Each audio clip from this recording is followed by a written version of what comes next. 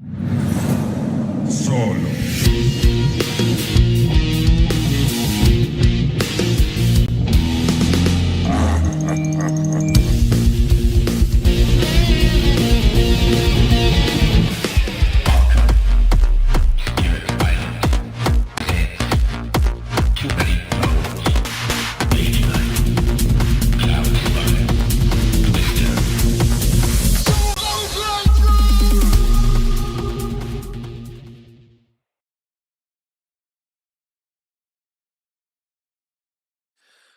And hello! Welcome to Solo Playthroughs for another very special episode. We are doing the true solo mode again of Uprising. Currently on GameFound until next Tuesday, the 16th. So if you are interested, this is another chance for you to check it out. There are tons of videos out there of playthroughs, reviews. I've watched a lot of them. Some I agree with everything, some I agree with most, some I agree with nothing. But you know, it is what it is. This game is pretty awesome as far as I am concerned, and that should be all that matters, right? So I know we have Dirk in the chat. I'm guessing Pavel and or Cornelius will also potentially be joining us as we go. So some chat real quick. There were some shenanigans with Sajid and Dirk and myself about scouts and manticores and whatnot, but I don't know if anyone else can see that.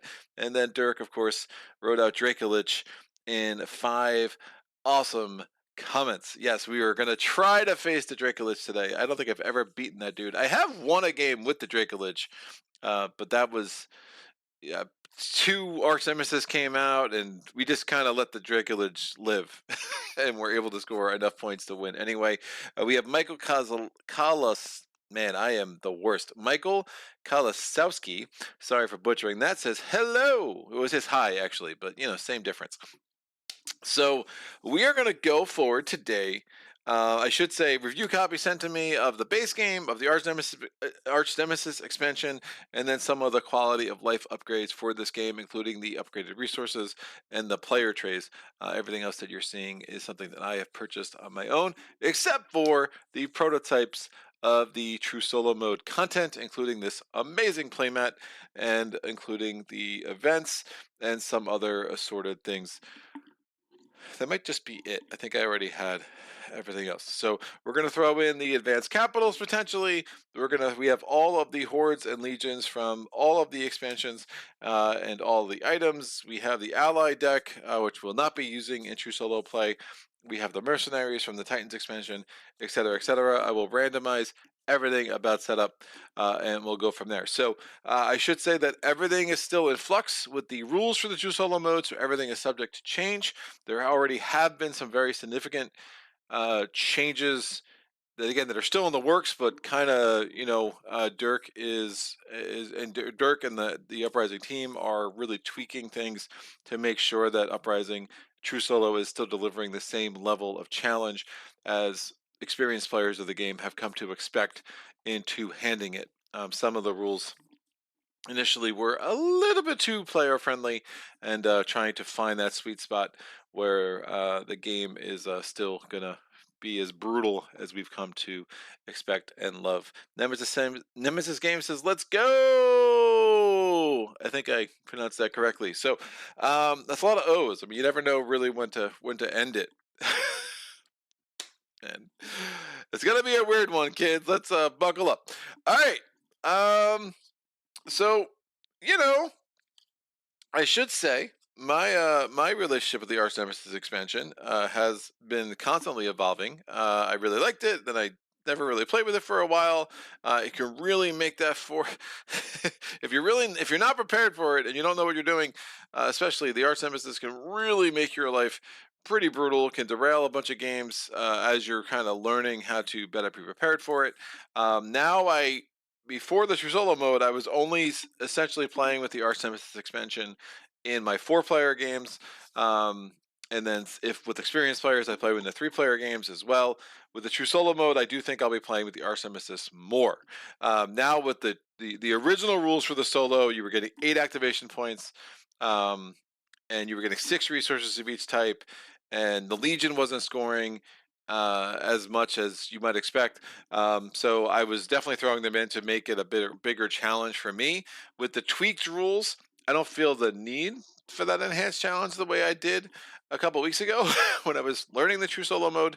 But it's still a nice alternate way to play the game. And I think when we look at the GameFound campaign with the triumphs and alternate win conditions and all these other stuff that's going on, I'm excited to see the Arch-Nemesis expansion more integrated, and the Arch-Nemesis module, I should say, because there's a lot more to the Arch-Nemesis expansion than just the Arch-Nemesis. The Arch-Nemesis module is going to be more integrated into my own plays of this game in a way that I'm pretty excited about. So I did promise Dirk that uh, I would always choose the Dracolich Omen every chance I can, except for the fact that if we are in Chapter 3 and the Dracolich Omen would make me put out 2 Arch Nemesis instead of 1, hell no, that is not going to happen if I have a choice. Now, you don't always have a choice, and you'll see that play out, but ideally, you're picking 2 of these things. These are the omens, and you choose your favorite one. But sometimes you're just forced to put your hand in the bag, and what you get is what you get. For those who've never played with the Arch-Nemesis, there are 9 of these omens, and there are 4 different Arch-Nemesis. You have the Harvester, the Empress, the Kraken, and the Dracolich. And they all have different numbers. So at the end of 3 chapters, you're gonna see put all the same artwork together. So this is the Kraken. The Kraken can have a max of 5. The Dracolich can have a max of 4. The Empress can have a max of 5, and the Harvester can have a max of 4. I do find that Dracolich the most tricky to get out because the Omens has 2 and 2. So in order for the Dracolich to come out, either you need both Dracolich Omens, or you need to have a 2 versus like a 1 and a 1, or a 2 versus a 1 and the 0. And if that's not making sense to you, that's fine. But ultimately, you do have to really hopefully get the choice and some agency over it by your hero rolls when the time comes, and then you'll kind of pick one. All of these omens have immediate effects, and then you kind of leave them out until the end of chapter 3, when at that point you'll compare the strength of the various omens that you've pulled, and that will tell you which arch nemesis, or if you've been unlucky, arch nemesises, or arch nemesi, one of those. Nemesis is probably already plural, right? So arch, no. Someone could tell me that in the chat. You would then be, once you're done with chapter 3, then you have to determine which 1 or 2 arch nemesis you are adding into the game. I don't think it's possible to get all 3.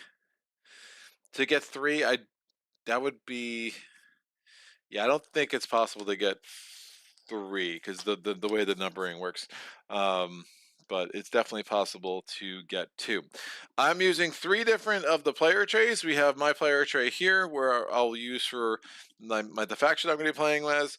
This is just a player tray that I have all the various components that we need, and then obviously the resource, containers right here. And then off to the side, we have all our Legion, our Horde, and our Mercenaries. And then the Arch-Nemesis cards and stuff are over here as well. So this is just a setup that works for me solo. The new GameFound campaign has a whole bunch of goodies related to setup and ease of of organization on the board, which I think will be super cool. So let's get into the setup. I do a fully randomizing approach in how I'm going to set this up today, except you cannot use the Titans. So if you have all the content, there's 10 factions in all the content. There's 4 in the base game, 4 in the Arch-Nemesis expansion, and 2 new factions in the Titans expansion, including the Titans themselves. I do not have the Titans thing here. You cannot use them in solo play because of some of their mechanics. Plus, it's a smaller board, and the Titans like to take hexes off the board. It just really doesn't work super well. I know the Dirk and the Uprising team are trying to see if there's a way they can create an alternate set of rules to make the Titans playable in solo. I do think, I don't know, we'll see what they come up with. I mean, I would never put it past them to find something that works. The good news for those who love the Titans, I mean, really they are super easy to play solo anyway, just two-handed.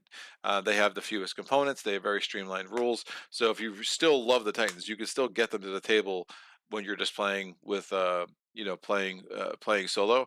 But true solo, I think, would be super hard.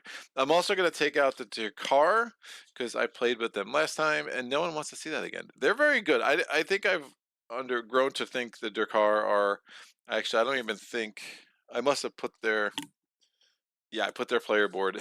Nope, their deck here. Got it.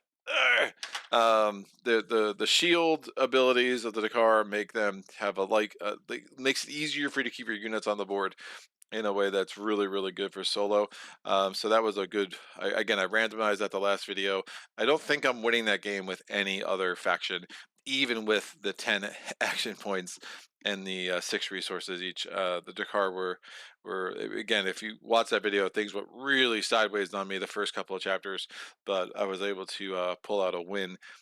Which I think was cool. So yeah, even at the original rules, this Uprising true solo can be quite the challenge. I know there have been some videos out there suggesting otherwise, and eh, uh, not totally on board with everything that was said there. All right, so we have these 8 factions. Let's see what the old gods have in store for us today. Where's my D8? All right, D8. Counting from the bottom. Oh, we're just going right to the pirates, baby. Okay, we'll do a Pirates game. Great, super interesting. Oh, other tweaks, by the way. So, different events have been taken out of the game. The Rebel Council's out of the game for True Solo. For the Greater Goods, out of the game for True Solo, and Boon of the Fallen Comrades is taken out of the game for True Solo. If you have any experience with this game and you look at those cards, I think you'll understand why. Boon of Comrades is probably the one that might not be totally immediately obvious why. It's just the scoring mechanic for the Horde and the Legion is such that if by just being able to take everything out of the graveyard, you really are kind of skewing the game probably a bit easier than it should be in true solo play, more so than in cooperative play. So I'm gonna get my Pirates card so we can play with Ivan the Gambler or with what's her name? Zadine the Scourge. I will play with the Scourge. I had an interesting interaction with back and forth with Dirk on email about the Scourge and Zadine. It wasn't immediately obvious to me what of her feats that she could keep if she was a secondary hero. And Dirk informed me that I was thinking about it wrong, and then actually there are some very, very cool things to discover if you play as with either of really the pirate heroes as your secondary hero. Now again, in true solo, you pick your hero, then you can pick a secondary hero from any faction. Personally, I've just been staying with the same faction, so my primary hero is going to be Zadine. My secondary hero is going to be Ivan the Gambler. And that just kind of works better for me. I like it thematically a little bit more. Plus, I don't want to have to get another tray out to get the standee and get the carton or whatever. It just makes it just a little bit more streamlined for me in a way that I like.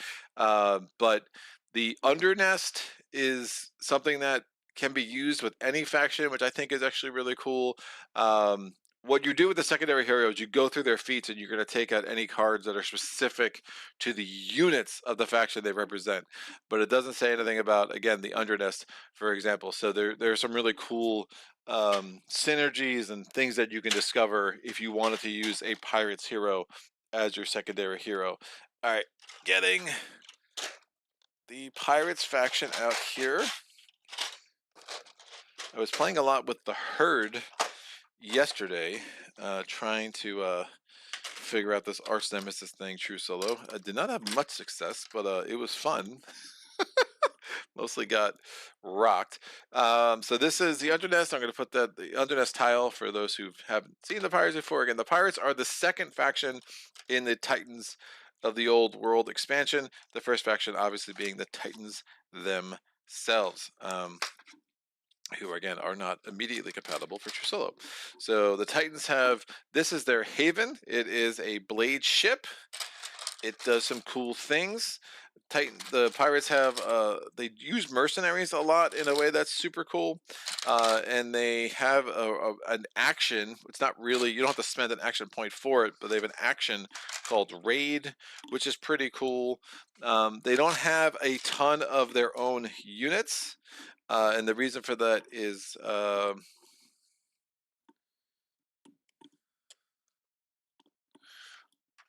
why. Oh, one of my shark skulls was in with the mercenaries. There's a similar color to them, and it's, I mean, with these glasses, again, I'm wearing these glasses for medical reasons, not because I think they look cool. Um, but the pirates do rely a lot on the mercenaries in a way other factions do not. So we have 2 shark skulls, and we have 4 of our raiders here. And again, we'll talk more about how they operate as we go. But yeah, they're a very, very fun faction. Can be very, very strong, but they do need some things. Like all factions need a little bit of things to come together for them to really um, shine.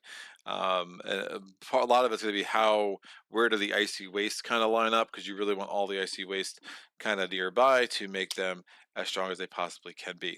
So we're going to go to Zadine's feats. We're going to have her 2 starting feats. The 1 starting feat is Raiders. You can ignore 1 shield for every damage on your yellow dice. And again, if your raiders, you roll yellow dice, so each of those is super cool.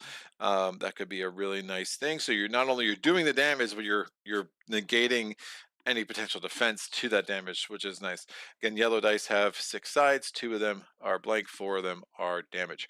We have the Nether Sea Queen. Clash, flip this to double the dice of 1 of your mercenaries for this round before rolling on your hero's hex. That can only be used in Clash, the same as the raiders that can only be used in Clash. You wouldn't be rolling those dice in archery anyway, barring something unusual that I can't even think about what that would be. So we're going to shuffle up the other 8 feats from Zadine. But you'll see, like, there's been a lot of like tweaks to some of the events. There's like some new ideas, really trying to get all the events. There's 24 events that come with the true solo mode at this point, getting them all kind of polished up, streamlined, getting them into where they need to be before this, fully gets, baked in and production starts. So I've been happy to be part of that process with Dirk. Dirk is a machine. I don't know if anyone's seen the comment section on and Pavel too, man. Just seeing the comment section on the GameFound campaign, it's just incredible. The customer service, the way this, again, the guys from Uprising, just listening to the player community, hearing what people want, and then delivering whenever it's reasonable and possible for them to do so. It's been really cool to be kind of watch that unfold the last couple of weeks. So we have this. Well, I mean, that's just, and it's been who they've been for years now. For those who don't know the history of Uprising in this game, so we're gonna go to the secondary hero. We would normally have to make a choice between which of the starting heroes that we're going to keep for the secondary hero. However, since this is already showing a picture of the shark skull, we're going to take that off. And because again, anything that's unit specific, we don't bother with. And now we have card shark. If there is no die here, you may remove 1 die from your roll without using it and place it here. Discard the die here, or we can discard the die here to add the symbol to your roll. So often when you gain a die, you gain the die into your dice pool, then you can roll it. This says, no, you actually are going to retain whatever's on the die and then use it. And you can always do that. So we can have a die that we don't need for a quest, put it on our friend Ivan, and then he can use that and throw it into a combat, right? So it's super, super flexible. We are going to have to, I'll keep this up here for now, but we are going to have to put that on a way that people can see it for the camera. But for now, we're going to leave that up there and we'll figure it out. Now we're going to go through the rest of the feats and see any ones that have symbols of units. This would be, I'm assuming the blade ship would be a unit for these purposes.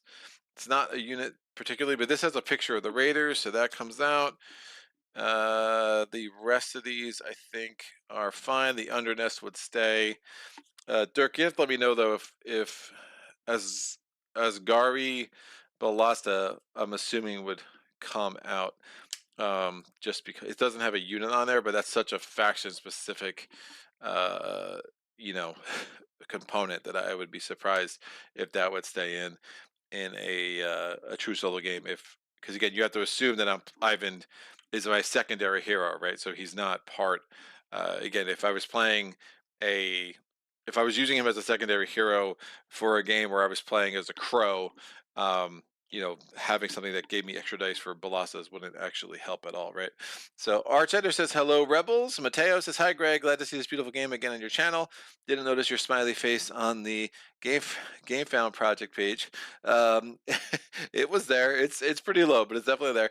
And then very excited to see this played in person. Says LeProok86.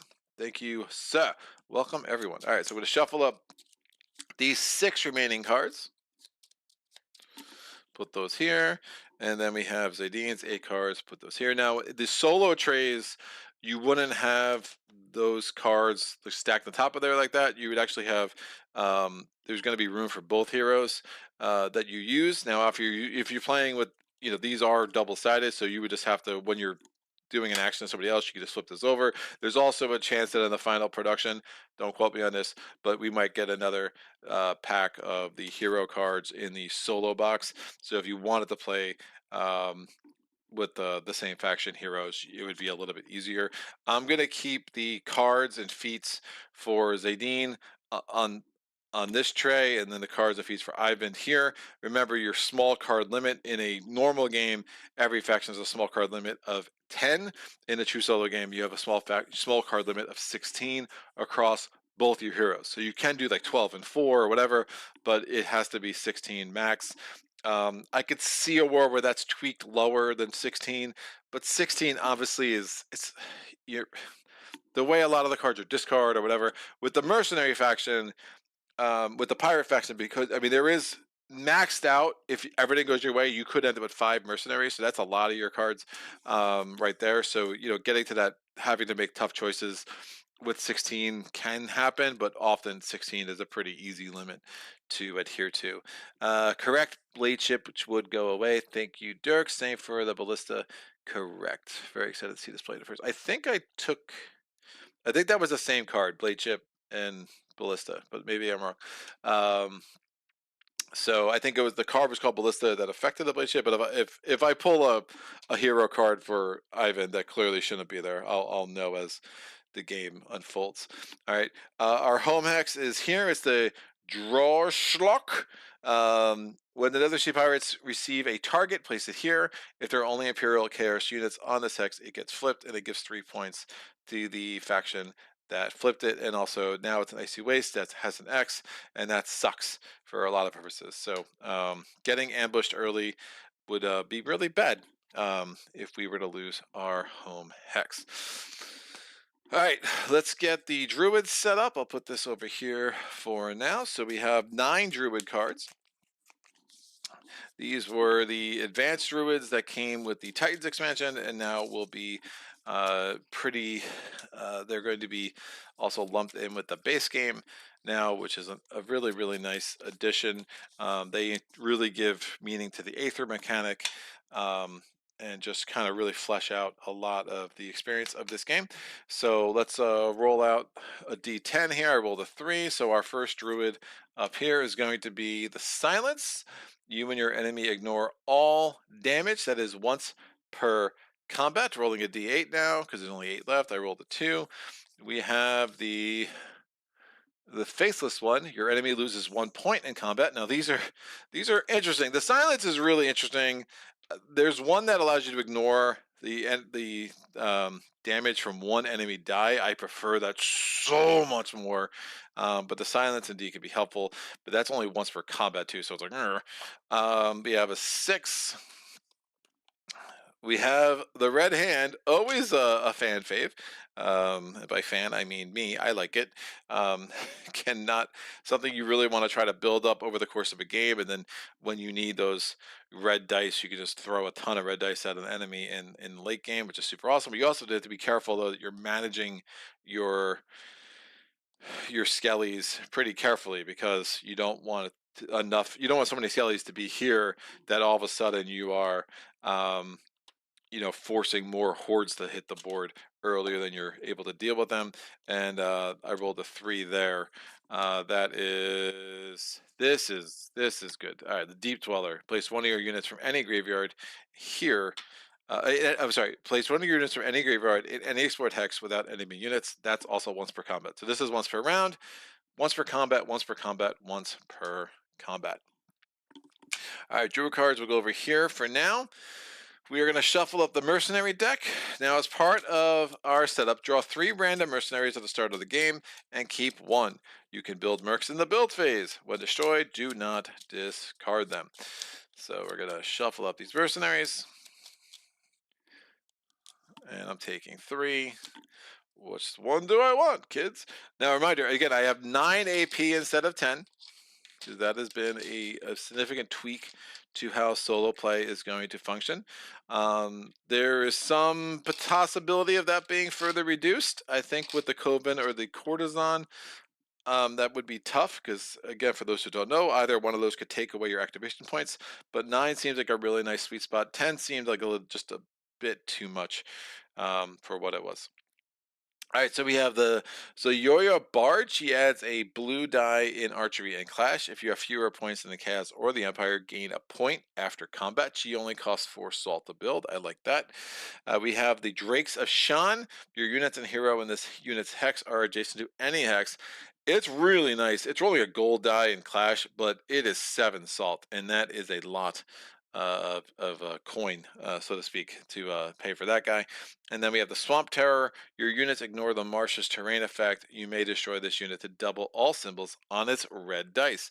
Super interesting. I don't roll a lot of red dice, but being able to have a little bit more power in a marsh could be helpful. One of the things that's super attractive to me about that particular unit is that it costs 3 food.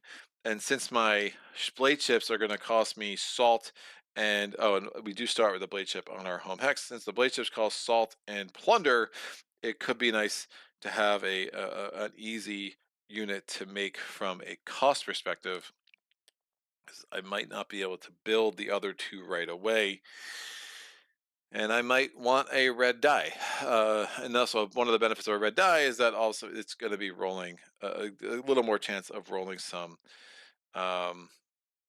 what's the call it? What you call it? It's a little more chance of rolling some lightning. So 1 out of 6 of the red dice sides do have a lightning bolt. So we're gonna keep that. I really like the Bard a lot. It's really helped me a lot of games. Those extra points really add up over the course of a game.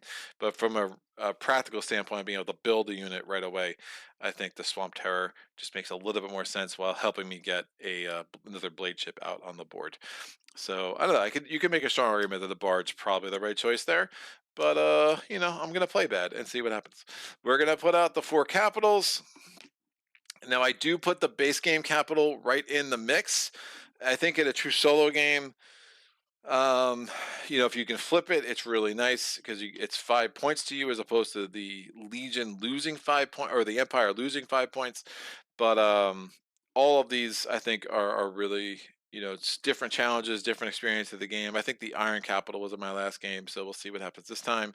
And I rolled a 1. We are just doing the Vanilla Capital, which is fine. It's a really nice.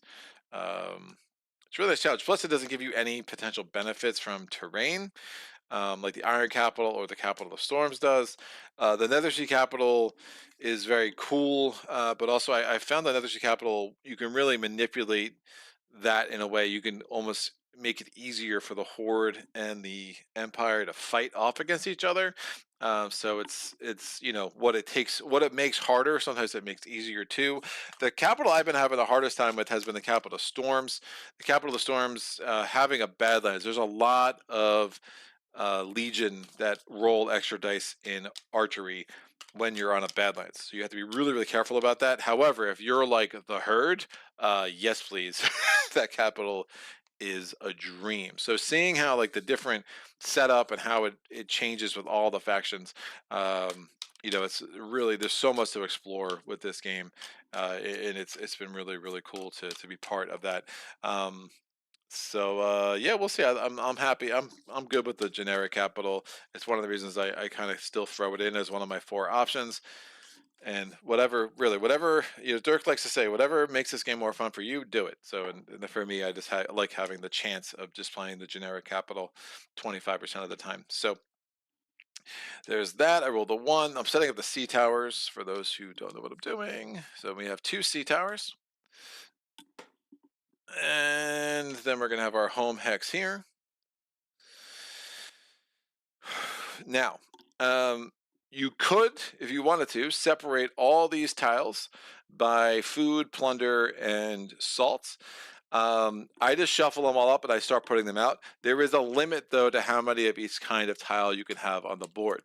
When you're playing with the mercenaries, you can have up to 4 salt hexes, which is different than with other factions.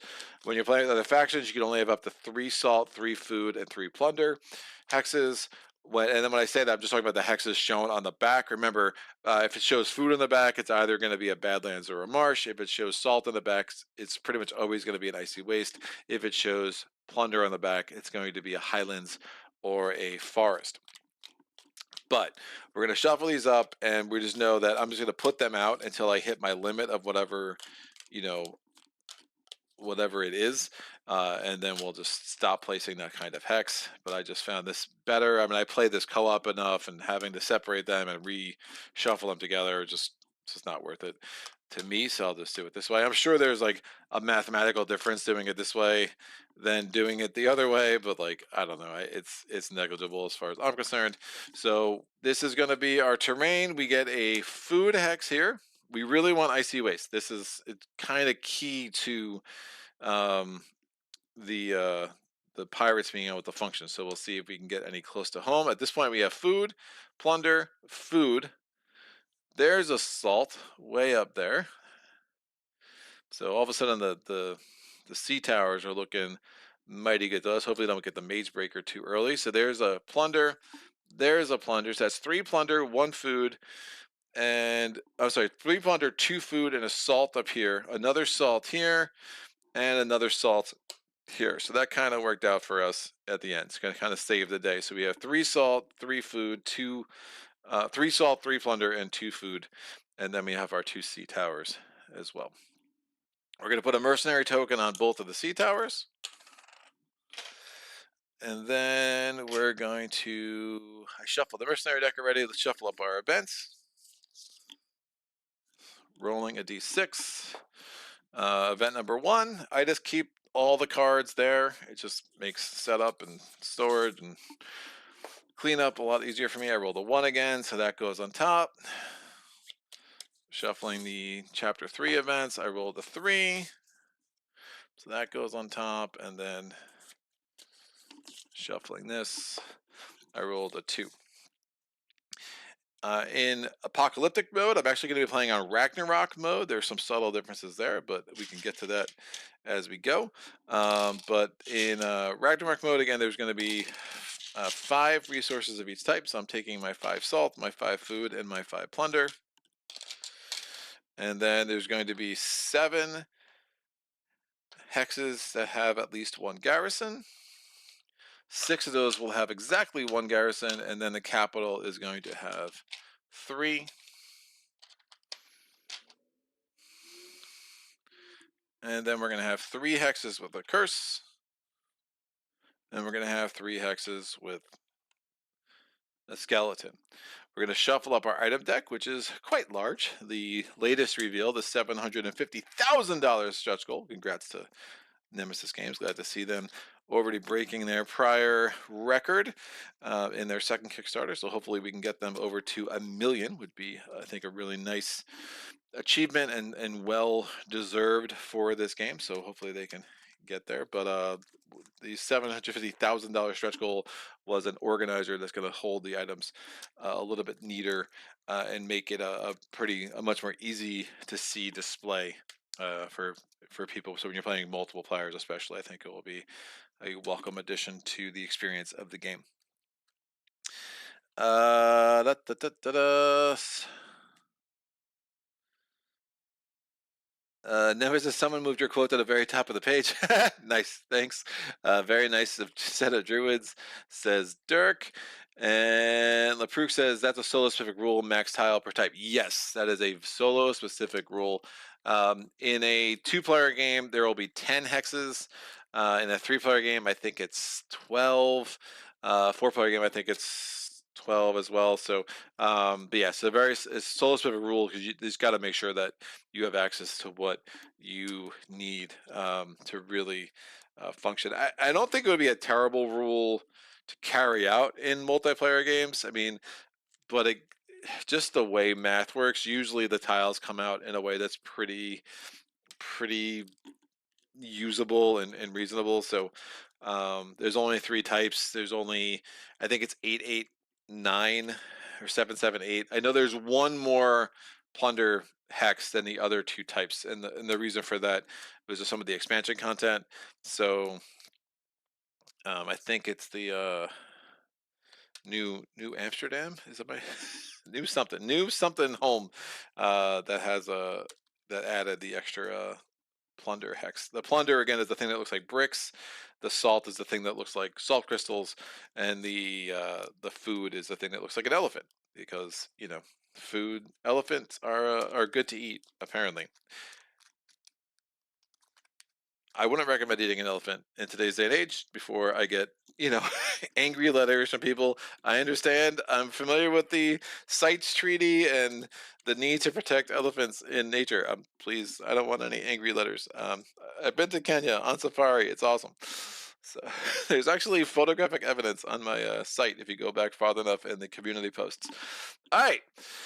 Good there. We got the blessing deck. Again, for those who don't know, the blessing deck was an idea that the Uprising team had in mind, but they were holding off on it, and then then COVID hit, and shipping costs went through the roof, and Uprising was in danger of not being fulfilled, and they put out the blessing deck as a way to offset the cost.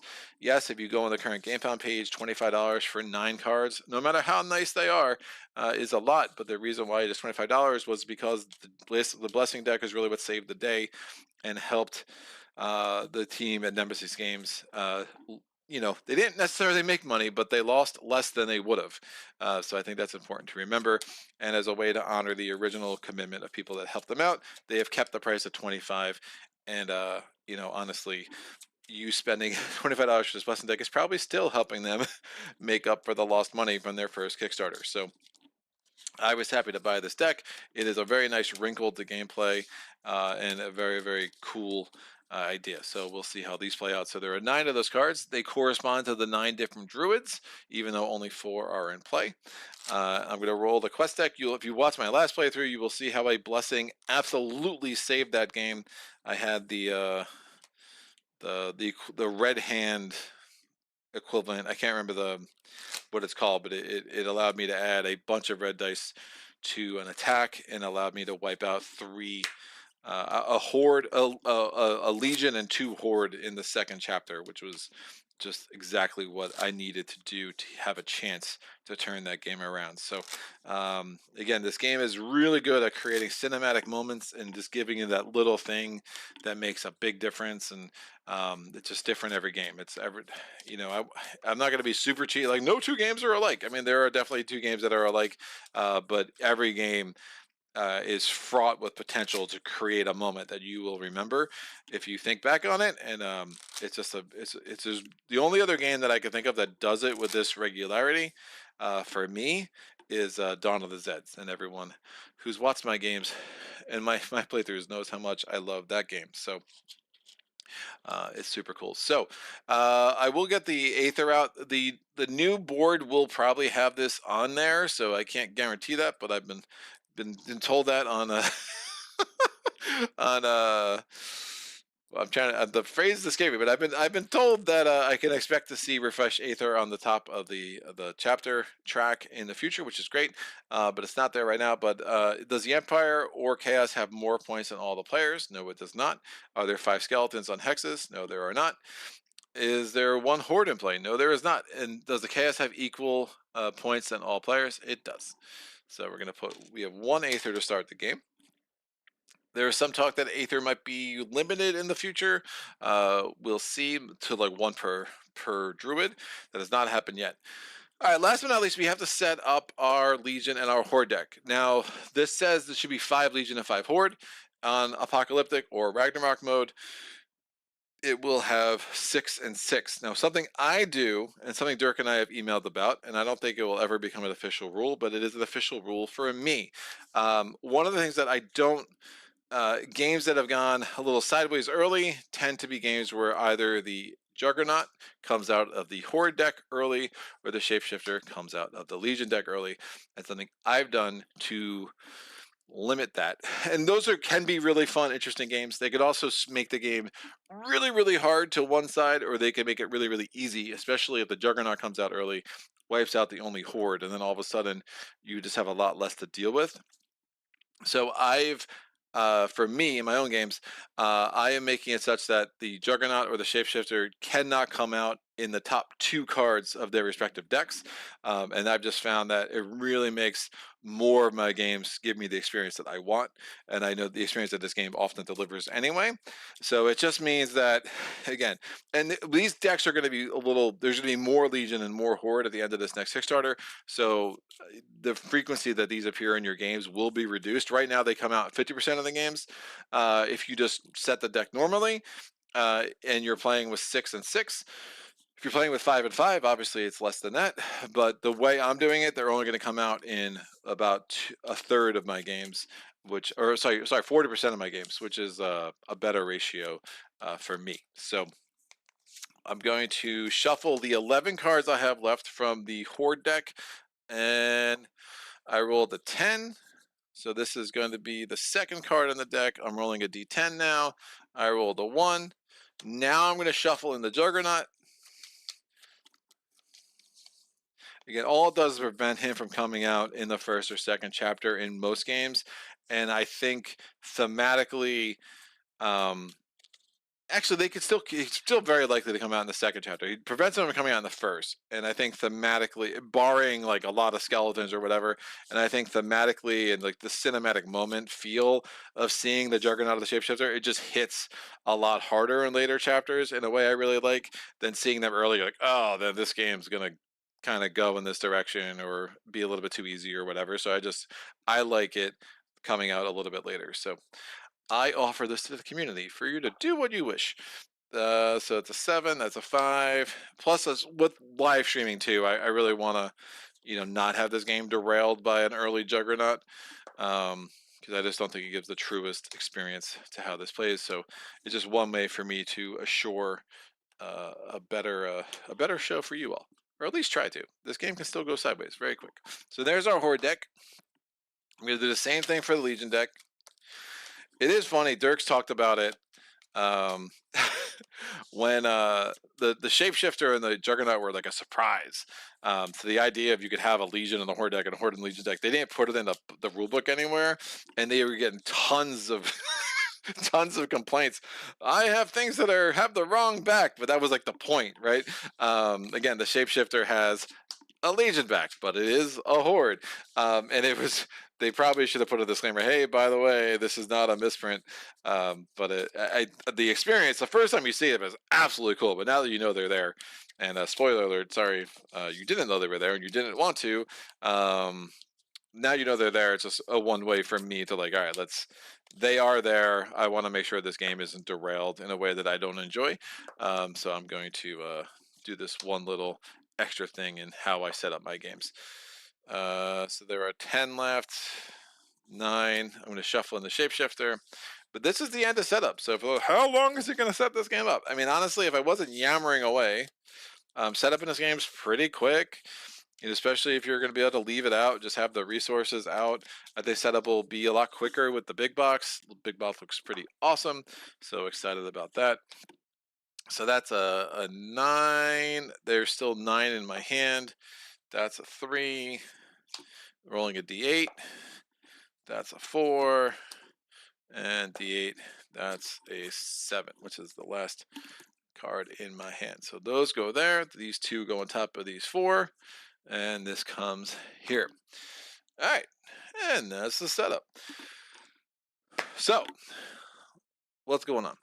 Nemesis.Games. Yeah, that's a little specific. Well, we're done setting up.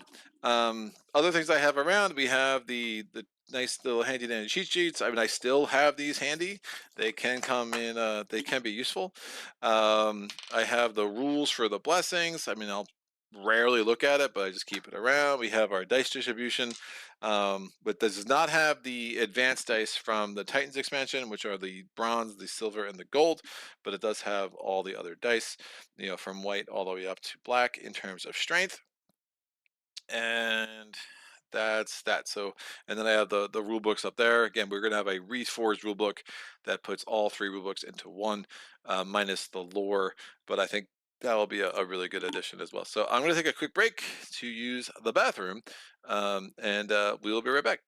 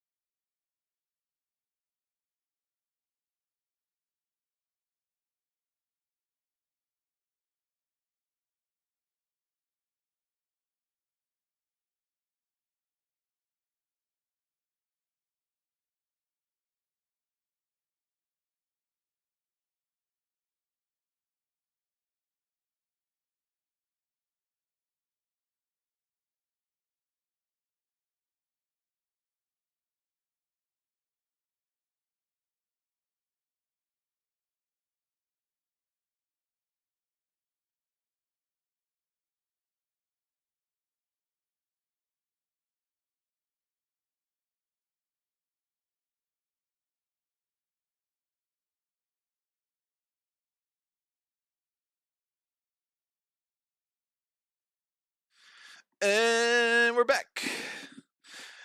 There is this moment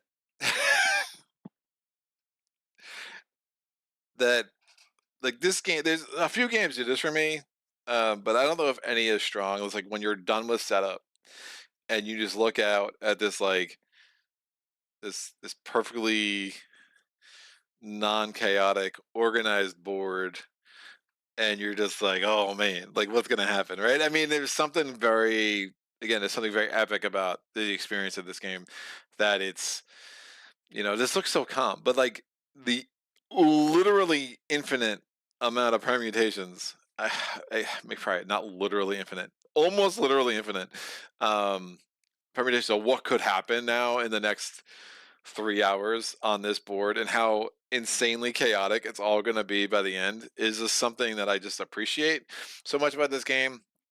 I mean, other games that, I mean, Spirit Island does that a little bit, Mage Knight, Dawn of the Zeds, right? These big epic games, Gaia Project, that I like. Those are my top five right there. So there's a reason they're all in my top five, because it's just how this board is going to change and mutate, and hexes are going to be taken away. One might be added with the new mechanic. There's all this stuff that's happening. That's before we get all the goodies they're throwing at us in the new treasure chest.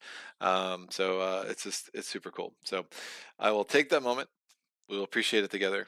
And then we will move on, as we will. All right, let's go. Flip all your face down cards back up. They're all face up. Regain your 9 action points. We have them already. Deal 3 new items. We have runestones. Pay 2 resources to add 1 skull, shield, or lightning bolt. Any player's roll outside of combat once per roll. Dun, dun, dun. We have the Twilight Bow. Ooh, big fan of the Twilight Bow early. Flip this to destroy 1 skeleton here or into the Jason Hex. Or discard this to destroy 2 skeletons. And last but not least, the healing, like myself, an early healing potion as well. Discard this to place 1 of your destroyed units here on any of your havens. 3 new quests. First quest. The Con Scouts. Flip any unexplored hex with no curse on it and resolve its effects. But do not, I repeat, do not place or reinforce any garrisons or skeletons. Discard this quest. It's super awesome. We have the Nethersea Navigators. It's a way to get 1 resource for each shield and lightning bolt you rolled, max 5 per player. Discard this quest. Oh, every player gains 1 resource. So for you, it's just yeah. So I do roll 1 blue die and 1 purple die. So my hero stats are 2, 1, 1. To start, I will definitely be trying to beef those up. But 2, 1 to start is a good thing. So at least I'll have a chance to get a couple of resources out of that, but not the most amazing idea. Now, if I'm on a sea tower, I roll another purple, which could be good. And then the Imperial Sky. I did a double take because I was watching Adam Smith's Rolling Solos playthrough, and he has like an older version of the Imperial Sky, which is like a prototype version. And I was like, what is that? They gave points for havens. This is different. This is the official version now. For every player, place 1 garrison on a hex with a garrison. In a true solo game, the number of players is always 1. It may be the case with Arch-Nemesis, it will be 2, but for now, it's going to be always 1 until the rules are fully settled on. So, what garrison do I want to enhance? I don't really think I'm getting back here, so it's gonna be big scoring change. Instead of the, again, in a co-op game, the Chaos or the Horde, the Empire or the Chaos get 2 points per faction in their graveyard at the end of a round. Mercenaries count as their own separate faction as well, except and normally they get taken out of the game, but with the mercenaries, they can come back to us and we can rebuild them because the pirates really rely on the mercenaries. However, in a solo game, they get 1 point. The Chaos and the Empire get 1 point per unit. Unless you're playing a Ragnarok, then they get 2 points per unit. They also, just like co-op or solo, the Chaos gets 1 point per hex with a curse, plus 1 point per horde. The Legion get 1 point per hex with at least 1 garrison, plus 1 point per Legion. However, because in the true solo game, for lots of reasons that are kind of hard to totally get into, but the more you think about it, the more it makes sense. The Legions, their scoring was lagging.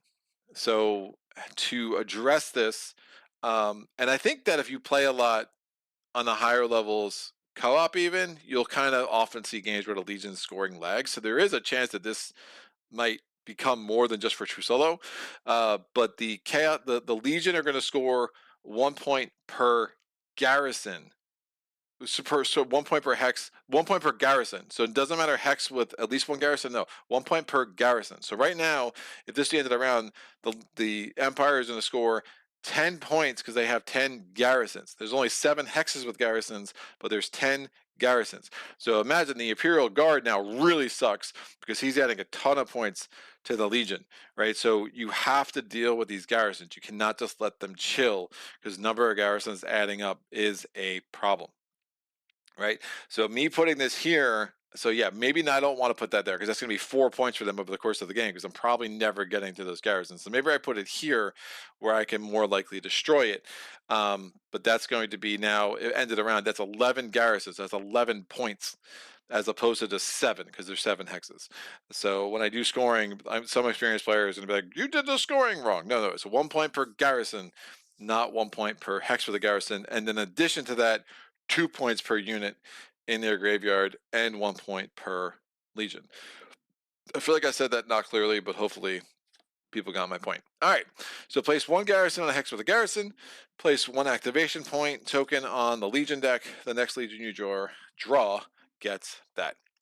There are reasons I like that there. It will be adjacent to 3 icy hex, so pretty later I can do a pretty easy job in destroying that, I think, or at least be able to defend myself against the multiple white dice coming my way from the garrisons that are there. So those are our 3 events. We are now going to go to the event phase. Add 2 threat to all legions and hordes in play. There are none. There is 1 quest, and potentially more in the future, that does add a legion, but we did not pull that hex, so there are no legions and hordes in play in the beginning of chapter 1. We are going to now draw and resolve the next event. We'll draw and read the next event. So, dreams and omens. The Atuma were obsessed with omens found in their dreams. Their foretellers proved to be surprisingly accurate. Choose a hero to roll the hero dice for each lightning bolt and shield. You may reveal the top card of the horde, legion, item, or quest deck and place it back face up on top or bottom. You may do this once per deck. And then we're going to be adding 2 hordes. So I'm going to roll. I can choose either hero for this. So Zadim would be rolling, and I only want lightning bolts and I want shields. So Zadim rolls 2 red dice. Each one has a 1 in 6 chance of giving me a lightning bolt. It roll a purple die that has a decent shot of giving me. It's a 1 in 3 shot of giving me a lightning bolt, and a 1 in 6 shots of giving me 2 within that 1 in 3. And then the Ivant is going to roll 2 purple and 2 white. So I think that actually makes more sense, because the white dice, or white or yellow, because they're guile, the white dice have a 1 in 3 shot of rolling a shield. So I'm going to use Ivan's stats. We're going to roll the 2 magic, and we're going to roll 2 whites for the guile, rolling these 4 dice. I'm looking for bolts and shields. I rolled 2 bolts. Fantastic. So what do I want to look at? Item or quest tag, I'll place it back. So I want to look at the top. The horde deck's going to come out either way, so it doesn't really matter. But the legion deck, I will look at the top of it. It's the warlock. Flip all their items without using them. Well, that means I probably don't want to be too crazy about getting items this round. But that's actually, you know what's been killing the assassin. It's the assassin, which he flips your starting feats. Oh, that's in a solo game and you have 3 of them. It's so brutal. I had one game too where I tried to storm the Capitol, and there were like 3 legions left in the deck, and I got the warlock and the assassin back to back, because all my cards were flipped down in the 4th chapter. It was absolutely brutal. But this is why we love this game. So I know that the warlock is coming up, and I know it's going to flip my items, but honestly, you could do a lot worse.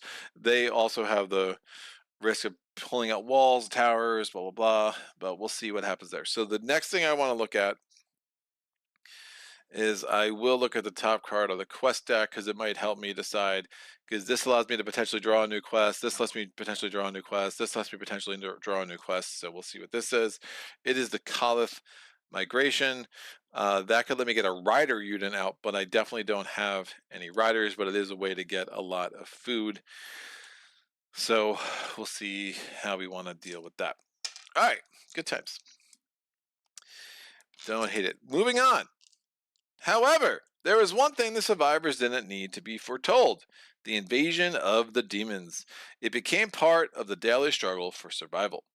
Place 1 horde at threat 4 in the dark mirror, not adjacent to a haven, and then place 1 horde at threat 4 in the wandering sea, not adjacent to a haven. So we're essentially getting 1 horde here-ish and 1 horde here-ish. I think you can put them on this hex with the skeleton. It does not say empty hex. I don't know if that's going to be changed in the final version, but it is something to evaluate our options. We do want to wipe out 1 horde. I don't know if taking a 2 is going to be realistic. If we're trying to go with the Dracolich, having, and again, always with the Imperial garrison thought too, like having a horde go in and start wiping out some of these garrisons could be good. So let me take this horde from the dark mirror. It is the, oh, you jerk. So we have to kill the Coven, because she is going to steal our thing, and that makes me very unhappy. So the Coven of Yasat comes in. She's going to take 1 of our activity points. So now we're down to 8 in our tray over here. Every player places 1 unused action point on this card. You do not regain them in the refresh phase. You do regain them when you kill her. We're going to pull a Bane for her. And we are going to obviously put her in a place where I can potentially get to her. We'll put her there. This says demonic spores. When destroyed, destroy 2 units or thread here. So not only am I going to try to kill her this round, she will be wiping out 2 of my units for the pleasure. So hopefully I have a couple of raiders left as cheap units to kill at the time that I defeat her, assuming I can pull that off this round. All right, we're now. I mean, you think about it this way: that there was 2 units at the end of battle, but she could have gotten an extra die to kill 2 units, you know, during the battle, right? So there's always like a give or take with these Banes. We're gonna get another horde, and this horde's gonna have to go in the Wandering Sea, and I'll probably end up putting it up here and have it start taking out some of those garrisons. Ooh, Oda the Fallen. Yeah, I'm not dealing with Oda. Skip archery against Oda. She's gonna come in. She's number 30, so she sucks. And we're gonna put her there. That is the Wandering Sea. Every other horde or legion gets +1 threat, so now our Coven just got that much harder to take down. So instead of rolling 2 yellow dice in archery, she's rolling 3, so that makes me not happy. Oh wait, did I roll any? I think it was blank, blank, blank. Because this is one thing about Ivan. If someone could let me know if I had any symbols with the white dice, I don't think I did. I think I rolled blank, blank, and then 2 lightning bolts. Because I could have put it on. It's always. So I could have put it on this die. So if someone wants to go back and tell me if I have an extra die, I could put, because that was Ivan's roll. So having that extra die could definitely help. Remember your benefits, people. So yeah, I'm gonna have to put this in a place where I see it. So we'll just put this there. Actually, Ivan, I think there will be more likely to be in my purview. So zombies, the Oda has ignore the first damage in archery or clash. Dirk, you might want to point out that we're playtesting 1 point VP per garrison since it's not the rules. Indeed, we're playtesting it. Yeah, it's fun. I like it. It's insane, but it's really good. Man, I'm like obsessed with the idea that I think, I mean, did I have at least 1? I'm gonna assume I had at least 1 skull. No, I know I didn't have any shields. I would have counted it. The question is, did I have a skull? Because the skulls I would have ignored at the time, but it couldn't have possibly been anything else. I think I had 1 skull. I don't think it was. I feel like there was more artwork, but if it was blank, blank, blank, 2 lightning bolts, that'd be interesting. But I'm pretty sure I had at least 1 skull. But if I didn't, then oh well. I'm keeping it. So that event is done. We're gonna place 1 activation token on each Legion of the Horde. 1 skull, 2 bolts. Yeah. You had a single skull on the roll for the event. You're the best. Thanks, Dirk. I will absolutely take that. Yeah, it's one of the. Ivan has a couple of things that have the extra dice and this and that, and it's very easy to forget these little things. You know, even in a more streamlined true solo game. So it's remembering all your benefits and remembering what these things do to tick is super helpful. So we're in now the build phase. We're going to draw 2 feats for Zidane and then 2 feats for Ivan. Rules aren't clear if you can look at all 4 options and then choose the best 2. So I've been doing it sequentially, just 1 and 1. So we have Kraken's Lash. Flip this to place 1 mercenary from the reserve or a graveyard on any explored hex without enemy units. And I kind of wish I took this guy now. He costs 7, but that's a really nice thing. And then Third Eye Navigators. When you use a sail action, you may move your blade shifts 3 more times. This is great late, but the ability to get your mercenary out of a graveyard is just unreal good. So we'll take Kraken's Lash. And then we're going to go to Ivan's feats. We have the Smuggler's Guild. When you use a quest action, you may replace any quest goal with gain 1 item from the market that you could use. I do not hate that. I would like, I did not get resources. Woof. Flip this to roll your archery and apply damage before your enemy. So basically you could, if there's like 3 garrisons there, you could apply your damage, kill their garrisons, and then they would roll with their remaining, right? So this could be really strong. The game went out for the market you could use is fine. I just, you know, I do like shoot first. Huh. I need to kill the Coven because she's the worst. They're all the worst. That's the way. And one of the things I love about this game is I'm going to pull over every card I pull. I'm going to be like, that's the worst. And it's all true because they're all the worst. I was hoping to get, again, between your your 2 heroes, you have 4 cards that would give you 3 extra resources in the build phase, and I pulled not a one of them.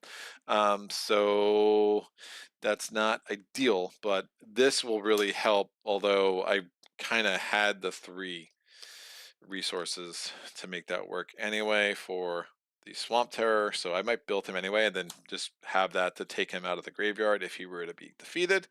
So we're getting the Swamp Guy. Here, Swamp Guy. Hello.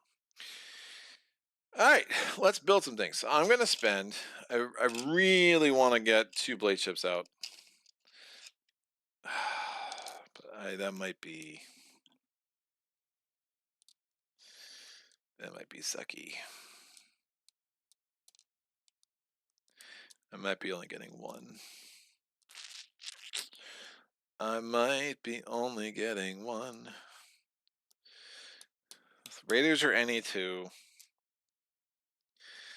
I have to kill the Coven.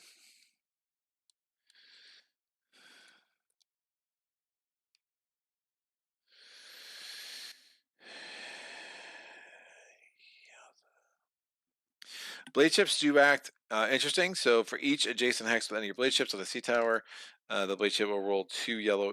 Will add its white die in archery. So if I have a haven here and I'm attacking my blade chip here, it will provide 1 white die in archery. So it's really trying to get that puzzle worked out. So this is a nice setup for we have a icy waste, icy waste, icy waste, icy waste. So I don't hate that. I just think I'm only going to build 1 right now. All right, so I'm going to spend the 2 blade chips will be destroyed just like any normal haven, and then during the build phase, they can be built on any hex that has at least 1 blade chip already, or a hex where your hero is. So that could be either one of my heroes, so that will work. So I spent 4 resources on that. I am going to get my friend the mercenary out. It gives me a red die to play with. I'm going to spend...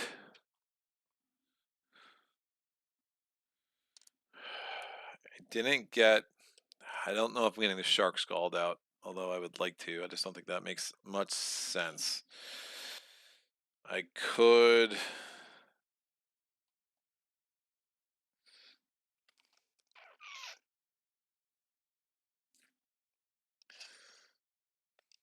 get 3 raiders out. It's very expensive, but it'd be this 6. The thing about the pirates that are cool too, you don't have to normally have to worry about having plunder in reserve because you want to build a haven during the round, but you're building your blade ships. So there's also an action efficiency here too, which I like. You're building your blade ships during the build phase, but they do cost 4 resources instead of 2. So there's like a constant game that you're playing there. I'm gonna get 3 raiders out, which is gonna give me 4 units to start, including my 1 mercenary. And we'll see how that works. But I think I can take out the Coven. Although her jumping up to 5 instead of 4, thanks to Oda, is not my friend. Not my friend. We have that die, which is good. All right, so we got 4 units built, including the 1 mercenary, and we got a blade ship built, which is fine. So at the end of the round, you're going to want to have this on another icy waste because you get your resources based on every hex where your blade ships are that don't have an X, and you get points on every place where your blade ship is that doesn't have a curse, I think. with no X. So yeah, curses have X's on them. These molds do not, but if you look at the original standees, they all had the X on there. So curses have an X on them, which is something to remember when you're playing with the pirates, especially. Well, playing with everyone, but especially with the pirates. All right, action phase. We're going to take our actions until we pass. Again, I could always kill off this dude and bring him back with Kraken's Lash. So I do like that. The other alternative I could have had is I could have built another unit and then put the Kraken, put him in play. But then if he dies, I mean, he might die here, and I'm going to want to be able to bring him back. So just made a little more sense for me to do it this way. I don't have any salt. I'm going to buy the healing potion as well. I might get the Twilight Bow as well, but we'll see. Just having that quick ability to be able to wipe out this Skelly could make life a little bit safer. We also have this if I feel good about getting a shield. I don't, however, because I did not get any stat bumps. So that all of a sudden becomes a little bit more precarious than it would have been otherwise. So not getting a stat bumps, not great, especially with the Omens phase looming at the end of this, when I'm probably just going to be at the mercy of the first thing I pull out of the bag, which could absolutely define the rest of how this day's play out. How this day plays out. One white. Yeah, I'm debating whether I want to try that. I don't think it's going to make much sense. I think I'll just, if it's one garrison there, I should be okay. So we're going to do, should be, operative word. So I'm going to move and command, or move and explore. It's like commanding, just absolutely different. And I'm moving this here. Now remember, when you're commanding, blade chips are not units. They do not go along with command. Only units do. They are havens. So we have an icy waste here. We're going to get 2 salt. Give me some salt. If empty, place 2 skeletons here. So we get 2 skeletons instead of just 1. Not totally ideal, but hopefully we can make it work.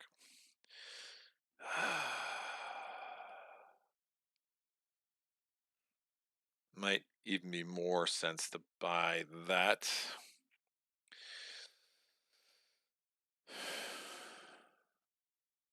Buy that, use it to kill one of these. I don't want to, them, if I miss on my white die with that, that's really bad. And I don't want to use shoot first just yet, because I would like to get the Coven down to 2 instead of just 1. Instead of 3 is the other word I meant to say. So 2 skeletons here, if not reinforced. It wasn't, it was empty, so we got 2 skeletons, and then place 1 skeleton with other skellies. We'll put this skeleton up here. Let me figure this out. So if I move, explore again, mark it, command, sail, it's going to be a lot. If I move, explore, mark it once, kill the skelly, command, sail, command. It's kind of how I think I want to play this out. And then I'll have another action at that point.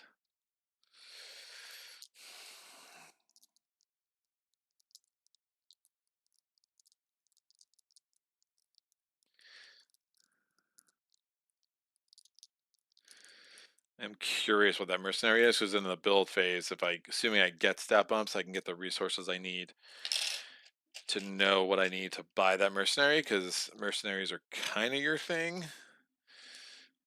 I mean, I'm tempted to do the Hakan scouts, but if I fail it, it doesn't, it's not going to be great.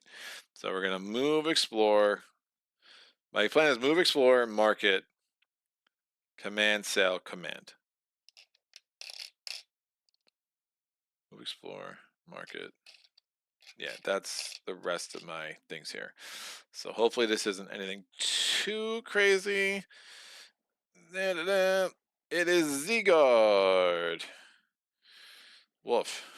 Have some points. Legion or Empire. So 2 salts. If empty, remove any skeletons here. If empty, place 3 garrisons here. We'll deal with that next round. But overall, could have been a lot worse. We'll see what the mercenary is there. The mercenary is Darvish. Roll a bronze die in Clash. For every symbol, you get to ignore a shield. So we're definitely doing a lot of shield ignoring. I could actually buy him too, which makes me happy. Shield could be nice. Great. So I'm going to spend the 3 salt. That's not an action. I'm going to get Darvish. I could put her here. So that's my 5 unit limit is now reached. I'm going to do a market action. I'm spending the 1 salt because I get a discount since I'm in a sea tower. I'm going to get the Twilight Bow. So I'm already up to 8. I'm up to 7 cards already, right? This gets refilled. That's the Whip of Thorns. Not going to do anything about that. I'm going to flip this to destroy a skeleton in an adjacent hex. That gives me my first point of the game. Woo! We're winning. And now we have 3 more action points. I'm going to do a command action. All these guys are coming in here. So I have 2 mercenaries and 3 raiders. I'm actually going to put Ivan in here as well. And Zidane. I know last game I was doing stuff up there. I might do that again by the end of this, but at this point, is that helpful? It's probably helpful. Let me be helpful. So we'll have these guys down here, and then we'll have the Rock of Combat, so you can see what I have in this combat. I do have a 3rd camera that I was thinking about setting up, but honestly, there's just not enough camera space to really pull that off. Where's the Rock of Combat? Here it is. The Rock of Combat. So the Rock of Combat is here.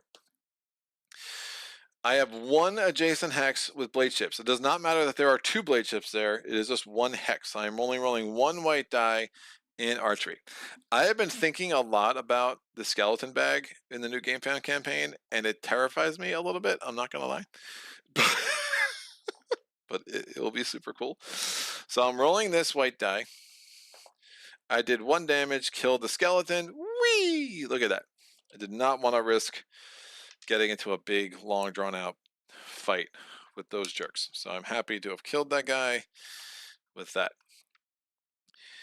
I'm now going to do a Sal action, which means I can move 3 blade chips one time. So I can use 1 blade chip 3 times, but blade chips can only move onto Icy Waste.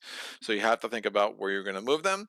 But I'm going to move 1 activation point to go there, another action point to go there. Now I have 2 hexes adjacent to the Coven that have at least 1 blade chip. So I'll be rolling 2 white dice against the Coven, and I can add this to it too, because I do want to start getting the Coven down a bit before we get into Clash. All right, especially since I know it's killing 2 of my units at the end, which doesn't make me super happy. We are now going to go a command action again. So we haven't done any raiding this round, but we'll see the raiding mechanic before this game is over, I promise. And so I have, again, my Rock of Combat, which is basically all 5 of these dudes, is going to go in to fight the Coven of Yasat, which we'll put down for the camera, for the kids at home. We are going to now do an archery round. I'm rolling 2 white dice because I have 2 adjacent hexes that have blade chips. All right, I'm going to flip, shoot first to roll all my archery and apply damage before my enemy. And then we also have this where I can double the dice of one of my mercenaries for the first Clash round. And in Clash, we can ignore shields. We can potentially ignore more shields. I can destroy that guy to double my reds. There's a lot of cool things that are happening right now. So I'm rolling these 2 white dice. I did 1 damage.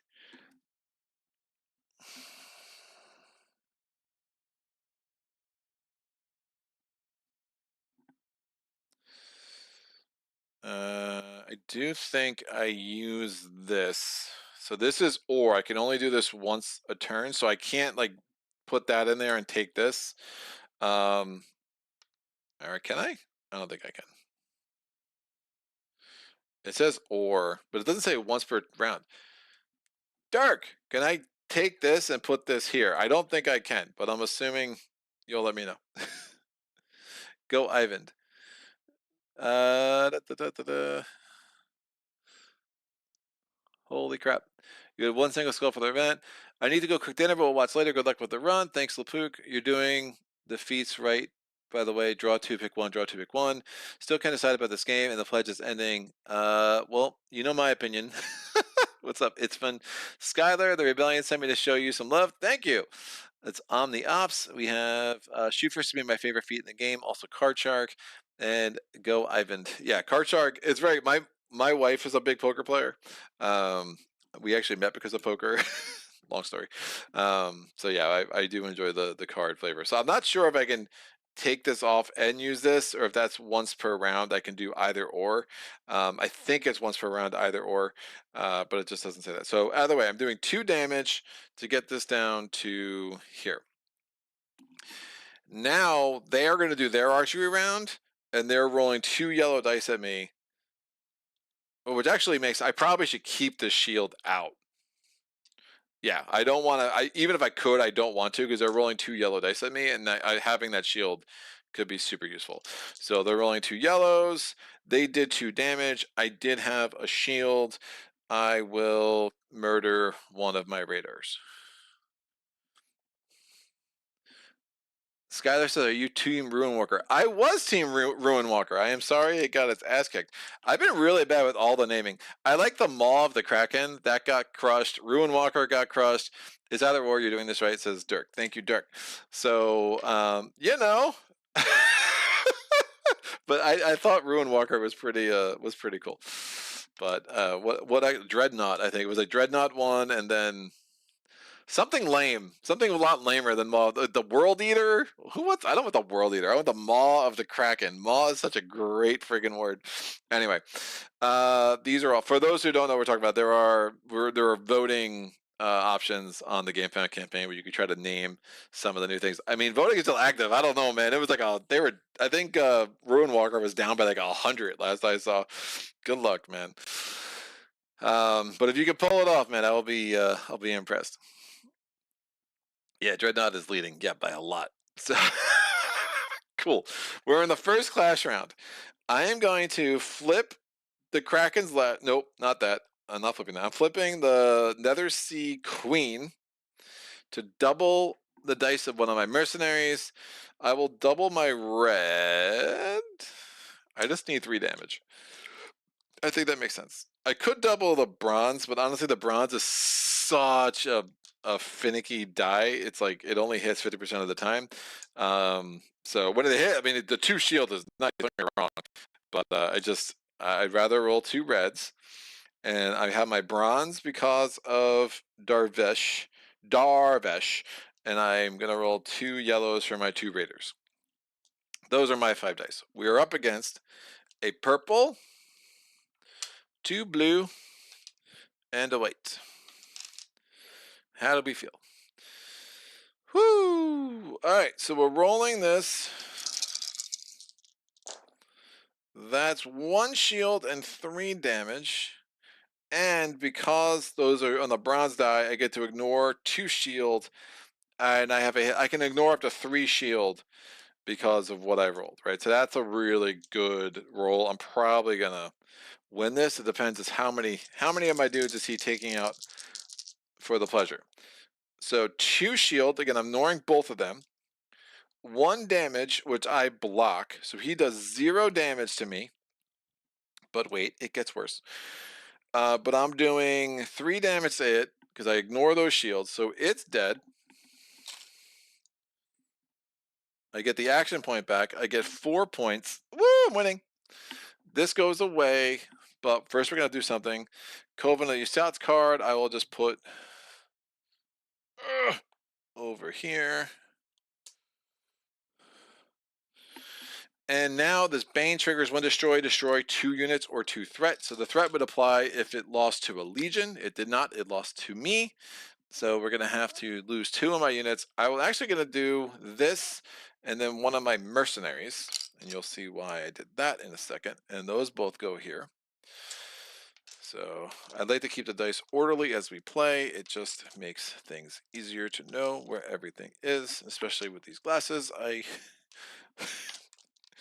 have sometimes difficulty telling colors apart. Stop wearing the glasses. I wish. All right, Coven's dead. You come over here.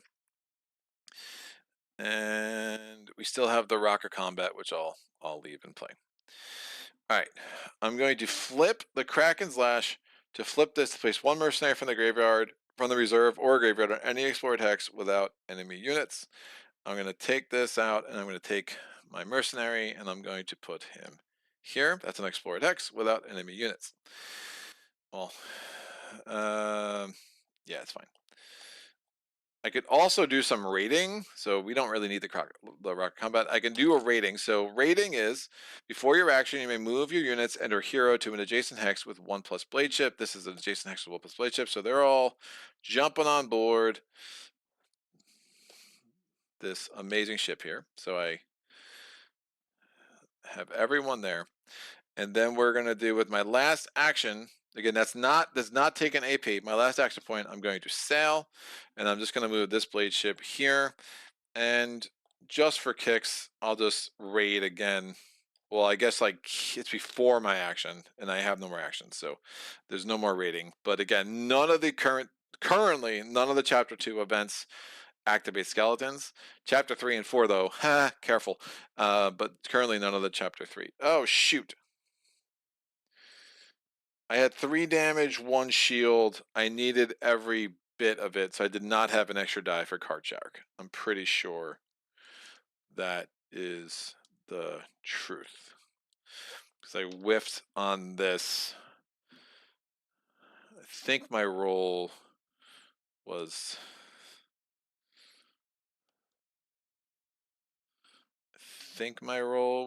this. I think my roll was that. So I needed all of it.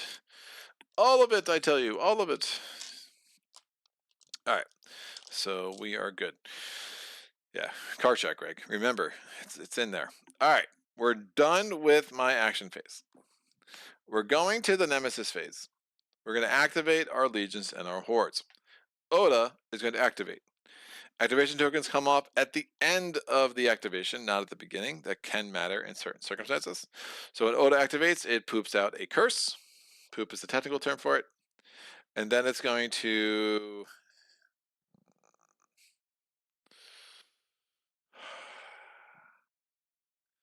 What direction do I want to send her? There's arguments for here or here. I think the more I can reduce curses on Icy Waste Hex is, the better. But she's going to go to a hex with an enemy, so she'd go with the fewest enemies if it mattered. I mean, one argument, I probably could have put this here early. It's fine. So we'll just put her here, and then we'll see what she does next round. All right. They're going to have combat. You skip archery against Oda. She's also has zombies, so she's ignoring the first damage against her this combat entirely. In the first clash round, the garrison is rolling a white and a blue. It does 1 damage, which Oda will ignore, even if it does not roll a shield. And Oda is rolling a black, 2 purple, and 2 red. And does 5 damage. Little excessive, Oda, don't you think? That's fine. That will go over there. Her activation token comes off. And that is the end of the round.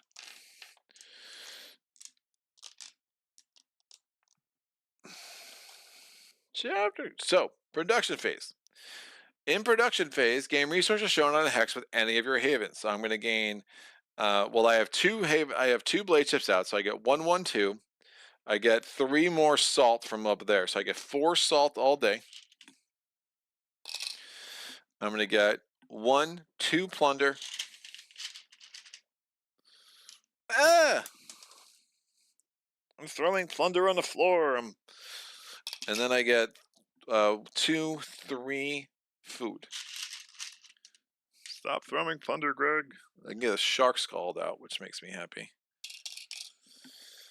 There are definitely still things that can go badly here in my home X because I have no units there, but I couldn't raid again because if I get a legion that immediately goes to its target, I'll be in trouble. But you know, hasn't happened yet, so I feel like I'm predicting the future because that's just how this game goes. So I gained resources. That's done. So the production phase is over. We go to the scoring phase. The Empire is going to score a lot of points. It's going to score 3, 6, 7, 8, 9, 10, 11, 12. Now, if you've played the base game a bunch, you know that the Empire often gets to a big lead early, and then you kind of catch up to it late. I like that arc. It makes sense. The Horde has a tendency to score more points late. The Legion has a tendency to score less points late. But it does mean that we definitely want to, by all extent of purposes, try to wipe out those 3 because that's going to be 3 points next round, 3 points a round after that. That's way too many points. So we're going to want to wipe that out. It's also a good place for another haven because it is an icy waste, and our blade ships like icy waste. Plus, if we have a blade ship on an icy waste, guess what? It's adjacent to all our hexes. So in archery, it gives us white die to everything, which is amazing. All right, so the Empire is scoring 12 points because it has 12 garrisons on the board. The Chaos is scoring 4 points because it has curses, 4 curses on the board. It only added 1 curse that round, which is actually really good. It has another point because it has Otis, so that's 5 points. And then it has 3 units in the graveyard, so it has another 6 points, 2 points per unit in the graveyard. Garrison is 1 unit, and my 2 raiders are other units, so that's 6 plus 1 plus 4 is 11. So not terrible. I've definitely played a lot of games where either one of those factions scored like 20 in the first round, so I will take this. We returned all units already. There was an argument to buy the healing potion with my last AP that I got back from the Coven. However, I wanted to get here instead for reasons that will be seen. Because again, the production plus the scoring, it just made more sense for me. I'm going to score 2 points because I have 2 hexes that have no X and one of my blade chips, plus another point because I'm on my home hex, which gives me a point. So I go from 6 to 11 myself, right on top of the Chaos. We're going to go to the Omens phase. I can choose either one of my heroes to roll dice. I'm going to choose Ivan again for 2 reasons. One, he's more likely to roll 2 lightning bolts than our friend Zadine. But 2, if doesn't matter what, even if I fail this roll or don't get what I want, I can still take the die and put it on Card Shark, which can be super, super useful. So I'm going to roll the 2 purples, and I'm going to use the Guile to give me 2 whites. I wanted 3 skulls, 4 skulls, I got 3. I wanted 2 shields, I got 1. I wanted 2 lightning bolts, I got 1. So crushing it all down the, all up and down. I'm going to actually take this die and add it to Card Shark. So, because I wasn't winning that anyway, but I will take a 1 damage, 1 shield roll every day when I can. I mean, the 1 damage, 1 lightning bolt roll is also intriguing, but I think with these, especially with these, the Deep Dweller makes me potentially want the lightning bolt, but I just, that 1 shield is just so nice that I will, could really save a battle in the archery round kind of thing going on. So I failed the Omen roll. So instead of being able to pick 2 and choose 1, I'm picking 1. And if it's a 4 Empress, forget about the Dracolich. It's not happening. There are definitely pulls that will make this game. Oh, look at this, kids. It is the Lesser Omen of the Dracolich. Dirk's very happy. It's going to be a Dracula's game, it appears. We're going to place an activation token on every Arch-Nemesis card. So instead of putting out 4, like the Arch-Nemesis cards are just over there standing up, I'm just going to put 1 token there to remind me at the end of the game. If the Dracolich is... So at the end of the game, we know we're adding 1 more activation token than what we had to add anyway. We're also adding an activation token to the Legion deck, so now that has 2 activation tokens already on it, and then we're adding activation to the Horde deck. Remember, the first activation token came from the Imperial Sky. So, interesting. That is done. All right, refresh phase. Does the Empire or the Chaos have more points than all players? The Empire indeed does by a whopping point. Are there 5 skeletons in play? No, there are only 4, because I killed 2 of them. Does the Chaos have equal or more points than all players? The Chaos has equal points to all players, so that's gone. Is there a Horde in play? Indeed. There is one big fat Oda. That's right, I called you fat. What you gonna do about it? And that's done. We're gonna regain our 9 action points. 4, 6, 7, 8, 9. We're gonna deal 3 new items. And a 2 in 9 chance of pulling the Dracolage, and there we are. So we have the Traders Guild of Norngard. Flip this to use a trade action for 0. Think not great in a solo game from my experience. The Mask of Jen. Discard this a turn up to 2 dice of any player to any side you want in any role outside of combat. That could be pretty clutch for these Omen phase rolls. I'm not gonna lie. I don't mind it, and I can get that with Ivan because Ivan has a 2 guile. Sadine has no guile, but that's fine.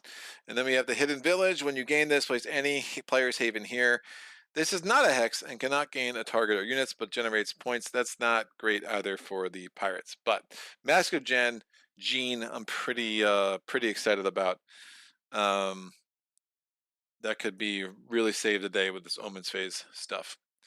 Deal 3 new quests. So all 3 of these quests go away. Some quests tell you to not take them away until they're solved. But we have our first quest. We knew this is the Kalith migration. We knew that from the Dreams of Omens. Break the shackles. That's interesting. We're going to place a Legion at threat 3 on the capital. This Legion is coming in, remember, with 2 activation tokens already. So our Legion friend is the Warlock. We place this target. I do not player flips all their items without using it. So I have to flip. Well, I should have unflipped all my cards. And now I have to reflip the Twilight Bow, which is fine. It did its purpose last round. So the space is a premium. So the Warlock comes in. It's going to get both these activation tokens that were on top of the Legion deck. One because of the Dracolich and one because of the Imperial Sky. And we have a Bane. It is the Imperial Mandate. Replace an activation token on every Legion card in play.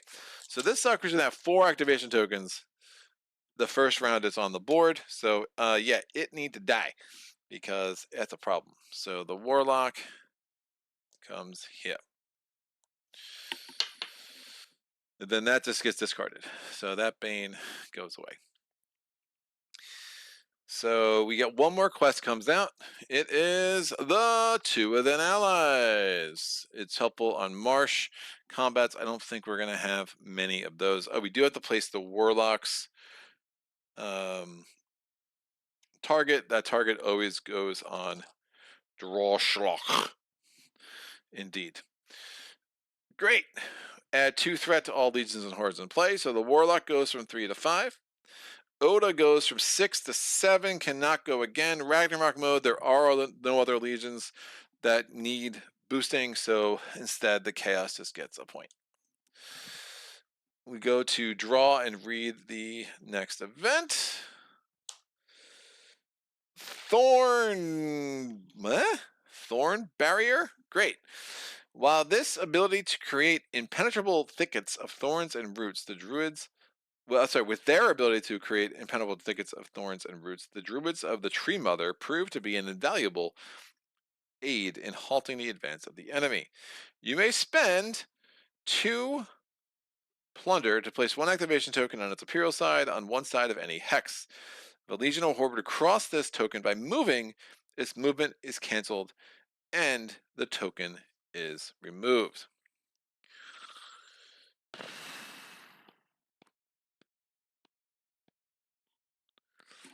I'm thinking thoughts.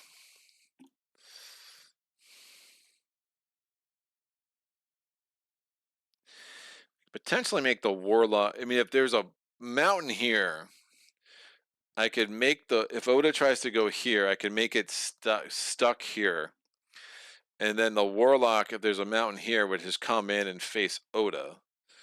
Actually, but the warlock goes first. So if there's a mountain here, that's going to work for me anyway. So I'm definitely going to want to explore this and hope it's a mountain so I can force the warlock into where Oda is. So I just don't know if it's worth the 2 plunder right now. I definitely want to get another blade chip out, if not 2. Yeah. I'm just gonna not take that benefit. The Inquisition began rounding up the lower caste to serve in their hunt for the Druids. Place 2 legions at threat 5 on the capital. If there is no horde, place 1 horde at threat 5 on any empty hex. Now, of course, there is a horde, so we're just getting 2 legions. So there is a chance the shapeshifter will come out the second of these 2 cards, but I'm fine with that. So we have the courtesan. I mean, really, Oda might just, if there's a mountain here, Oda might just kill all these suckers. So we'll see how that plays out. So the courtesan comes out, threat 5. Goes here. I lose a thing early. So now I'm down to 8. This is why having less than 9 would be especially brutal in a true solo game. So we get +1 white die during archery and roll a second archery round. Interesting. We're going to get another legion. Is it the shapeshifter? It is not. It's the spy master. Cannot use shield against the spy master. But we got a lot of low. 2, 5, and 8 is very, very low. Dude, I hate the spy master because you can't, not being able to use shield is just absolutely brutal. So this comes here. Place his target. So the courtesan has a target, goes here. The spy master has a target, goes here. So we're very targeted. I feel picked on. So place his target. Flip the most expensive items on the market. They are not discarded until the spy master is destroyed. I lost the hidden village. It's fine. I still have the mask of Jean, which is perfect. And I could buy that if I get the Nether Sea out. I could just buy that, and I think that makes a lot of sense. It's super efficient if I have the extra salt. All right, there is no horde. Place 1 horde. Blah blah blah. So we have to get the courtesan. Oui, and then we have to get someone who's French is going to be like, what the hell did you just say? And I'm like, I know. I'm very sorry. I don't always control what comes out of my mouth. All right, place activation token. So we have a first activation token for the courtesan.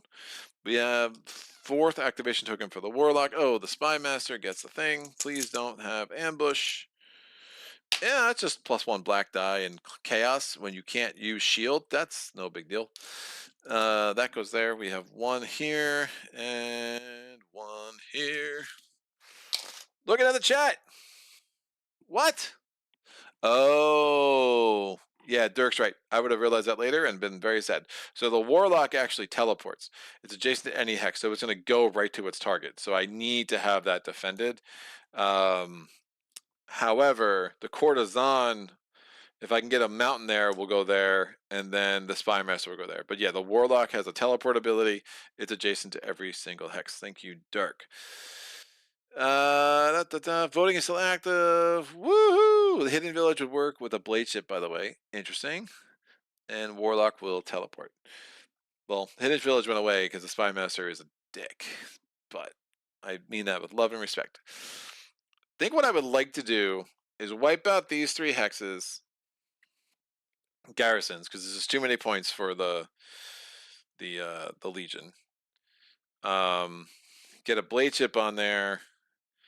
And then if I can have this super defended, defeat the warlock at the end of things.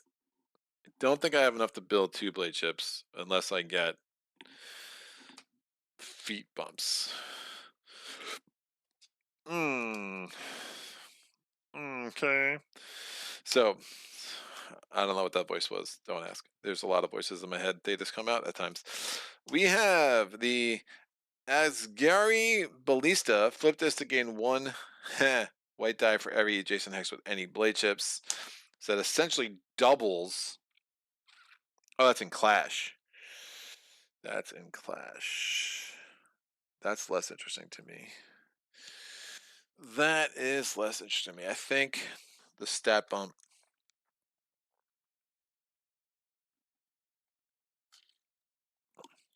I think the stat bump wins. I will take lead. Yeah, I'll take lead. I could take Guile too, so it lets me buy the Mask of Gene with either of these clowns.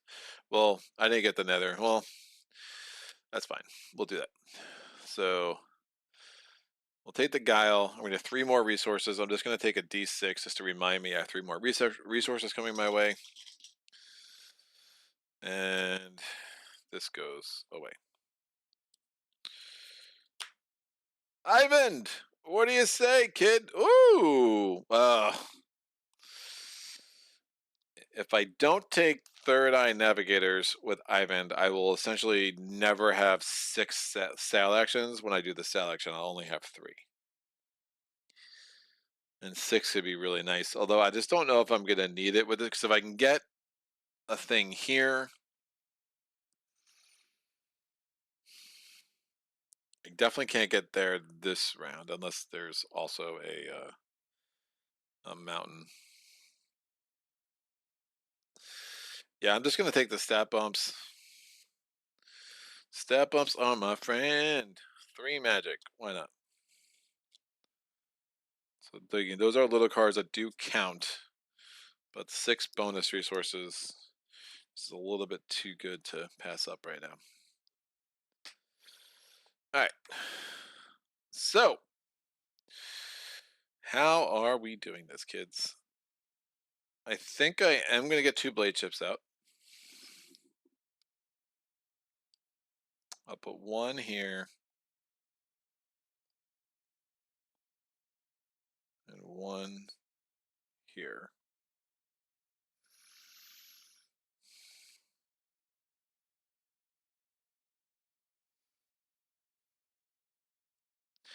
That's going to cost me 2 and 2. So I'll have 2 salt. I had 4 salt. I'll be down to 2. I had 2 plunder. I'm down to nothing. And then I'm going to spend 2 of these wild resources. Because again, I got 3. So for me, it's like you can take the three resources right away. It's all in the build phase. I just rather know I have 6 wild resources, and then I'll figure it out as I build. So I spent 2 of those 6 resources as plunder, and my last 2 salt, and I built my second blade ship. I'm going to spend. Yeah, I'm super broke. Let me get I did not get the shark scald. There's a shark scald feat, which is also really good, which I did not see, which is unfortunate. I still think I want to get a purple dye, so I can get.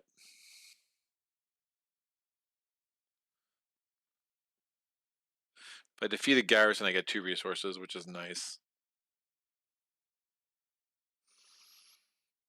My plan is to wipe that dude out. I did not get the Nether Sea either, so I will plan on buying this in Zeegard.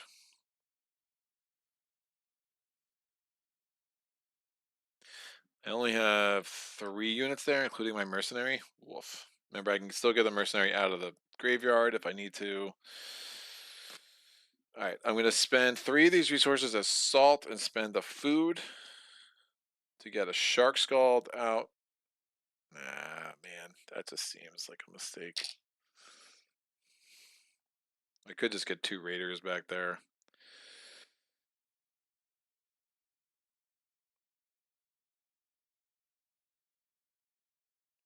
I just won't have a shark scald for a while.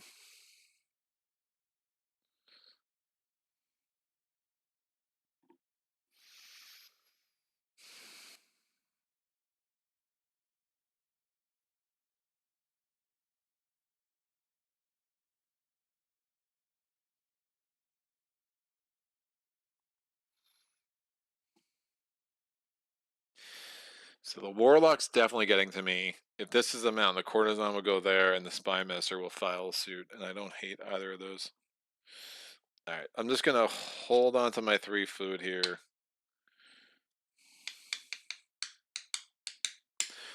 Spending these 4 wilds and just getting 2 raiders back.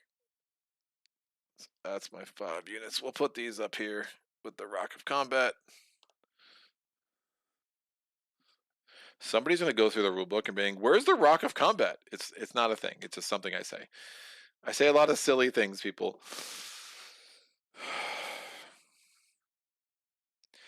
What I'm debating is whether I want to spend a sale action to get more adjacency to this thing, but I don't think it helps. I mean, I have this die for Card Shark.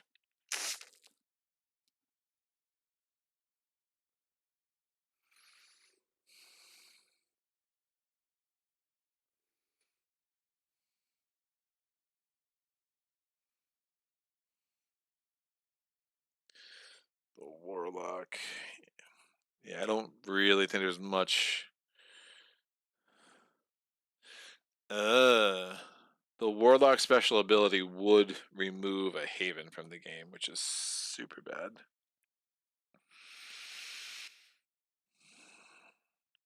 Also an argument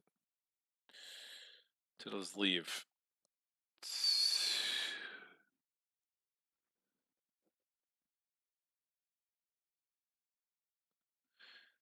The Warlock's ability does not say once per combat, so I'm assuming it's once per round. Woof. That's really gnarly. So yeah, if I have 2 havens there, I could remove both of them. Again, your blade ships are your havens, so that's pretty gross. So I will want to wipe them out pretty quick. So I would think I'm going to save shoots first for them, and hopefully they don't roll any lightning bolts. All right, we're good. Take actions. Looking at the chat.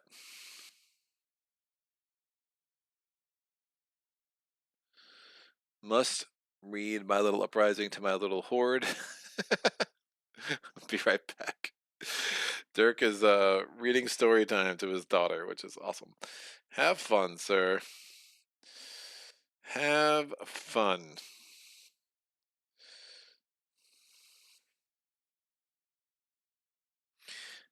I don't know what I'm doing. Do you like my song? Alright, we're going to...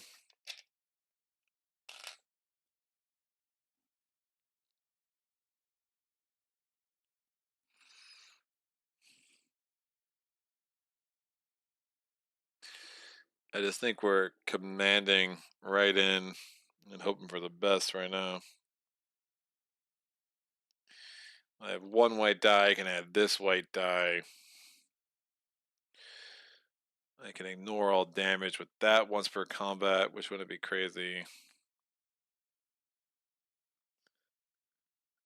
I have the bronze die with some shield. Okay. Alright. Let's go! And these fights against the... Well, that's still in play too. The D12er might help if more things die than I want. Only having 5 units is pretty gross.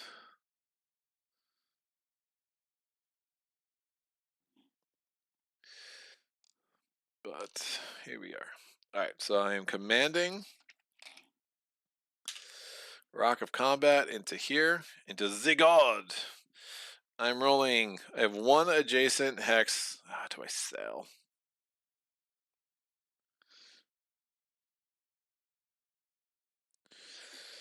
Do I get 2? No, it's not worth it. I'm rolling 1 adjacent hex with at least 1 blade ship, so I'm rolling this 1 white die against the garrisons. It's a shield. The garrisons are rolling 3 white dice against me. It's 1 damage and a shield. So no damage, no damage. I'm not going to use Card Shark. We're just going to risk it and go forward to Clash. In Clash, I'm rolling a bronze die because of my 1 mercenary. I'm rolling 3 yellow dice because of my 3 raiders, and I'm rolling a red die because of my other mercenary. So my other mercenary names, they have names: the Swamp Terror and Darvish, something like that. All right, we are rolling for the garrison. We're rolling a white die, 2 yellows, and 2 blues, which can be either super swingy, can be really bad. Remember, we have access to that, so we can just do the ignore thing if we need it. So I'm rolling for my 5 units. Ugh! That's a terrible roll. 2 damage, blank, blank, blank. I can ignore 1 shield. They're rolling 3 damage, no shield.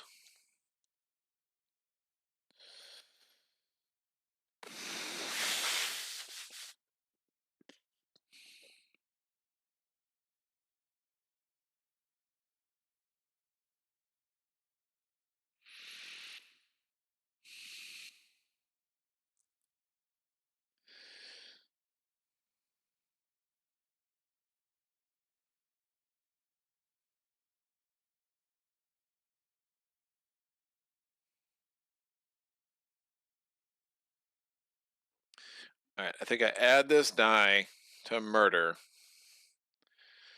I get 3 points.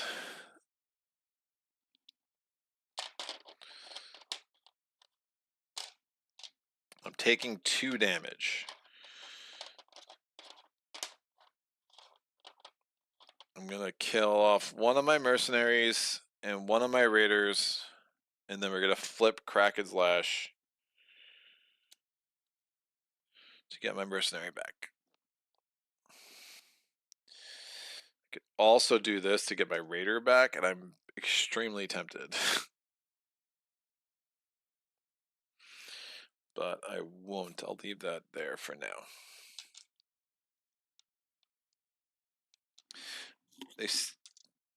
Mercenaries still count as my units in the graveyard too, so I could always use that to get one of my units back.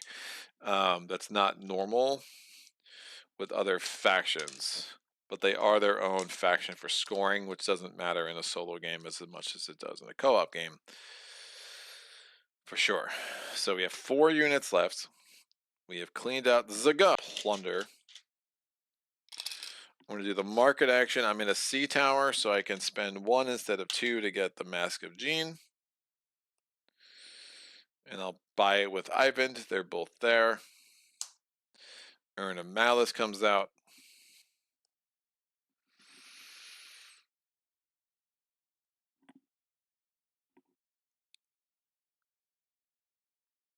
I'm going to do a sail action to move a blade ship here, and then this blade ship here. That will give me a lot of adjacency for when I fight the Warlock.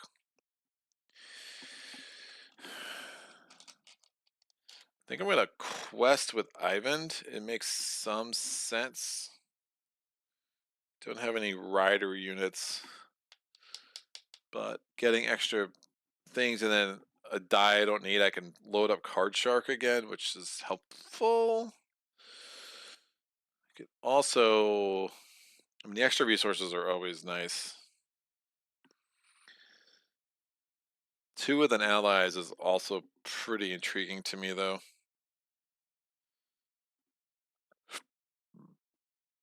Ah, man, I really want a mountain there. We'll find out.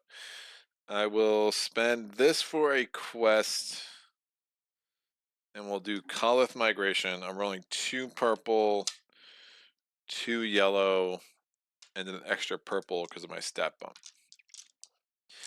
I would like skulls. Ooh. So I'm gonna take this and put this here. I'm gonna get 4 food. That's every other player against 2 food. There are no other players. I could draw a new quest. Sure, I'm gonna take 4 food. I added this die to Ivan. And I did that. So I get the salve effect of the 4 food. It's 1 food per thing that I rolled. This goes away, and I took that die and didn't use those symbols. And then I get to draw a new quest. Immediate.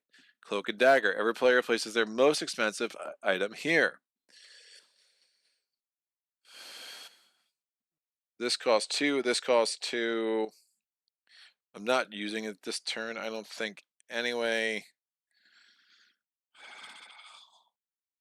So... Sure, I'll put that there. Oh, but that would go away. Yikes.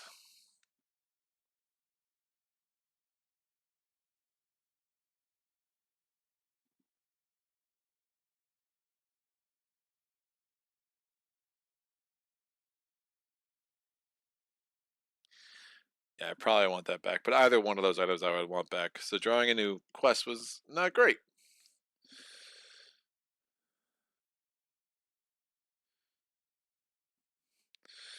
That was dumb. Alright, I'm going to put these back. So it's a 4-2-2.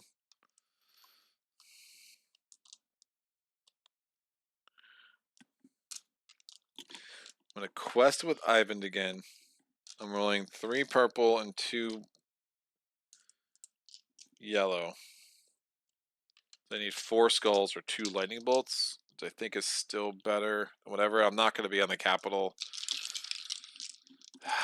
Yeah, I want that item back. If I don't get that item back, it just is what it is.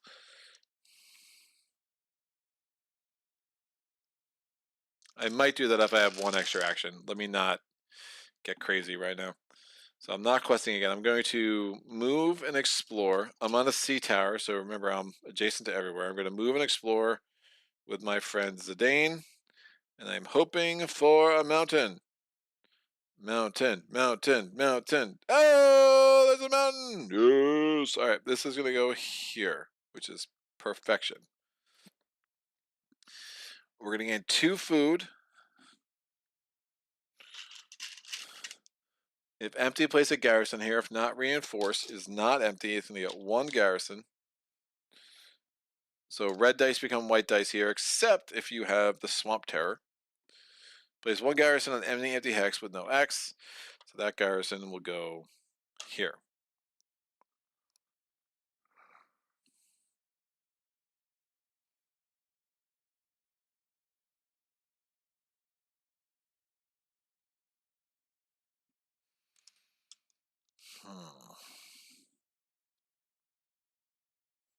Actually, I should have went there with Ivan.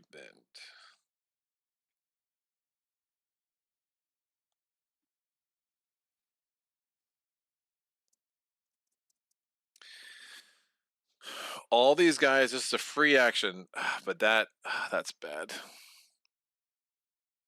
If the skeletons activate, they will come in here and wipe that out.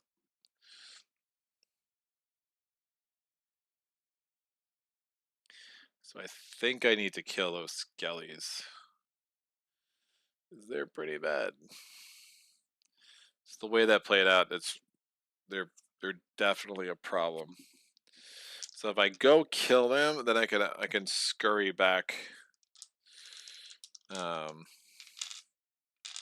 don't love the dice I'm rolling.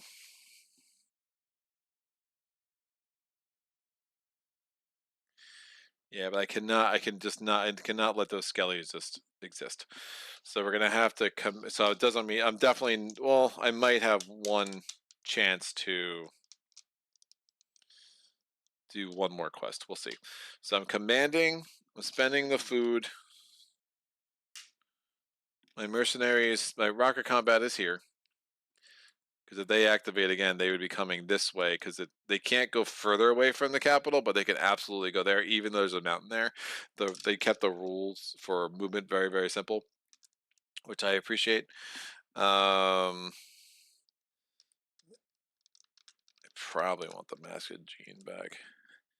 Before I did this action, I will raid with him, and then he'll be part of the command action too, because you can command your secondary hero. So again, he was here, he raided. Again, those don't cause actions, and I commanded the rocket combat and my 2 heroes into that hex. I'm rolling 1 white die. Please give me a kill. Yeah.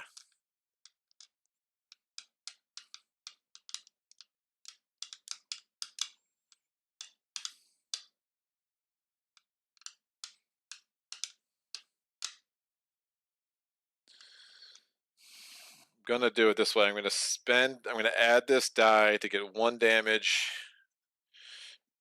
And then take this guy out once per combat. He'll just come here. Oh, any explore attacks without enemy units. Fine. I'll just put him here. So I can't do that again. Now we go to the clash phase. It's a red die coming at me. It's a miss, and I'm rolling a bronze, 2 yellows, and a red. I'm going to do the 1 damage. I'm going to take this die now, add this to Ivan. I kill him. That's a point.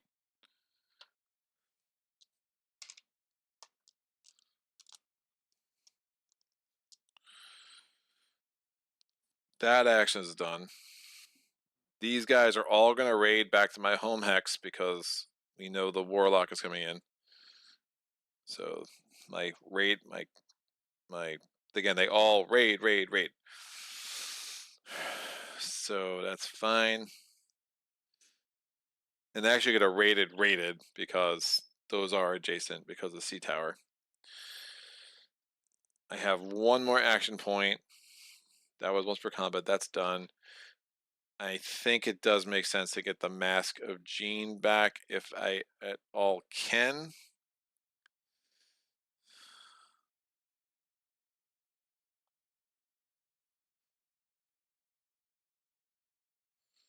So we will quest. Man, having 8 action points is so nasty.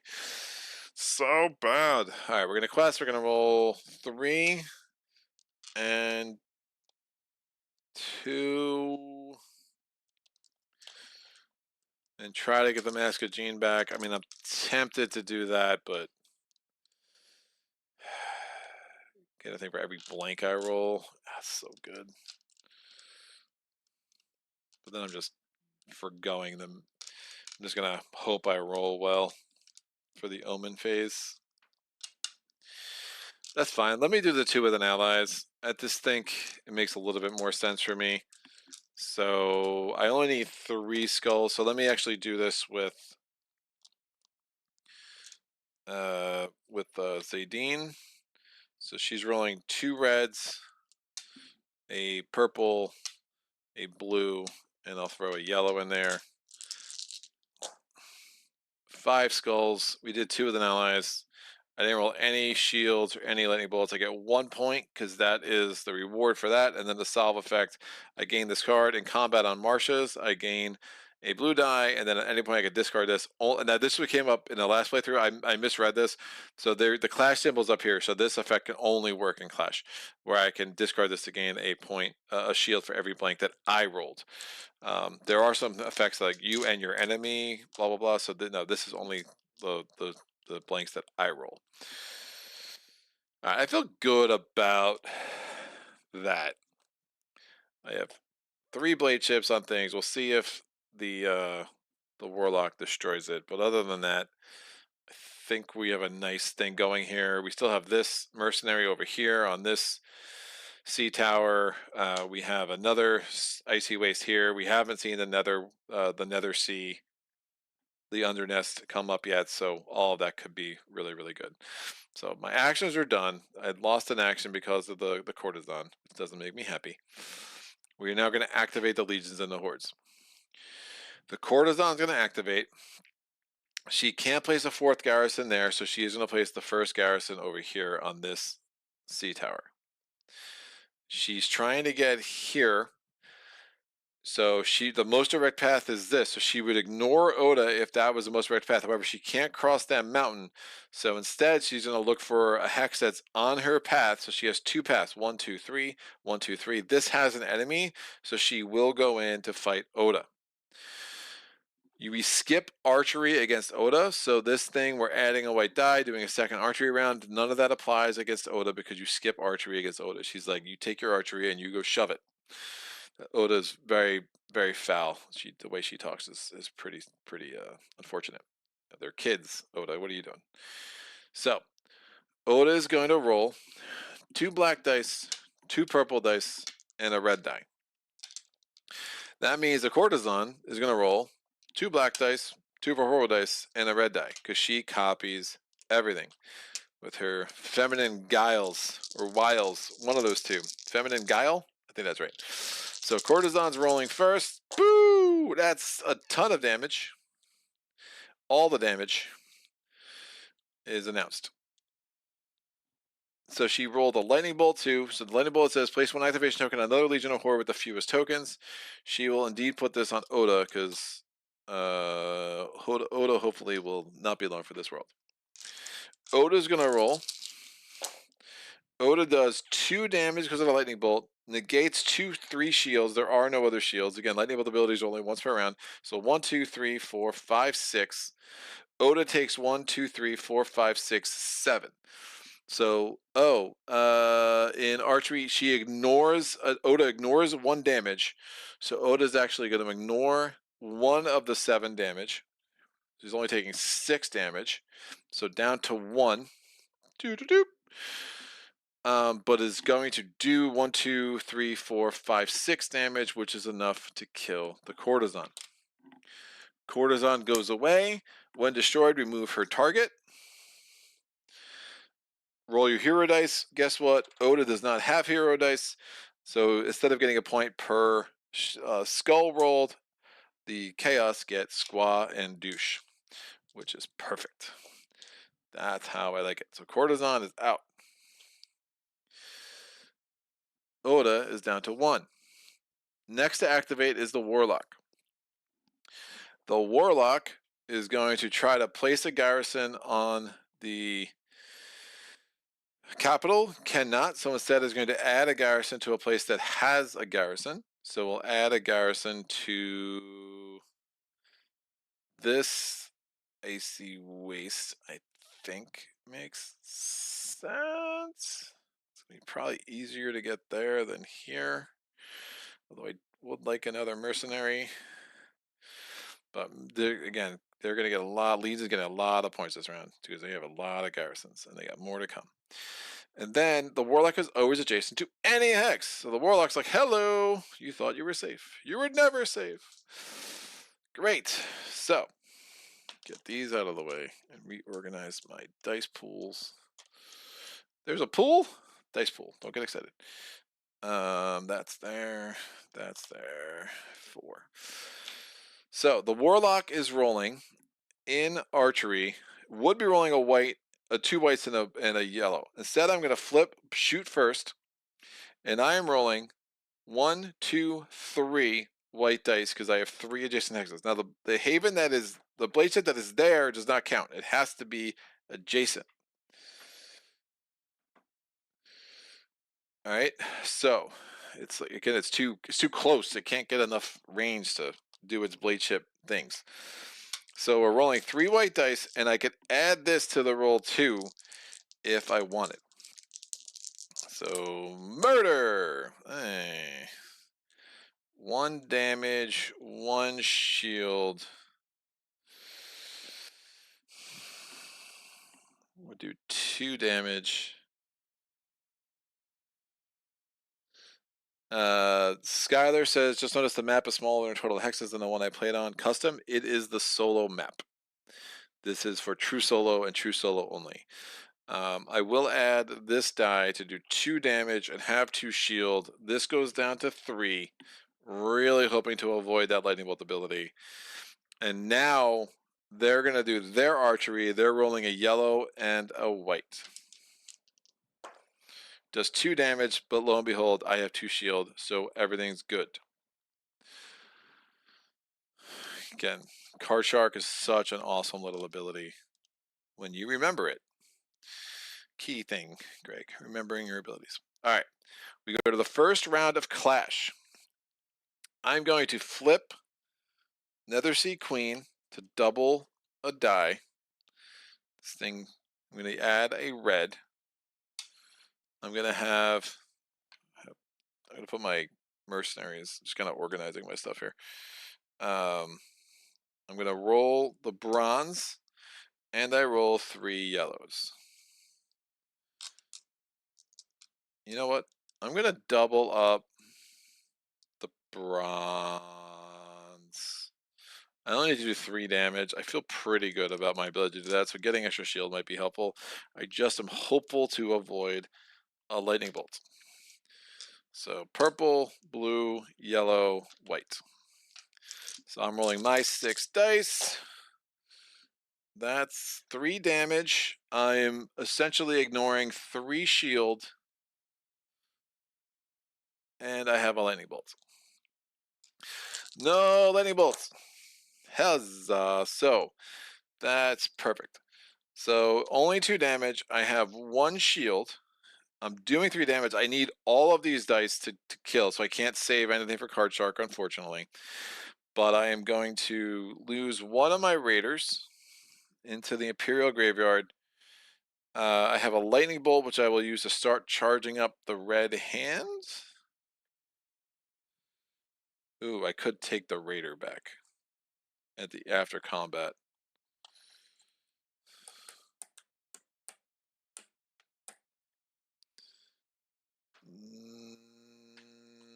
Sure. Maybe wrong. So yeah, at the end of combat, I can put this in any export hex with enemy units. I'll put it here because why not? So no point. It'll be less points for them, which is clutch. I killed the warlock, so break the shackles is going to trigger. I get to have 2 resources. I will take 2 plunder, and because I'm getting a ton of salt. And when the warlock is defeated, I get 3 points. I go from 17 to 20. Warlock here. These dice. These dice. Bronze, bronze, purple, blue, yellow, yellow, yellow, red, white. This goes away. The Spy Master is trying to drop a curse. It's going to go here. Oh, I took the 3 points. These all go. Again, there were 4 activations, only activated once. It's adjacent to every hex. And yeah, I did not want to discard that to get extra shield. Remember, I have this 2 with an allies ability. Every time I like 2 up, I get 2 a Tunga Vailoa. Alright. So the Spy Master placed that garrison there because it activated, and it's going to go to Oda because the same analysis with the courtesan that existed with the courtesan. Skip archery, and now we go to clash. Oda is going to roll 1 black die, and the Spy Master is going to roll 1 purple, 3 blues, and a red, and it adds a black because it has the Imperial War Lizard Bane. 1 shield, 4 damage, which is going to be 3 damage because the Oda ignores the first one, but that's not a big deal. So hopefully we get big number, just 1 damage. The shield blocks it, so nothing gets through. Oda is defeated. Spy Master activation is done. This Bane goes away. If destroyed, gain 5 points. So the Legion get 5 points because they destroyed Oda. That's up to 17. Oh, one of these break the shackles should have brought out a blessing with the warlocks, so I would have had a blessing from that because again that was put out by a event. So the blessing I got was Festival of Spring. Discard this when any player succeeds at a quest. They may gain their rewards again, but not the solve effect. Not the one I was hoping for, but it can come in handy. So we will take it. Not that we have much of a choice. Very magnanimous about agreeing to do things that I was forced to do anyway. All right, Dunskies. Oda, out. Oda and out. Both start with O's. Not a coincidence. Production phase.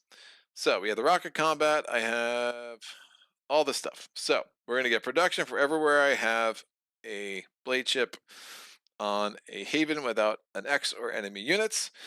I'm going to get 1 salt, 2 salt, 6 salt. Very salty. I'm going to get 2 plunder, 3 plunder. I'm going to get 3 food, 4 food.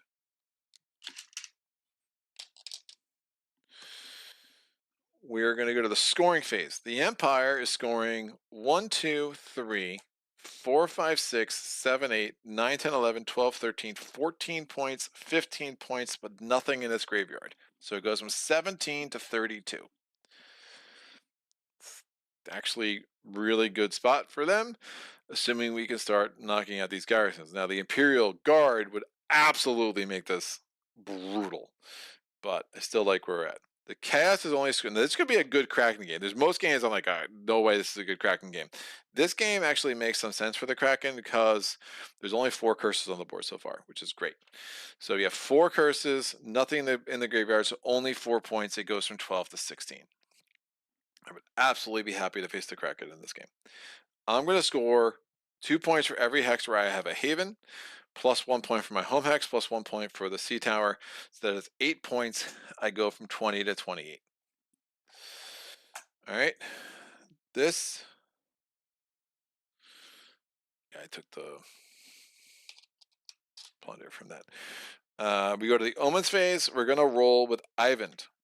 Again, same deal. Whatever I don't use, I can put on Card Shark, which makes me happy. We are rolling 3 purple and 2 whites. There we go. That is a good roll. So that's all I need. I am gonna take this and the shield again is just so good. It just really helps. I mean, you get things on a lightning bolt, but a lightning bolt I'd probably be using on the Deep Dweller anyway, which is just taking somebody out of the graveyard, where this could prevent him from going to the graveyard in the first place. But whatever. But I got at least 2 lightning bolts, so I get to pull 2 omens now, and I get to keep the one I want. So my choices are I have to keep the Dracolich one. So we have, oh, that's bad. Oh, nice. That actually worked out well. I'm glad I put him there and not with the rest of my guys. And there. So I could, again, the Kraken one's fine, but I'm going to keep the Dracolich one. So barring something highly unusual, we are facing the Dracolich.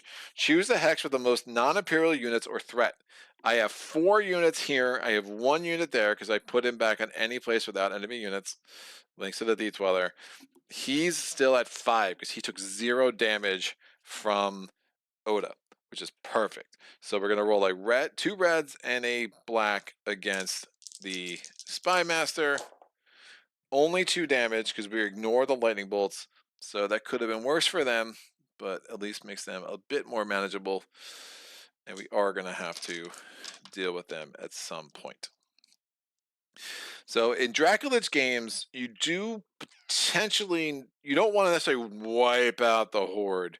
It might be nice to have 1 or 2 knocking around, as you'll see. The Dracolich, you also don't want to do is leave your havens with only like 1 unit by the time he comes out, because that's also bad for you. So you really want all your units like clumped in one area. And hopefully you can wipe him out when he first attacks you, which he definitely will, and then hopefully you can wipe him out again to make him go away. There is a chance in final production that you'll have to wipe him out 3 times, because assuming most Draculas games, this omen is going to be part of your experience, so you're going to have 3 activations on him. So there's a question of whether you'd want to have, you're going to have 2 or 3 activations on him, dependent because of this omen.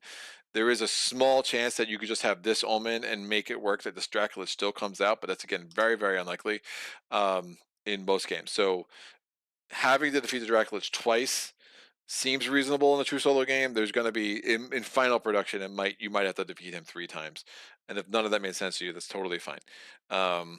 It will as you explore this game. All right, flip all your face down. Oh, refresh the Aether. Does the Empire or Chaos have more points than all players? Indeed, it does. Does the Chaos have equal or more points than all players? No. Are there 5 skeletons? No. Is there a horde in play? No. So we got 1 new Aether. We're going to flip all our face down cards face up.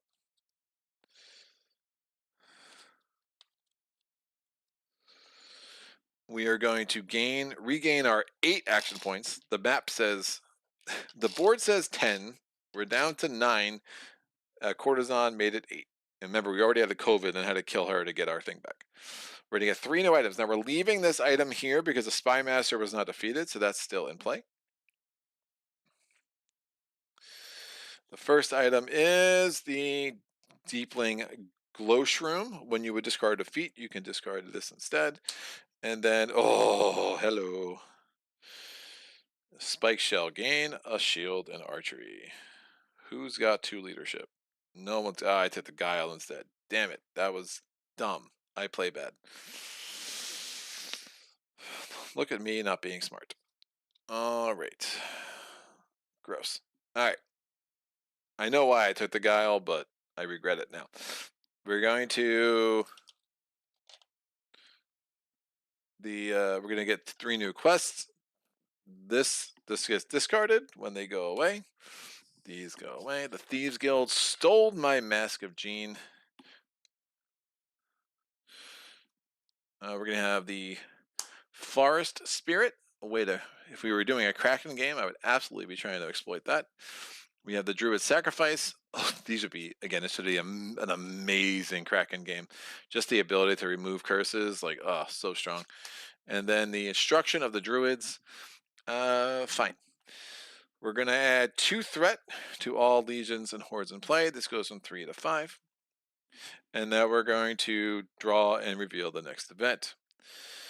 Skylar, very cool. Should have assumed that first. What's your favorite stress goals teased so far? Huh. I knew about some of them before they were revealed, so like it's hard. I really like the flavor of all of it. I mean, I was probably least excited about the storage, but the most practically, that's going to be awesome. But so the 750,000 stretch goal was like, fine. The skeleton bag is probably my favorite. That was day 1, so it's so far ago, but I love that idea. I love that flavor. So I think that's super, super awesome. The World Eater is interesting. The Abyssal Covenant or whatever the hell he is, like that's a crazy idea. That thing is diabolical, for sure. But yeah, I'm really digging the skeleton bag for sure. All right. Pirate bargains. The Nether Sea Pirates' offer sounded too good to refuse. It remained a mystery while the privateers were prepared to pay so incredibly much for it, and why they wanted it so badly. You may discard 1 item to gain 2 salt and 2 plunder. I will not do that. I think this would be better for Derek, if you're listening. I think this would be better for Chapter 2 than Chapter 3. In my humble opinion, but yeah, don't really want to do that. But if things are going very poorly, you didn't have all your havens out, I could see it being a game changer. But for me right now, doesn't make that much sense. The pirates may have the pirates may have all sorts of strange peculiarities. One of my peculiarities is that I can't say that word right, but they were an invaluable source of information. But there were enemy movements that remained hidden even to them. Place? This is so thematic. Look, it's us on our own card. Yeah, why in the thematically too? Like, why are the pirates paying themselves for their own? What is happening? All right, place 1 legion at threat 6 on the capital. Okay, we have. Oh boy, that's not what I wanted to see. Okay, this has got harder, but we're good. Imperial Guard!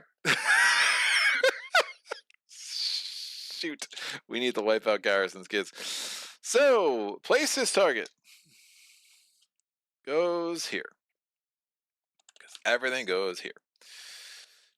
Place a garrison on every hex with a garrison except the capital. So this gets a garrison. This gets a garrison. We'll come back to that. This gets a garrison. This gets a garrison. This gets a garrison.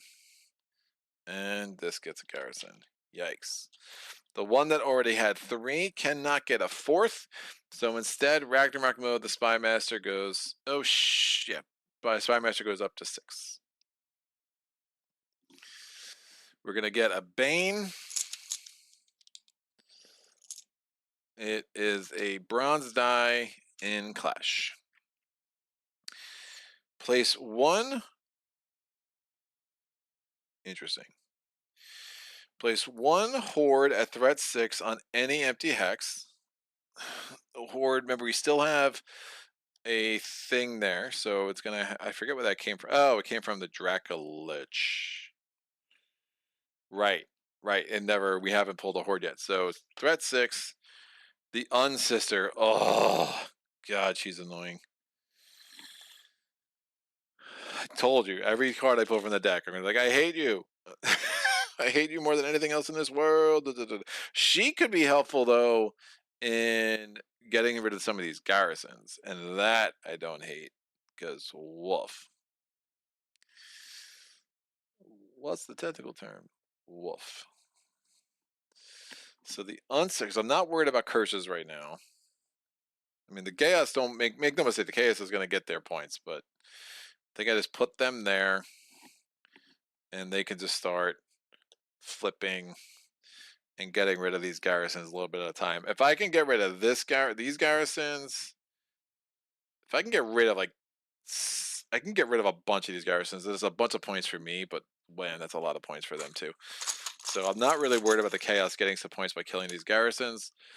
Call of Chaos, when destroyed, activate all skeletons. There won't be many skeletons left on the board anyway. And honestly, I don't want skeletons to activate and get destroyed by the Empire. It's just more points for them, so that's not great. So any empty hex, we'll put you there, and then again, just have them start marching around. Their activations are super weird. Place 1 skeleton adjacent to a haven on a hex with a curse, if possible. There's only one option for that. Activate all skeletons. This skeleton is going to go, this has 6 threat, this has 2 units, so it's going to go there. The Empire rolls 2 white dice. Sorry, that was not on camera. So that's 2 and 2, kills that. These 2 skellies activate here. I'm rolling 3 white dice from my 3 adjacent hexes with blade chips. Remember, that counts. That's no damage. Ugh, that's not acceptable. I'm gonna use this. I'm not risking that. So I'm re-rolling with the Aether, and that's 2 damage. That's much more like it. Those are both dead. That's 2 points. My first usage of Aether today, which is very rare for me. All right, skeletons are activated. There are no skeletons on the board. So if you got the Cleanse the Waste hex quest coming up, it would actually put 8 skeletons on the board right now, because this is its own region. The Howling Abyss, right next to your home hex. Yeah, that's a 4th region on the solo map. So that's super interesting. All right, the event was red. Remember, we will ignore the bottom half of the last event.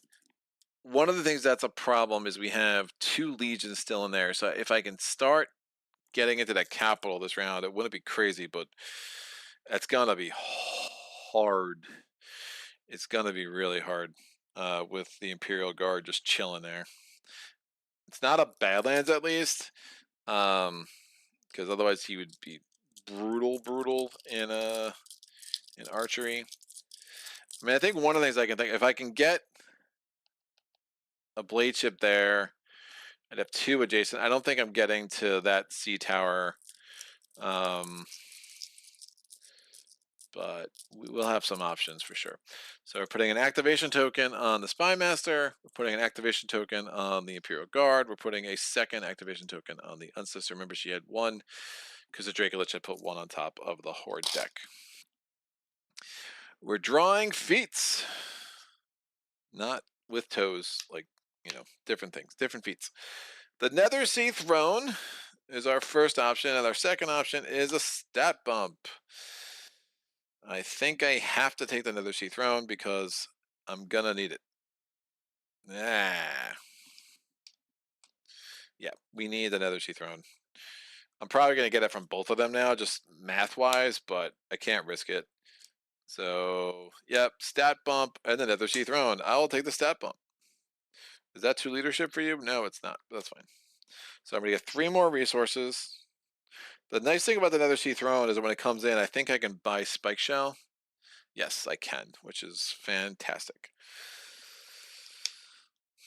So this goes away. So I get 3 wild resources. I'm probably gonna take salt, but I'm not sure yet. Build! Build some units, kids. Alright, let's get another blade ship out.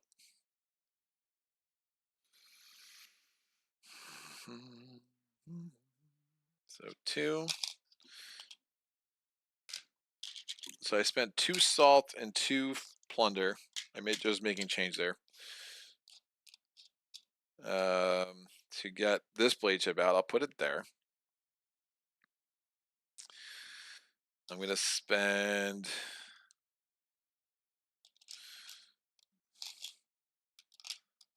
6 salt and 2 food to get both my shark scalds out, although I have not seen my my feet.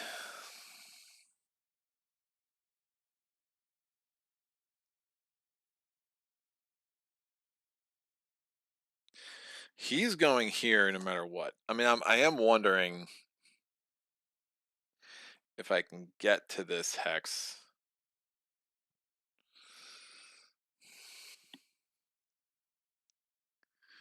Units here are adjacent to any sea tower, so I think that's revealed or unrevealed. So one of the things I could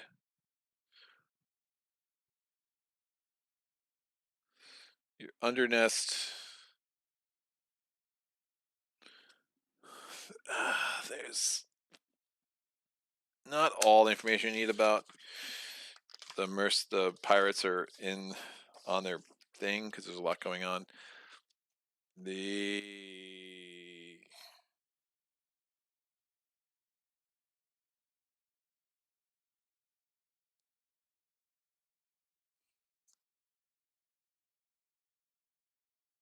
Here is just any hex.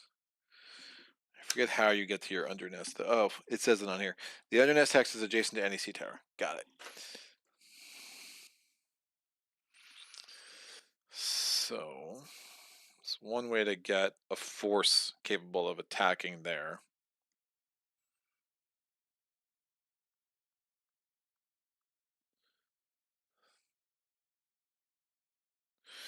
It's going to take 3 salt here.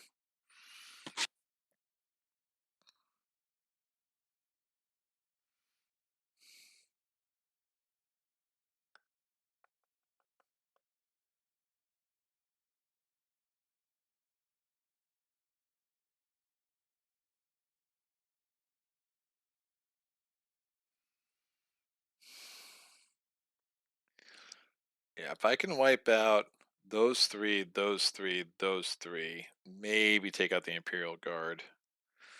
That's a hell of a round.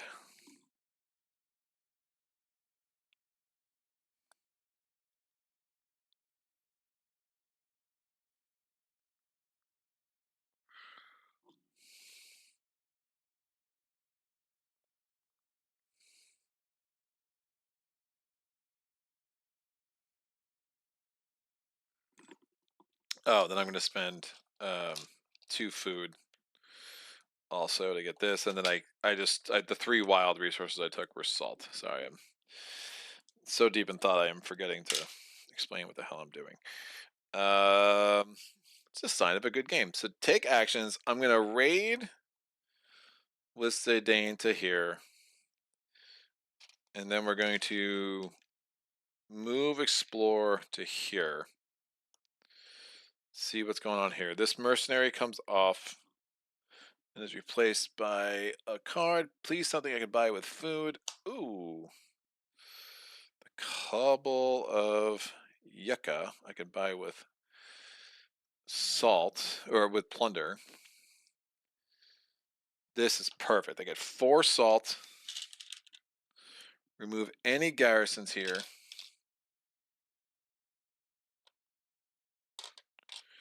Place a curse here. Place 2 skeletons here. Ha. Yeah.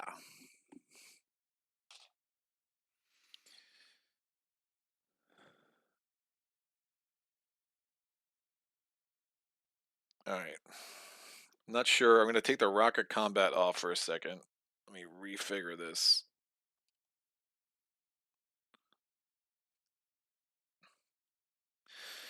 So I have all my units in play. I'm one salt away.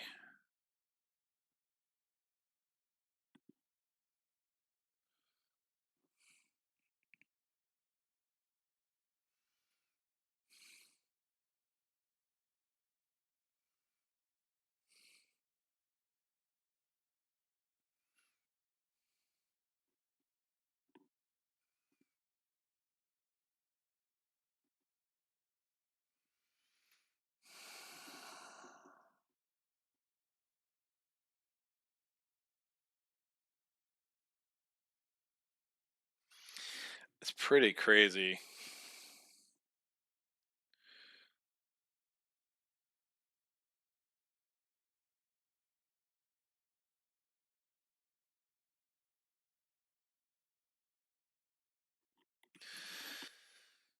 Remember, I only have 8 activations, right? So I'm like really trying to figure out how I'm going to make that work.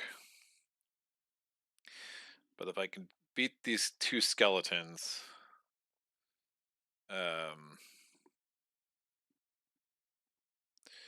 enter the undernest.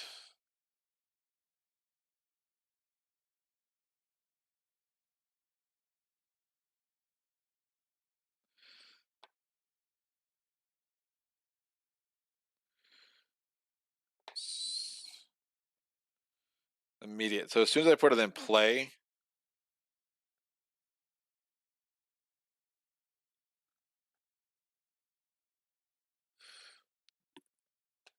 hey Dirk, the undernest, does that ability? I never actually thought about this before. So the immediate effect, is that when I enter, or when as soon as I put this in play, I get the ability to buy something from the market? Um, Diabolical indeed. Gotta focus up here over here, but best of luck against the Empire. Yeah, I love seeing more Uprising. Dirks, and I am back. The T Tower is always tempting. If you ever find a way to move a curse, I always try to build a haven there. Easier said than done. Yeah, T Tower really. It just because having another place for a haven that gives me an extra point plus gives me adjacency to everywhere is like super sick, man.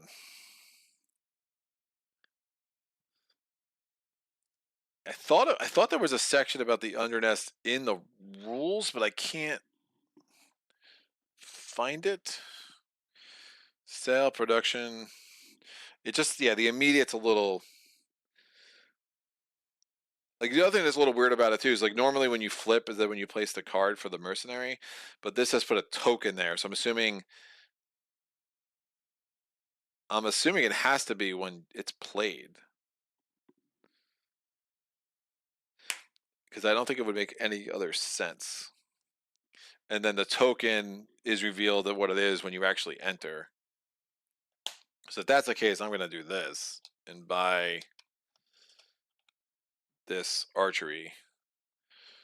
So I'm going to discard this card, put the undernest on the map, and I can spend 4 to get something even if I can't use it.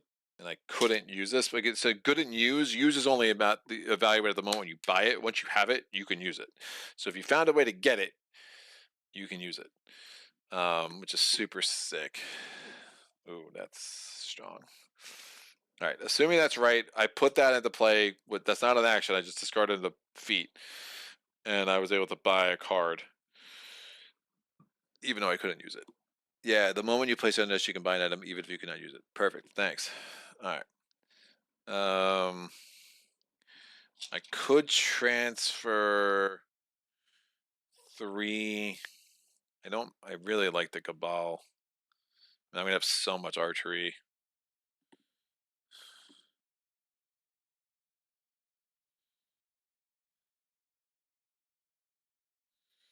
So much archery.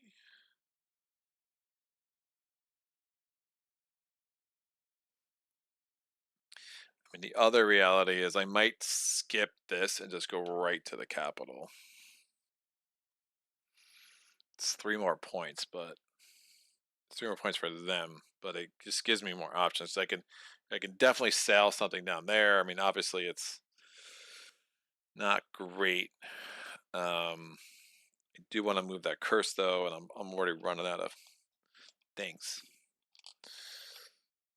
All right, I'm gonna turn 3 plunder into 3 food into a plunder, and then spending 3 plunder to get the Cabal of Yakai. It's my 3rd mercenary.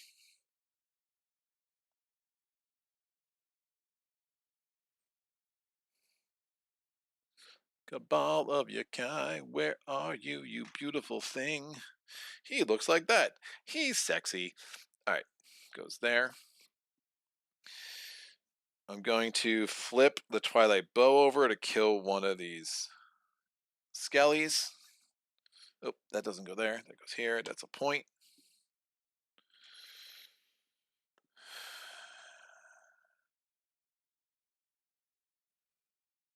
I can enter there and see what the mercenary is.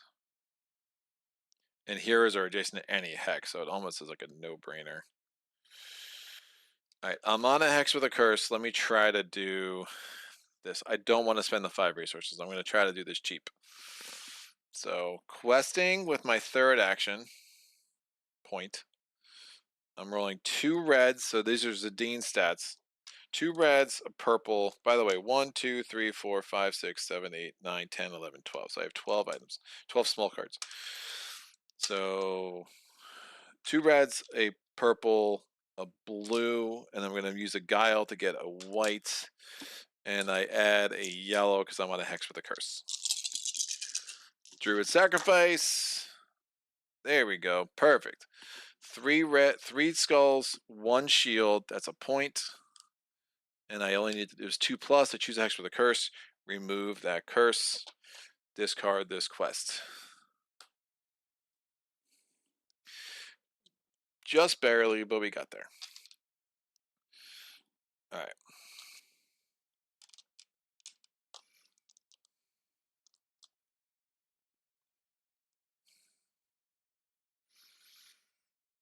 Gonna have to sell twice, I think. We're going to command. He'll come. Well, I'll raid first, but he'll come over. He'll come over. So all my mercenaries are there because they like it. My Shark Scald and 1 raider. They're all raiding. Again, this doesn't cost AP. It's fine. I'm gonna have 1 white die I hit, but remember I got an auto damage from that guy, the Cabal. That's that. That's a point. I have 4 actions left. That is a lot of hexes with garrisons.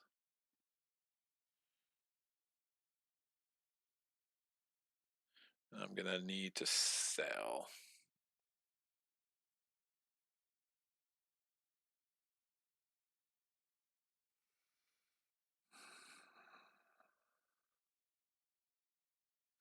I really want to cut this down.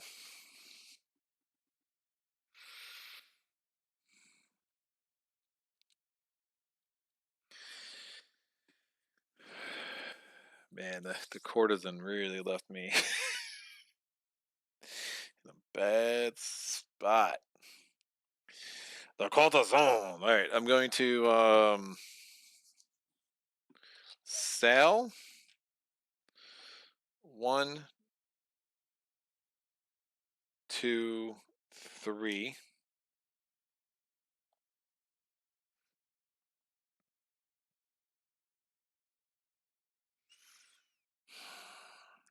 Move, explore, command. Yeah, I only have 3 left, so it's not gonna work. I'm just gonna have to go, especially with the Dracolich. I don't I don't want there to be 2 cards left in this deck and 3 garrisons there. It's too many points. So I hate that that's gonna still survive, but these 4 are gonna go away because the Unsister has 2 things. I could sail again, get more points down here, which is great. So I will be getting like 13 points myself. So that will help make up for not defeating those 3 garrisons. But if I take out the Imperial Guard, that'd be good. I mean, the Spy Master will be dropping a garrison there when it activates. And remember, it's going beelining there, so it's going to ignore everything there because it's not on its way. It will not take into account the fact that it's a uh, a haven. All right, so everything's on all my sea towers.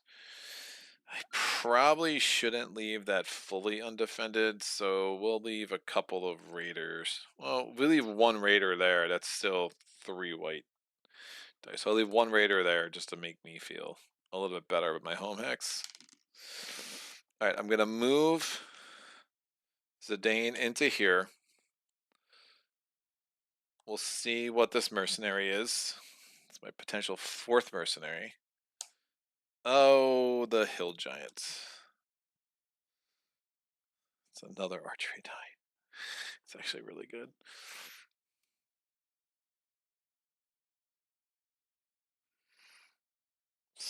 I'm all of a sudden like bad shape for resources. I'm gonna sell this into here for the points. I'm gonna spend this 3 food to get the hill giant because I don't want to have to come back here to get him later. So it's my 4th mercenary. The only way you can get a 5th mercenary is yeah,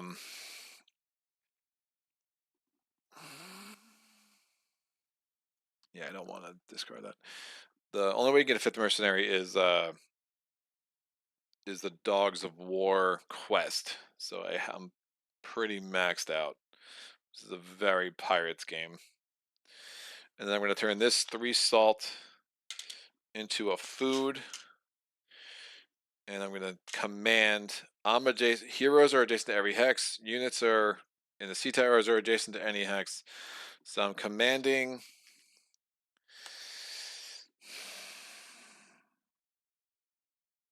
I need archery dice.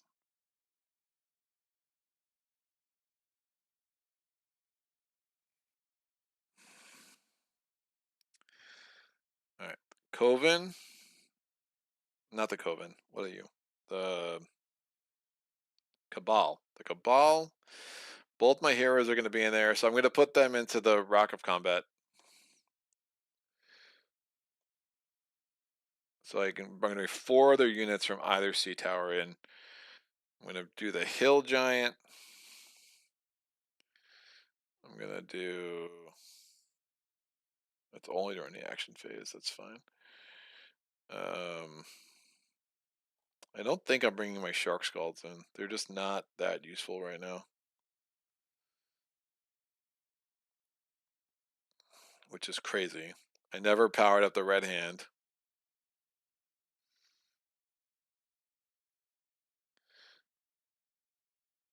Bring you.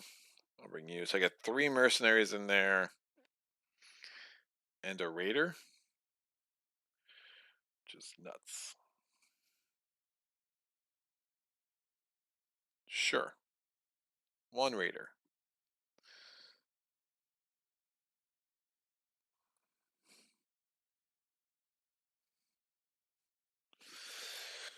Woo! Alright.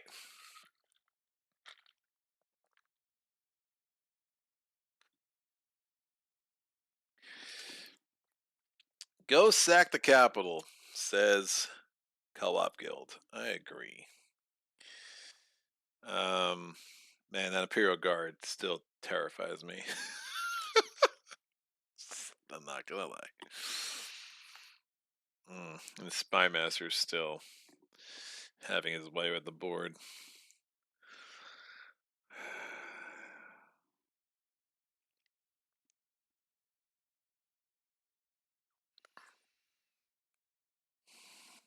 All right. Not going to do the archer. I'm not going to do shoot first with this. I'm going to wait until I'm up against the Imperial Guard. Let me just move this down here. Get a place to roll some dice. So I have 1, 2 blade chips that are adjacent, both the ones that are on the sea tower. So I'm rolling 2 white dice. I have a yellow die because of the hill giant. I could spend a food to re-roll, but I literally have no more resources. I mean, this is where having 8 instead of 9, it's like the crazy difference that it can make in this game. It's absolutely nuts.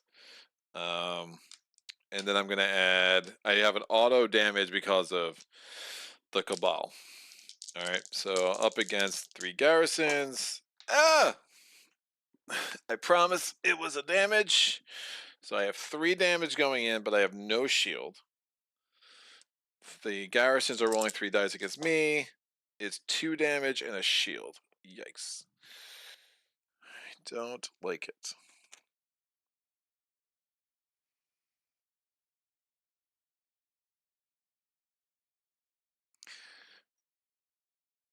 Uh, 2 damage, no shield. I'm going to add this die for 3 damage and 1 shield. I am not negating their shield. That's only a clash ability.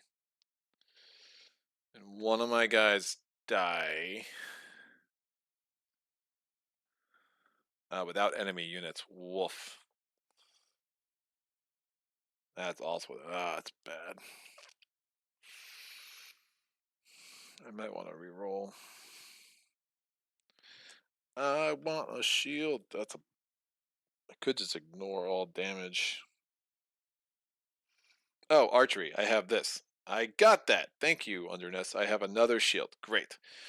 So 2 shield. So that's always in play. So 2 shield, 3 damage. They have 1 shield. I have nothing to negate their shield. I do 2 damage, which gives me 2 points because I killed 2 garrisons. I'm now rolling a yellow, a bronze, a red, another yellow, and I have an auto lightning bolt thanks to the Cabal. Not doubling up any mercenary dice. I'm up against a white and a blue. Nothing and nothing. This is great. Great. Ooh. Alright, I'm going to load up the red hand with the lightning bolt. I'm going to take this die for Card Shark. And which is amazing. Because again, that teams up well with Darbesh. Because then I can ignore shield. And the Imperial Guard loves shield. And we killed this, and that gives me a point.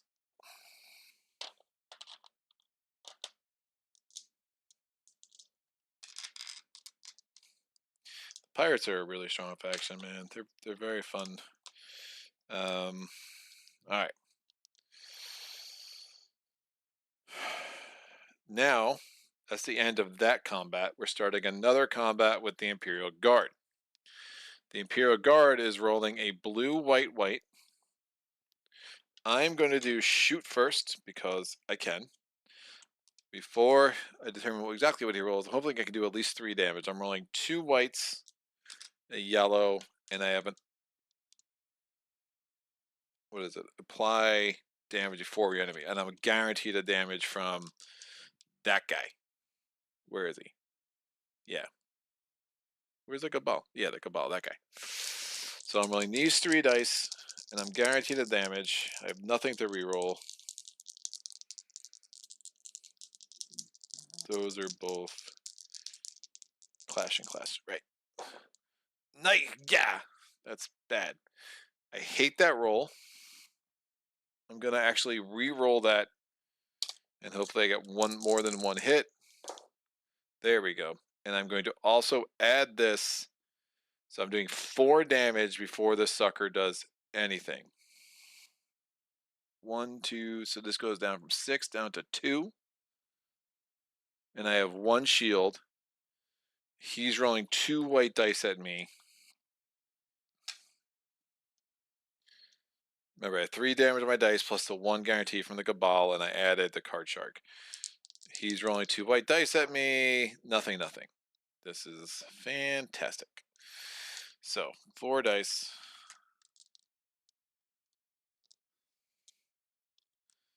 Done. The Imperial Guard is now rolling a bronze because of its Imperial Arsenal, a blue, a red, and 2 whites. I'm guaranteed a lightning bolt. I'm rolling a bronze, a yellow, and a red. I'm going to flip this. Oh, man, am I wasting it? I might be wasting it. I feel like we're going to have another thing.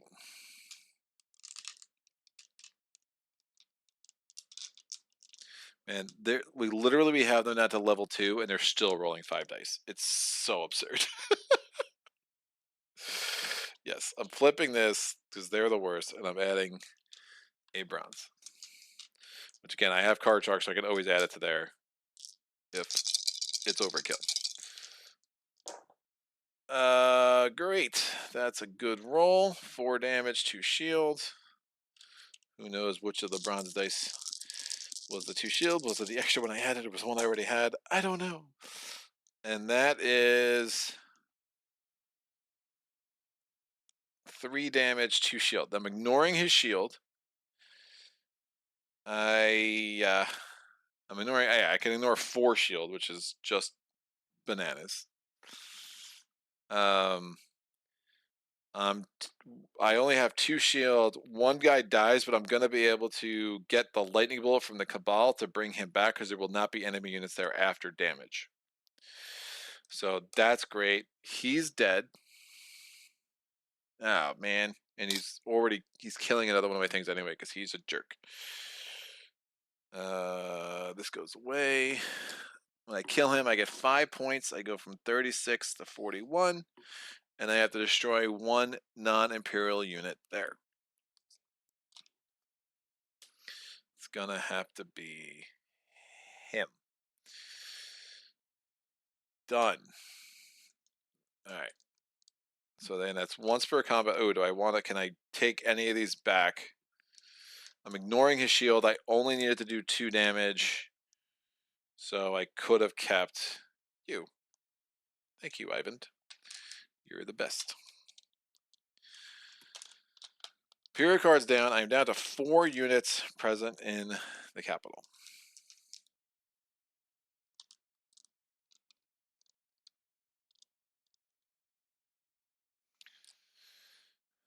All right. Now, what does it say? If there are only non-Imperial units here, place 1 Legion here. If you cannot flip the capital. If there are only non-Imperial units, we're going to take the next Legion off the deck. I really wouldn't mind the Shapeshifter at this point. Oh, wait. 2-2. You know what? I should have these guys clumped. I'm going to have all 5 of these here. And again, with rating, this could have been done before I went there. Because if it's a Shapeshifter, he likes the fewest things. And if I have 5 guys there, and if I have 1 guy on a Haven, he will attack it. If I have 5 guys, he'll actually go for the Haven, the garrisons that have 2 or less. So just trying to plan ahead here. And remember, targets always go there too. So if there's anything that like immediately goes to my home hex, at least it's defended with a bunch of shark skulls and stuff. So that was a smarter use of rating. All right, what is this? It is the Mage Breaker. Oh, that's the worst.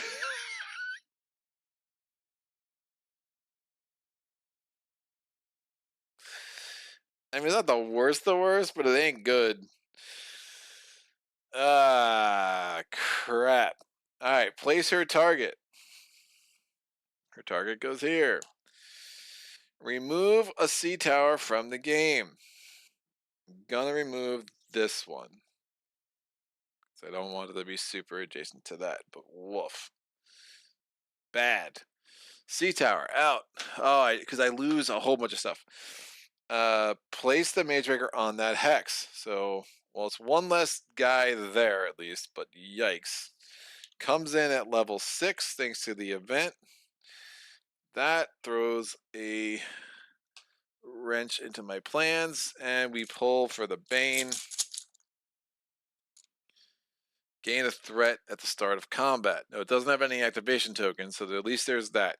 Then we're going to evaluate the capital again. There's no enemy units. The shapeshifter now would be just an absolutely magical thing. No, it's the butcher. All right, the butcher comes in. He gains 3 red dice on Badlands, which is super reasonable. The good thing about him is I lose all my plunder. Oh, guess what, sucker? I don't have any plunder. I have no resources whatsoever. So, yeah, this haven was destroyed by the Mage Breaker. There's no combat. There's not a unit there. I mean, even like the idea of the archery dice or the blade ships, again, there has to be a unit before that even becomes something to consider. All right. So we get the Bane for the Butcher. He's going to put his target on my home hex. So this is getting crowded. And it's gained 2 points because that's what the Legion needs is 2 points for combat. We put him here. Good thing is if I can find a way to win this, he'll flip. The other good thing is the Dracolich. Oh, crap. The Dracolich is probably going to pound my home hex. It still made sense to defend it. And I don't hate my chances. Oh, wait.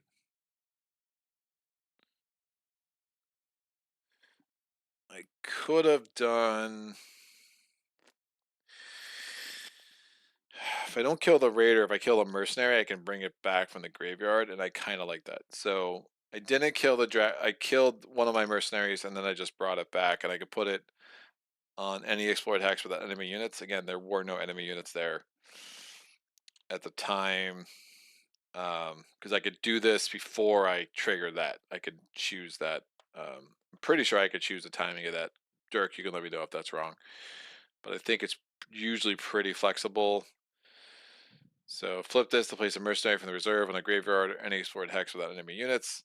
Great, and then I would evaluate that if there are no only non-imperial units there. And then like another Garrett, it's like, oh, what are you doing? Get off my home. That's how they talk. So the butcher's gonna fight us. It's immediately getting 2 points from that. From its Bane. I have a shield and archery, thanks to that thing. I'm getting 1 auto damage. And, oh man. 1 auto damage from the Cabal, and I'm rolling just 1 white die and a yellow die, because 1 because of the Hill Giant and 1 because of the thing.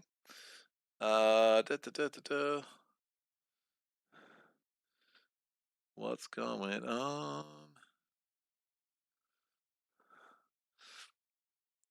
Marty says, hey, how it's going? I keep going back and forth on backing this one. The gameplay looks amazing, but 500 is a number. Sadger says, well, hello. Where are the scouts? By the way, I'm sure others pointed out, but the campaign ends in 4 days, but not today.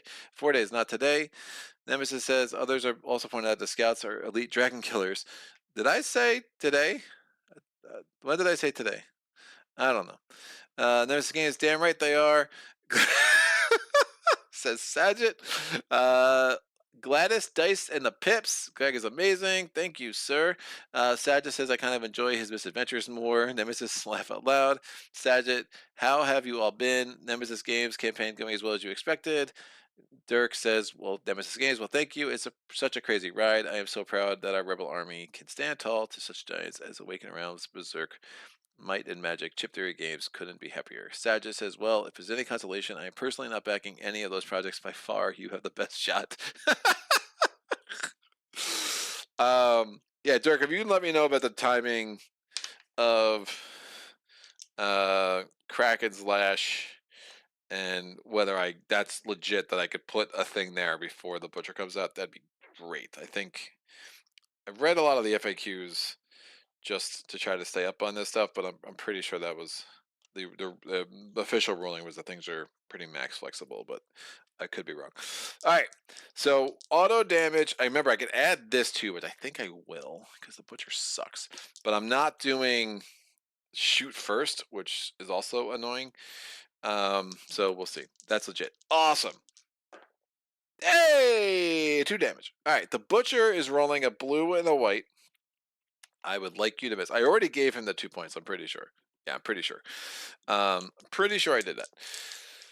Blanks. No. All right, 1 damage, 1 hit. I'm adding this, and I have the auto hit from the Cabal. So I'm doing 5 damage all day, minus the 1, so 4. So not really 5 damage. I'm doing 4 damage. It goes from 6 down to 2, and I take 1, which is gonna put my Raider in the Imperial Graveyard. Oh no, no, no, no, no, no, no! I have a shield. That's right. Everyone lives. So we're playing. We're playing Everyone Lives. That's right, Sagitt. What are you going to do? Even your presence can't stop me now. The Kraken's going to kick my ass next round. But other than that, we got some problems. All right. So didn't add anything to this. 5 damage, which is a lot. The Butcher is going to go in Clash and is rolling a blue, a red, and a white. I'm rolling. I get an auto lightning bolt. I'm rolling 2 yellows, a bronze, and a red. I have nothing I can add. I use all my stuff. That's. God. I could have like destroyed the Swamp Terror, by the way, and doubled the red, which would have been sick, but that would have been stupid. So 3 damage and a lightning bolt against blanks. Ooh! 2 shield, 2 damage. And I have another lightning bolt.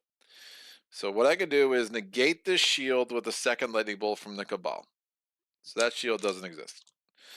I'm doing 3 damage. He's got 1 shield. 2 gets through, so he is going to be dead. So I'm going to get 4 points. 41 to 45. Butcher out. Mage Breaker still in. Alright. He's doing 2 damage to me.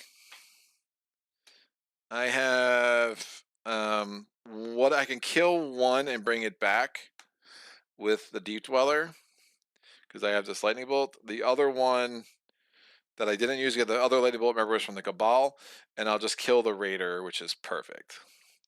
Butcher is dead. This sucker gets flipped. 5 points for causing an uprising in the capital. 45 to 50. These go here. I have no extra dice I can put on there. I needed every bit of that damage. I had to ignore a shield with the 1 lightning bolt as it was. And I have no more actions at all, because I only had 8. This comes here, and I have nothing on my card shark. And I'm a little worried about this upcoming roll on the Omen, but hopefully that doesn't go super sideways on me. There is a world where I roll bad and pull the 4 Empress, and then I will cry, and it's gonna be great. All right, and Sagitt will be happy. All right, Rock of Combat is there. We're doing pretty well, but the Empire is about to score a bundle, and I have the 1 horde out, which is good. Let's go to some activations. So the Spy Master is going to drop a garrison here and going here. Remember, he's beelining for my home hex. That's all he does. Excellent. Magebreaker has no activations. The Unsister, if there are unexplored hexes, flip the closest unexplored hex but no sea tower and ignore any effects. Place 1 curse to 2 skeletons on her hex, then place her on the explored hex. So we're flipping this. We're ignoring any effects. Doesn't matter what it says. We ignore it all. We're placing a curse and 2 skellies on her hex that she was on, and then she's going here. She's looking for her sister. Voraciously is essentially thematically what's going on. All right. She's looking for something. I don't know the lore enough, but she's definitely just looking for something. So she's just gonna keep flipping hexes, and she's gonna go closest hex. You could always choose. I guess would she have to go? I guess she might go there, which actually makes a little bit of sense. But anyway, so we're doing archery round. She's rolling one black die. She does 1 damage. That goes in the chaos graveyard. And then in the clash round, she's rolling a gold, a bronze, a silver, a purple, a yellow. And the one garrison is rolling a white and a blue. It's 2 damage. That is a white. And she rolls 1 shield. This is a shield and a lightning bolt, which if she were killed would prevent her from being, if she was destroyed, it would actually prevent her from being fully destroyed. But she does plenty of damage. This goes here, and then that's done. Yeah, because I think the general preferences are still looking for the least threat. So since there are 2 hexes closest and one has 1 garrison, the other one has 2, I think you are supposed to do the one with 1. All right, now Unsister takes away that activation token, activates again. It's going to flip this, ignore all effects. Huh.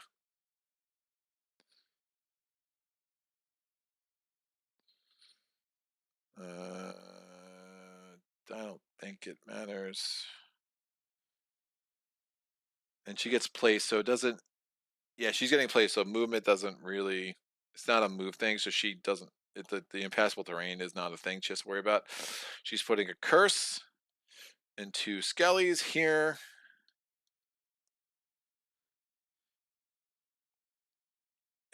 Man, my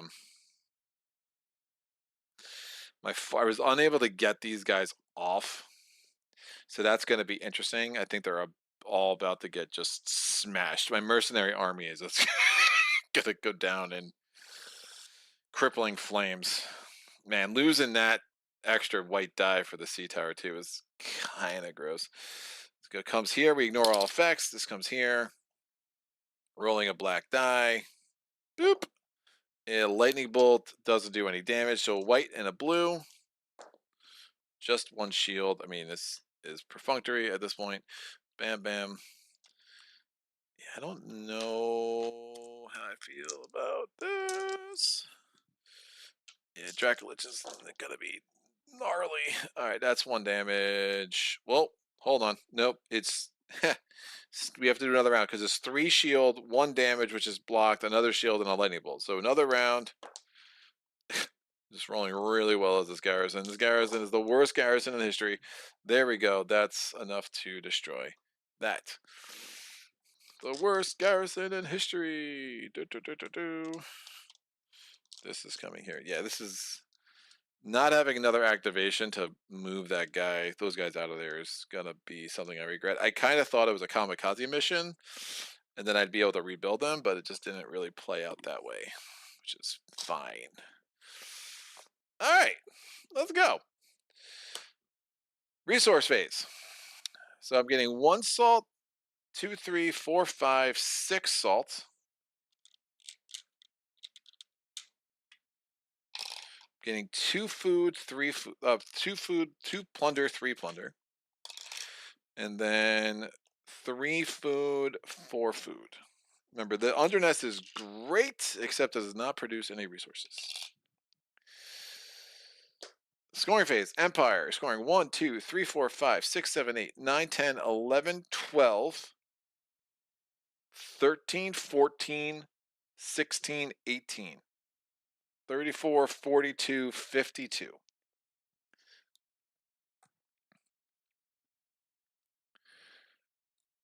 That is correct. Check the math. We're good. The Chaos is scoring 6 for curses, 7 plus 6, 13. Man. So if you can imagine the scoring, if it wasn't 1 per garrison, like we'd be pretty comfortably in the lead. I really like these having, because I was doing a lot of playtesting and I was just not getting the games where I was like, oh man, the Legion, like every garrison matters, like in a way that I really, really like. So it might not be the final edition of this, but it's been fun playing these games. That the Empire actually has a chance. I'm scoring 10, 11, 12. No, sorry, 8, 9, 10, because that, blah, she sucks. So I'm 8, 9, 10. I go from 50 to 60. Omen's phase. Ivan for the win, kids. He's going to do 3 purple, 2 blue. No, sorry, 3 purple, 1 blue, and 2 white. For the Guile, rolling a full 6 dice. Ooh. So what symbols don't I need? I'm going to actually need the 2 shield, or I'm going to need the 4 skulls. So I'll keep this one. And we'll use the 2 shield. I get to pull 2 omens. I can use the D-Dweller to get my guys back out if I'm planning to do a little murder rampage to at least get rid of a lot of these garrisons, because woof. So 1 is that is the one we're not taking. That is the 4 Empress. No, thank you. And then this one is the 1 Empress. Great. The 4 Empress goes away. I am glad we did not roll poorly for that last omen. And what does it say? Remove 1 curse, accept the capital from the game, or 1 hex, accept the capital from the game, leave everything there, just removing the hex. The hex I will remove is this one, because I like me some Icy Wastes. Done. Omen's phase is officially out, so I can just remove this from the game. This comes up here. Does the Empire case have more points than players? No. Are there 5 skeletons? No, there's 4. Does the Chaos have more? Nope. Is there a Horde in play? Oh, yeah, there is. So we get 1 Aether back here, which I don't hate, because, again, loading up the Deep Dweller is something I'm a fan of. 1, 2, 3, 4, 5, 6, 7, 8, 9, 10, 11, 12, 13 cards. All right. Flip all your cards face up. Sedain, Sedain, Sedain. Ivan. Getting our 8 activation points back. We still have this Festival of Spring thing. We still have this 2 with an allies too, which is something I'm going to easily forget about. But that's really strong with my current game state. So item, item, wolf and wolf. Yeah, neither are going to be great for me. This could be good if you had a lot of plunder. I'm not very plunder rich. I mean, the pirates tend to be great in salt and not much else. 3 new quests. These quests go away. Quest, man, all the work I did to put that. Oh wait, hold on. Just think about this. All the work I did to put that stupid get that blade chip on top of that thing was so bad, but the Maze Breaker just whoop done. That's horrible. Not happy. I blame you, Dirk. All right, so cleanse the waste, replacing 2 skeletons in any region as a skeleton. Now, if there's a hex over it, you ignore like this. This was not Obsidian Depths when it had a hex on it, but once the hex got removed, it becomes Obsidian Depths again. So we are going to place. We have to place 2 skellies in the Howling Abyss. We got to place 2 skellies in the Dark Mirror, and we got to place 2 skellies in the Obsidian Depths. The quest is the Hungry Giant. Big fan of that. And then the final quest is Ramparts. Take this card. The walls and towers doesn't do much for me.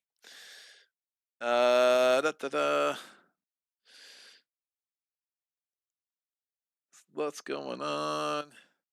Sag says, "Oh, don't you worry. Life is long. I will catch you next time around." York says, "Heya, heya, pirates." Says Dirk. God evening. Yay, pirates. Hello, Dirk. This is Sir George. Hello, friend. Saget. Well, I'm not sure if I qualify as a friend at Greg's book. Maybe frenemy at best. Dirk says she's looking for a sister. You're absolutely right. And then Bjorka, the unsister, most beloved horde. Saget. Wait, if a kamikaze mission does not play out the way you expected, that means they survived. Is that not a positive? Well, the problem is if they had died, I'd be able to rebuild them easier. So the fact that they survived, they're about to get wiped out by a giant dragon. So just the way this plays out, for sure. So, all right, we have our items. We have our quests. Event phase, add 2 threat. Spy Master gets 1 and adds 1 to the Mage Breaker. Mage Breaker can't get any more, so 2 points for the Empire.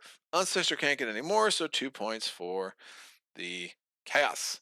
Draw and read the next event. We only care about the top half. Ugh. The old gods were often merciless and demanding, but sometimes they also rewarded their followers with unexpected gifts.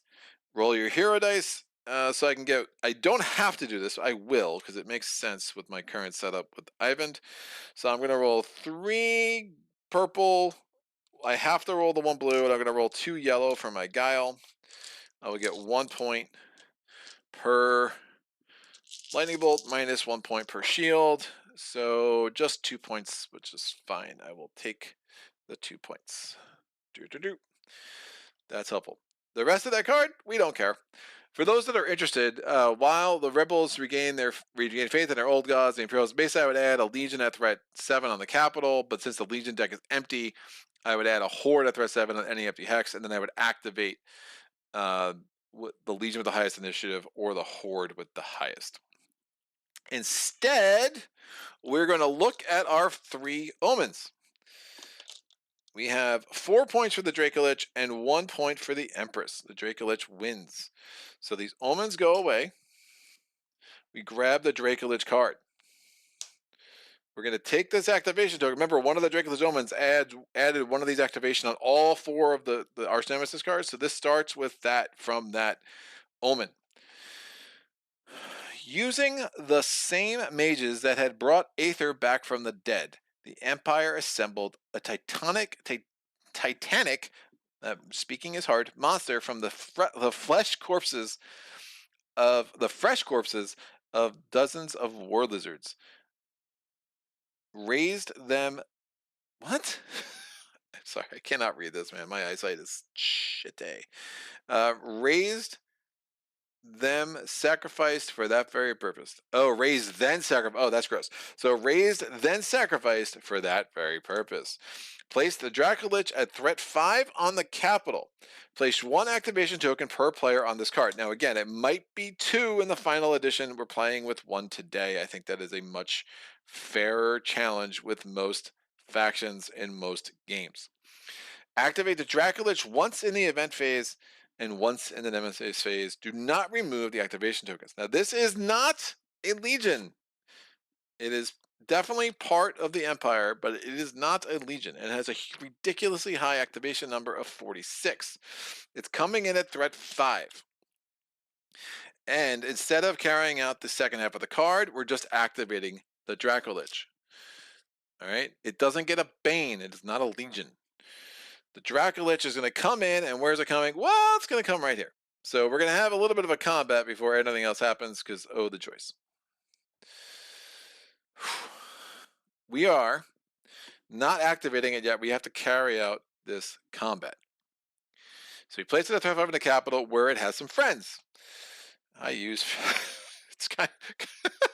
it's like they're like... It's person is Saget. It's just there to pick on it.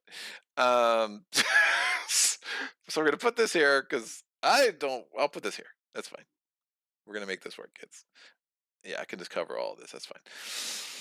So I am rolling a white and a yellow. I have this too, which is super nice. And I get an auto damage. So I'm wearing a white because of this blade ship is adjacent to the capital. I have auto damage from you, and I can add that, which is super sick. After every combat, this sucker gets a point too, which is gross. All right, so I'm rolling a white and a yellow. That's 1 damage. Nothing's dead yet, which is bad. I can add this. I'm just not. Ugh. It's rolling against me a black and 2 reds. Oh, the joys. Now, I can ignore all damage once for combat. I don't think that's crazy if I think I can do better. Only 2 damage and a lightning bolt, which gives it 2 shields. And I'm not ignoring any shields. Oh, I get 1 shield from archery. I have nothing to ignore shields. I could re-roll the yellow, but I don't know if that makes any sense. I could add this and negate. There's 2 shields. I can add this, negate a shield. Let me try that. I'm going to spend a food to re-roll this yellow, which is an ability of the hill giant.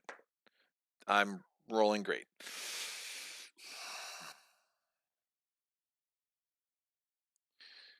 Negate a shield.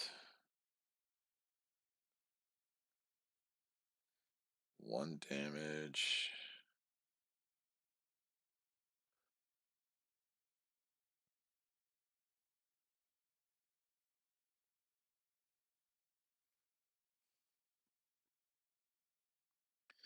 Man, I really wanted to do 1 more damage. Really? Oh, I could have done. Yeah, lowering it with this also makes 0 sense because it's still rolling the same damn dice all the way down. Just trying to figure if there's any way I can pull this off. Am I better off?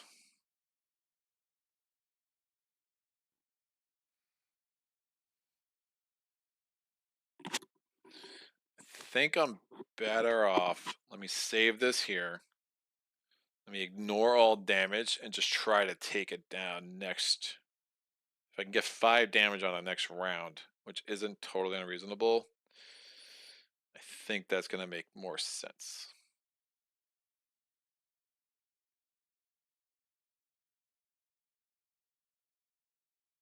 This is full at 5. Sheesh. Once this is done,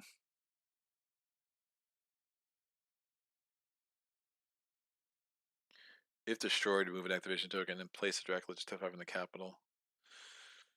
Then it's going to do it again. So yeah, I'm essentially, these guys are not going to survive this.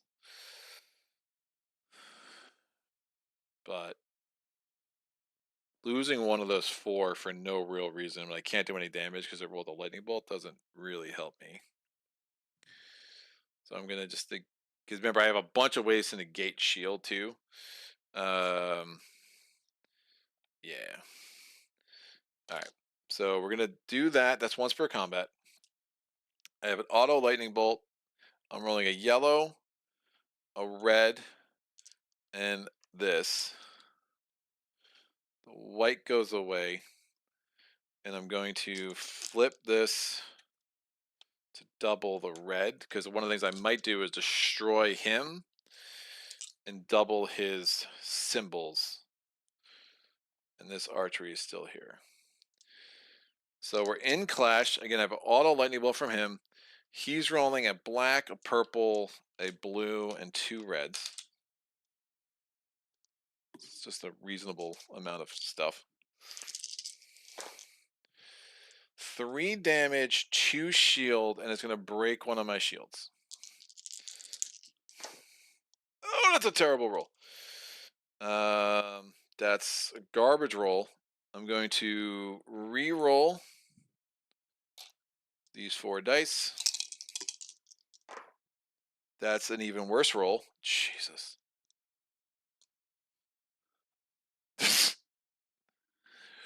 Woof. That's a really, really bad roll.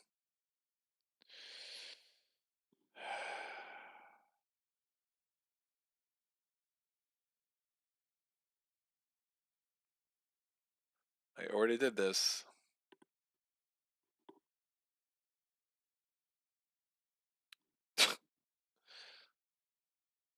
That's an abysmally bad roll.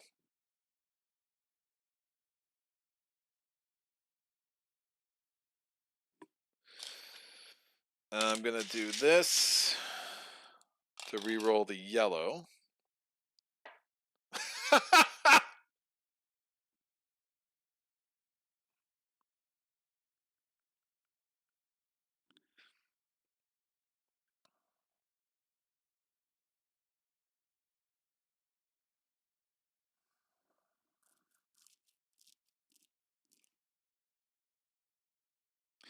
They can all die. The problem is I rolled so bad, I'm not negating any shields. Because I was thinking about, I could add this, but that doesn't do anything. I was thinking about if I destroyed him, double the reds. But that doesn't help double the symbols on the reds. But I mean, I could use a lightning bolt from this guy to roll this guy. The problem is if I use the Deep Dweller, I'm going to put him on something else, which doesn't really help me because he's just going to get knocked out by the Dracolich anyway.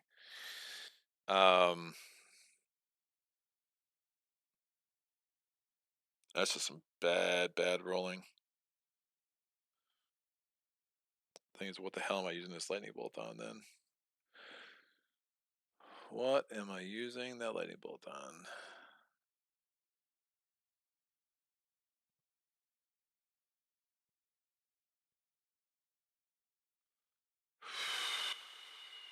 Make him lose a point.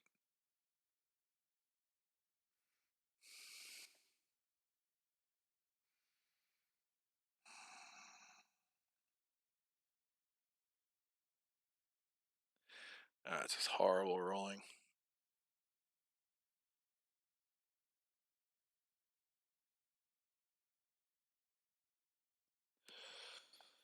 All right, I think three damage. I still have another round too. Jesus.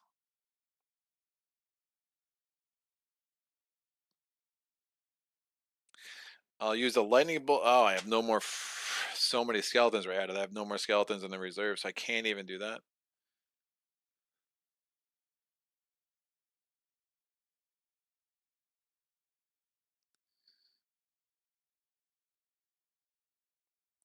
Two shield, nothing negating. Nothing's negating a shield.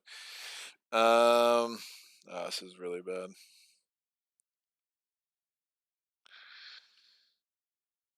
Dracolich. I already re-rolled. I re-rolled that again. I had two damage on one of these. I could have doubled that to 4. That would have actually made some sense, but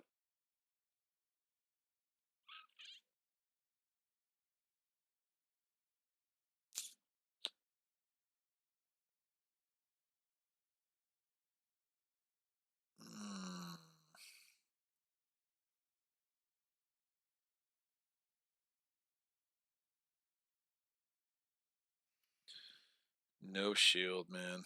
Ah, it's gross. That bronze die giveth and taketh away.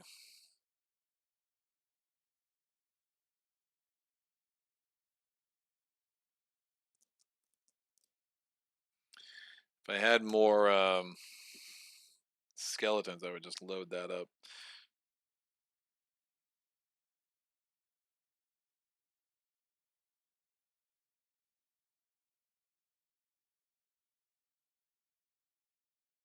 Ah, it's such a bad roll.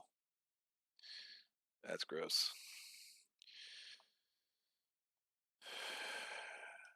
This is loaded up. Oh, my heroes aren't there either. That's not on your heroes hex. This is.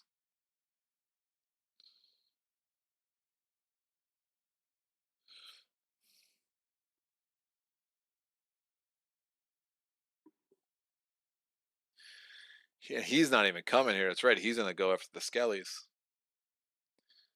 He is gonna go after the skellies.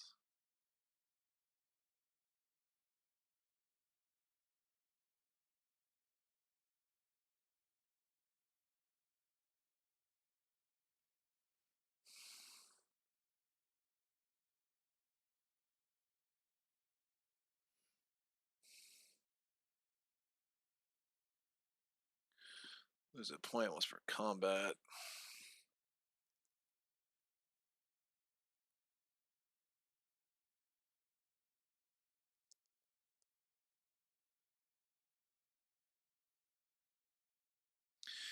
All right, these three are gonna die.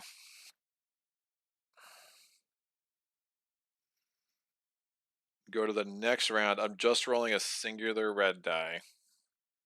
We don't need the rocket combat anymore. It's just one dude. Still a way that this could be pretty sick if he rolls badly. So Dracolich is rolling. No shield. That's intriguing. Alright, I'm rolling my one red die. I'm killing it, dude.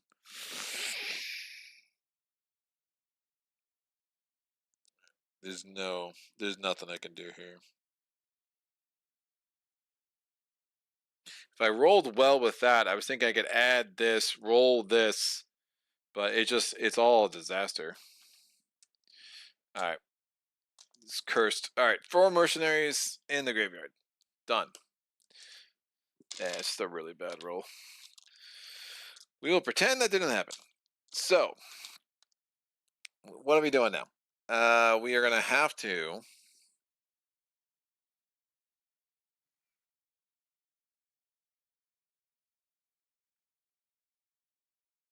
Oh, wait. No, this was here. This was still here. The Dracolich is going to go, and he's activating twice. He's putting 3 garrisons here.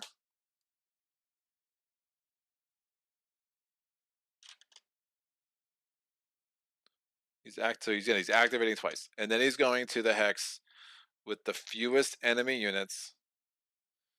Oh, after combat, he gets a point.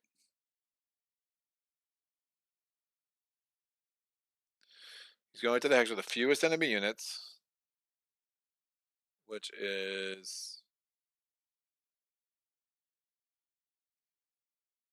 He's going to do it again and put more garrisons out. Just so many points for them, man.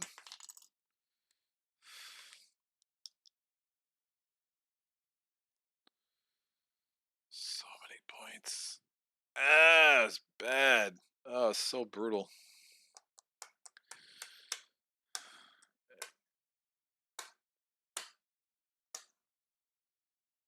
So it's going to go. I mean, somewhere I can realistically maybe kill the garrison. So it's going to go here. They're combating. So fewest enemy units. It actually ignores Haven. So fewest minimum 1. So it's not going to. This Haven with nothing there is not going to take its attention. It just really wants to burn shit up. So it's rolling a black and 2 reds. 2, 3 damage, so it kills both of them. Just think of all the points it's getting in this thing now. It gets another point after the combat, and then it activates a second time. It goes here. It's coming here, next to my home hex, and it's rolling. Same thing. 2 damage. It kills these 2 guys. So all of those go in the graveyard. So again, they're not even available for the red hand. Oof. All right, so that's his double activation. It's done. We now go to the build phase. I draw 2 feats for each of my heroes. 1, 2. Ha! The Shark Scald. Yes. That's a nice ability. So it lets me re-roll 1 die every round in combat on the hex where the Shark Scald is. And also lets me re-roll dice in general. I just been waiting for that thing a lot. And then I do get to do the sail action 3 more times.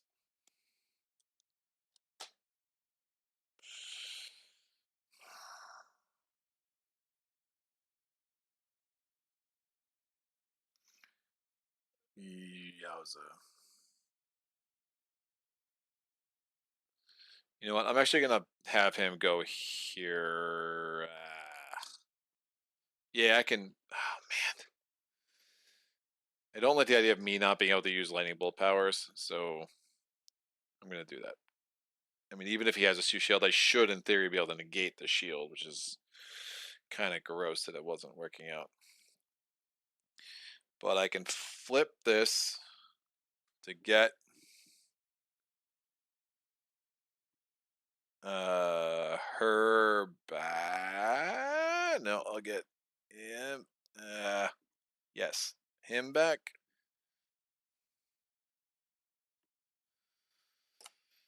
Who's worth more? 3/3. They're all pretty cheap. Him back.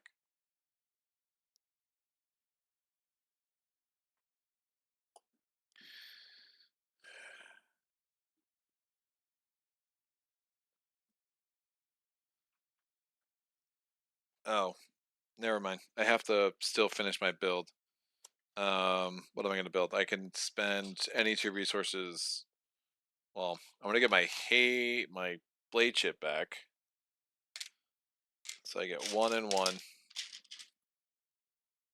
I put in 6. So I get a rebate of 1 and 1, 1 plunder, 1 salt, and I'll put this here.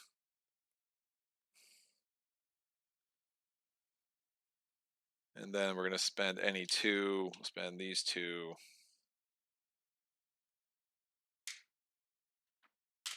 To get a raider. This only works on a legion or a horde, so that's not going to be very helpful.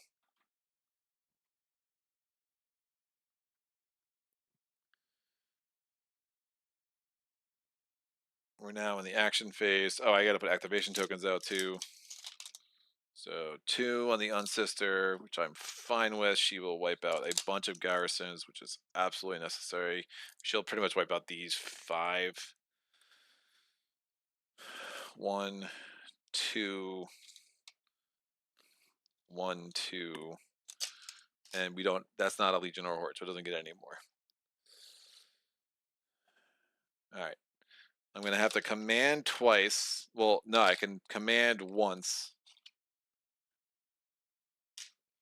to get these guys here. I can command again. I can raid into an adjacent hex. I can cross impassable terrain with my heroes. I'm going to get rid of the Twilight Bow to destroy these 2 skeletons for 2 points. Oh, and the Dracula's got another point. I don't think I gave it its last point for killing 2 skellies over there. That's technically another battle. Someone can tell me if I'm wrong. So now I actually have... that's interesting. Now I actually have... Those auto lightning bolts might be great with the red hand. So let me get this guy back. And then we do have the Deep Dweller, which gives me some more options. All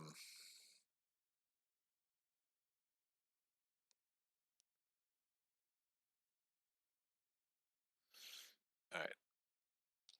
Oh, I had all that shield in Clash. I might have been able to use that with all the blanks I rolled. That's my fault.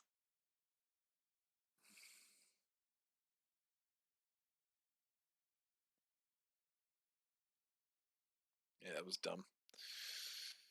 Dumb. Would have given me 1 more roll. I had 3 blanks. Yeah, that was dumb. I really had 3 blanks, 3 more shield. Those guys wouldn't have died. Would have had another round of another round of Clash.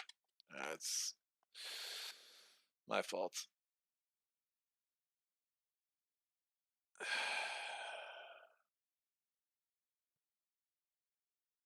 All right, I can sail 6 times. So 1, 2, 3.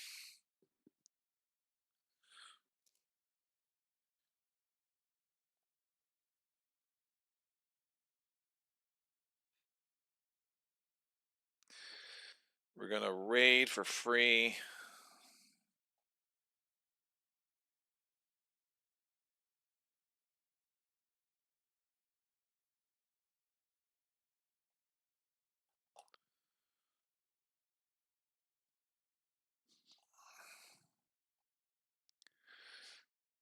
So this will be in the Rock of Combat.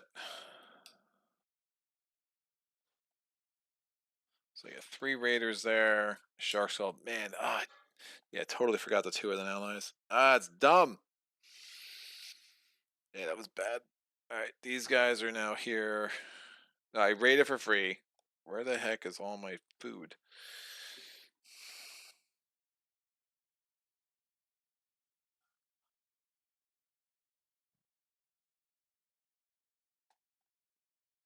I had 4 food. Oh, I spent 2 of it to re-roll with the Hill Giant. It's bad. That's bad.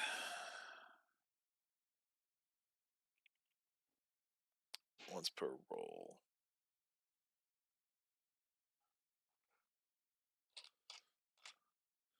I'm going to command. I have no more food. I'll figure it out. So everything's here with this guy. So again, I commanded there, I raided there, I sailed around, and then I raided here and I commanded there. Remember, that's adjacent even with my units can cross that because it's icy waste. Alright,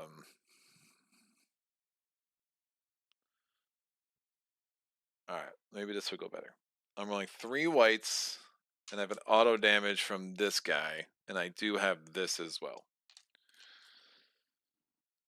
So 3 whites, I have an auto shield, an auto damage. That's a better roll. I'm up against a black and 2 reds. That's a billion damage. Holy crap.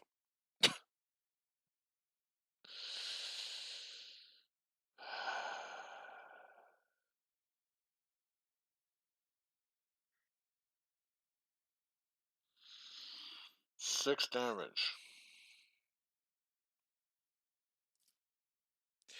It's going very poorly. I'm going to add this just to get this ability to ignore all damage, because that's way too much. So archery's been a disaster. Great.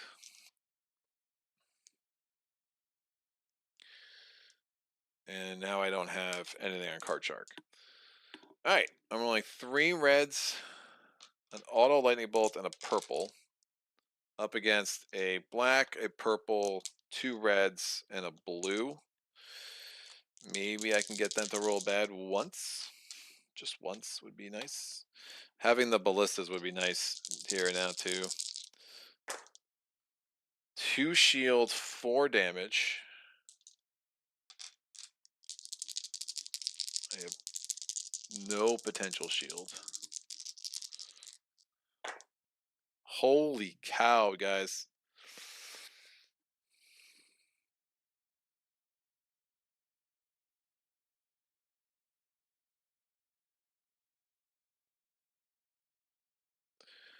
I am rolling so bad.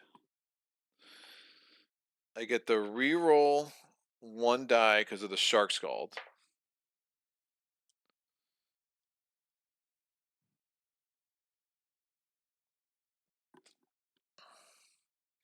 I did roll 3 blanks, however.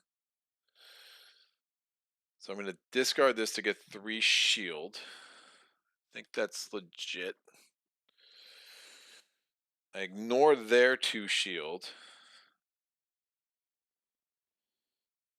because I have my raiders. They're both showing a thing. I'm going to take 1 damage because I had 3 shield. So I rolled 3 blanks, and then I did the reroll, so I can choose the order of that.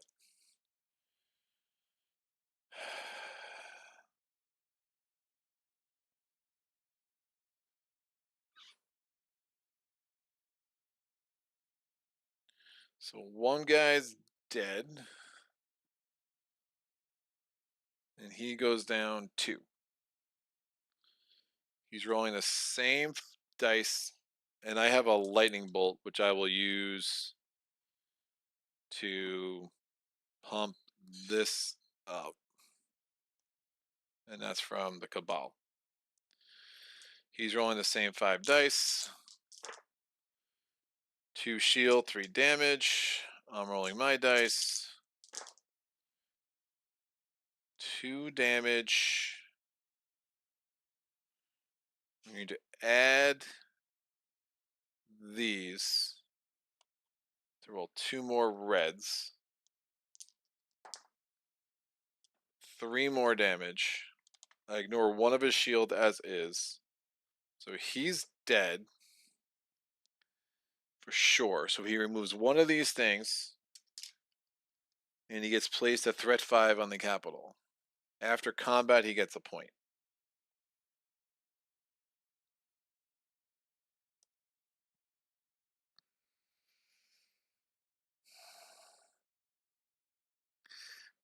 I have another lightning bolt, which I can use to take this guy.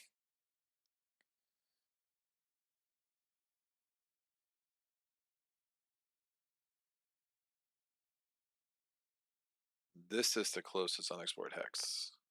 The Unsister has too much. Put this guy here with this. I have no more lightning bolts. And I only needed, I'm negating, it was at level 3. I can keep this. Because I negated, nope, I have to keep that symbol. I can keep this. I used that. I did 4 damage, negated 1 shield. So 3 got through, it's dead. Man. Alright. No points yet, but I will get 9 points if I manage to kill this sucker, which I think I'm going to need to win this game. Because the Dracolich sucks. This goes here.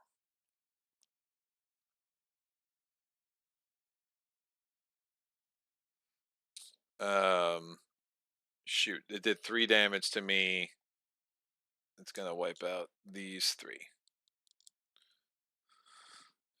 Because I had no shield. It was like 3 damage, 2 shield. So those 3 are dead. This means that you're still alive, and he can raid himself all the way back here.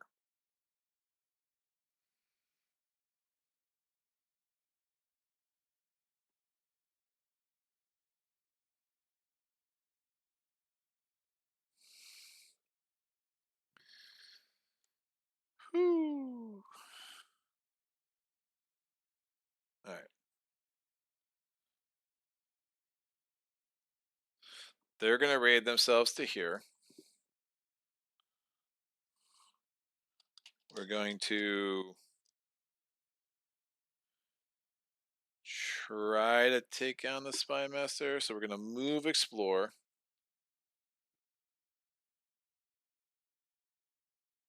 To here. I'd like to also cut off the Mazebreaker.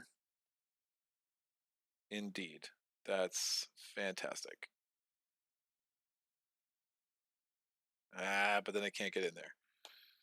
Yikes. Well, I can cut off both of them. It's great.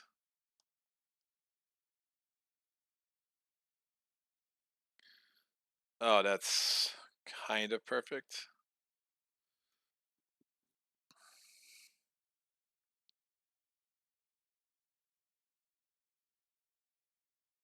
Do want to kill the Spy Master for sure. And actually, I should have done this with Ivan. That makes more sense.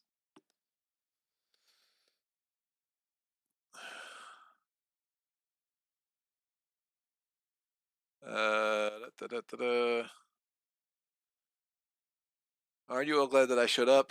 Can't use 8 to reroll. I did. For the uninitiated, how many blanks do these dice have? Too many always. I think red only has 1 blank. That is 2 blanks. But that's just going off memory, not confirmed. It only activates once. The activation tokens are just life. Resolve any combat. Do this once per player or until the... Oh, once per player. Right. Right. Um, I'm sorry. Once per player, and there's only one player. Um, so it actually wouldn't have. If I just had to go here first, which I would have, it actually would not have put those. So it was Dirk saying. So I activated that twice. I activated there and then here. Instead, it just would have went right there. Um, right. That makes more sense. All right, that's a little help. That's 3 less points for them in the end, which is good. Dracolich is back here. Thanks, Dirk. All right, so Ivan is going to. Oh, I need. No, no, I would have done it. Zidane has more chance of getting shields. So Zidane's going to quest with the Hungry Giant.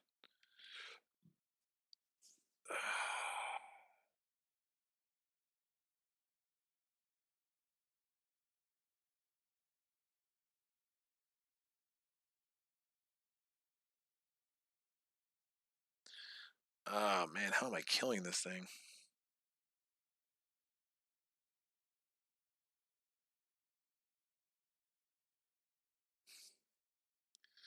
I did this.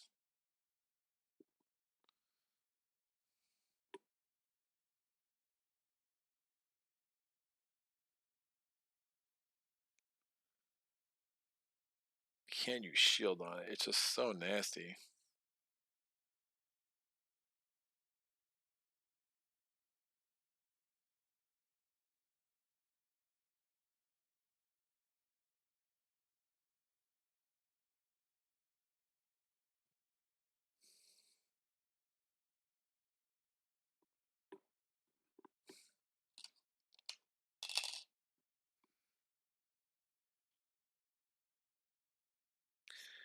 I'm trying to kill a Dracolich. I don't think it's happening. Just down at the 4 is awful.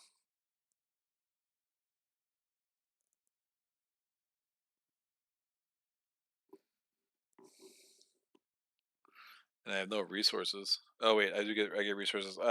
Remove any skeletons here. I place 2 garrisons here. So I can place 1 garrison. And it's gonna get a point because I can't do anything else.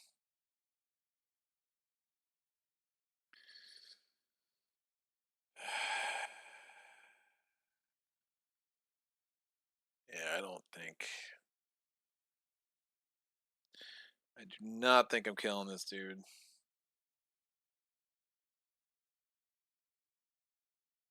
Because it's just gonna kill the skellies.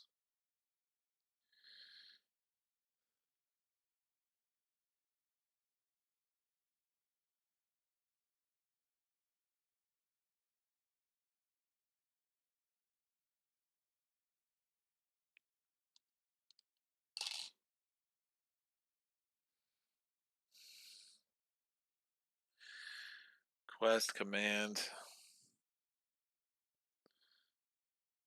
I think I have 1 shot. Quest command. But I'm not. Man, this is so bad because I can't even sail here.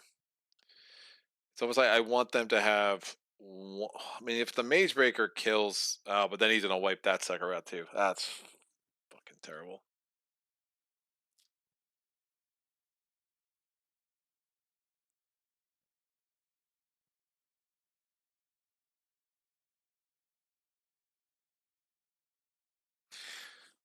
Almost has too many mountains. I wanted to have 1 mountain, not 4. I wanted to have 1 mountain, not 4. Because I can get them in there, but I can't sail.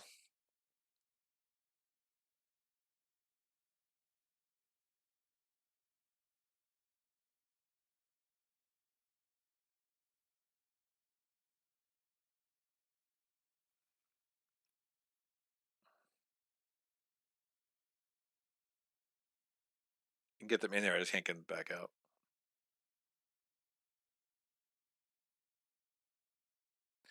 And if the Mage Breaker destroys this haven and then retargets, well, first of all, they're going to get 3 points, so that's a big no-go. So I think I avoid dealing with him.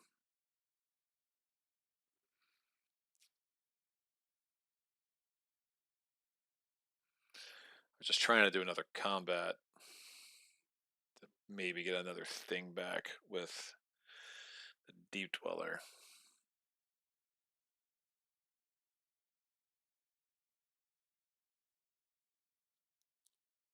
Which I could still do.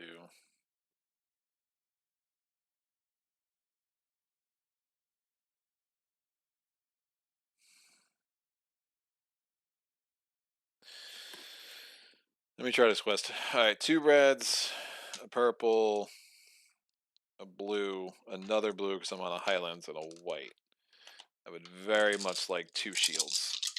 And it's probably important enough for a reroll. Oh! Okay. So I did that. I'm going to discard this to get the rewards again, but not the salve effect, which is interesting because I think this is also legit. So I'm basically getting +1 from the rewards. I get to add 2 black dice to my roll instead of just 1 because of the Festival of Spring. That gets discarded. So I'm rolling this against the Spy Master, who I can't use shields against because they suck.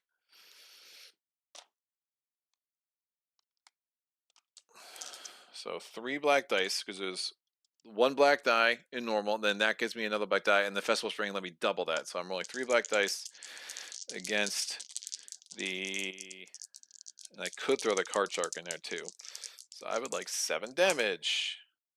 That is 4 damage. You could definitely not do much worse.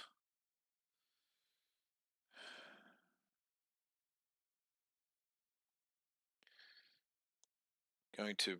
Oh, man. 4 damage sucks. I'm just gonna use shield.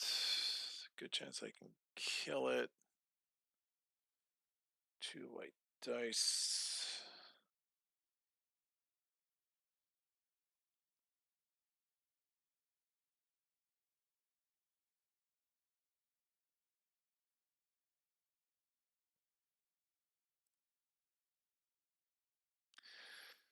I mean, I could get down to 3. So, alright. The lightning bolt's just 1 damage. So down to 3 for the Spy Master. I think I have to attack it.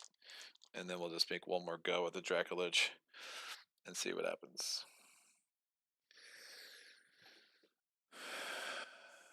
Alright. I'm going to come... Oh, I don't have the resources. Damn it.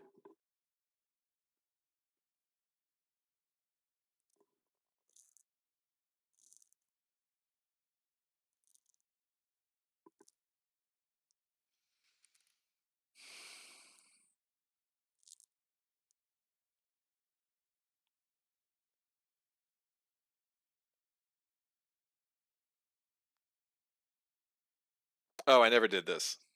I rolled my hero dice. I can get more. If I can get 3 plunder, I'll be fine. So roll my hero dice. I'm rolling 2 reds. I was like, I should have had more resources. Blue, a yellow, and a purple. I need at least 3, please. 1, 2, 3, 4, 5 plunder. Sorry. So when I flip this over, I gained a plunder for every skull. Great. All right, that helps a little bit. So we're gonna go to spend this 3 salt as a food, and I'm commanding. I just can't sail anymore. It is what it is. So these guys are raiding, and they're all gonna come in here.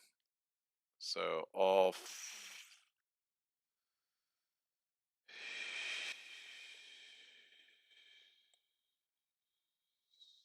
now I'm gonna leave this guy here. Bring him in here.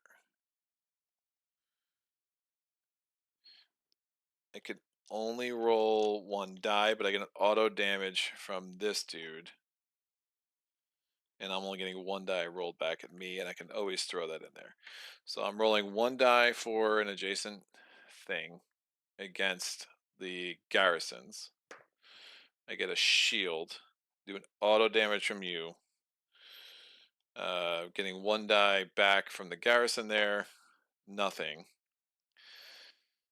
1 damage gives me a point.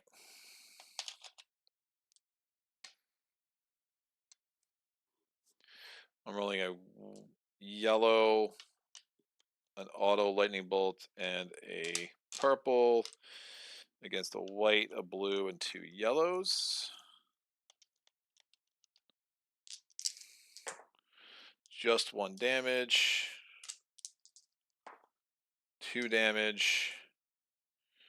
They're both dead. 2 more points. I have an auto lightning bolt, which I'm going to use to get this guy out. Put them here. And 1 damage to me. It's gonna be this. And now we're taking on the Spy Master. I can't use lightning bolts. I mean, I can't use shields. I'm gonna roll 2. Oh, again, just 1 white die. Again, he's rolling 1 white die against me. I get an auto damage from the Cabal. So I missed. I'm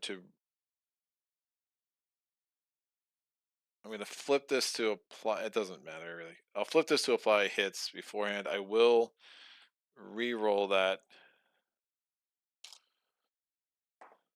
There's a damage, auto damage. He's rolling 1 white die at me. Miss. I do 2 damage. He's down to 1. He is. I also had that in archery. You get an auto lightning bolt, which is great. I'm rolling a purple, and I have an auto lightning bolt, and he's rolling a purple and a white. Purple and a white. 1 damage and a shield. I have to discard a feat without using it.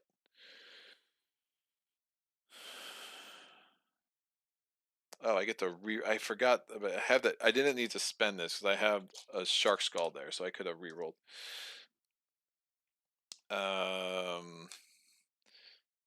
So I will discard this feat. These guys are all. He's here. Oh no, he couldn't be there. So I will not discard that feat. I will discard this feat because I'm not using raiders. No, yeah. Shark Skull's good because the rerolls. It's fine. So I'm rolling a purple. I just need to do 1 damage. I get a reroll because of the Shark Skull. 2 lightning bolts. All right. I'm going to add a thing here.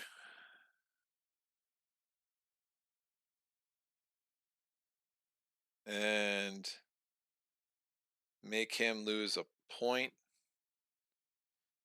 And add this die to finally murder him. He does 1 damage to me. Do I just want to negate that? No, I probably want to save that. I won't add that die. I'll just say no damage.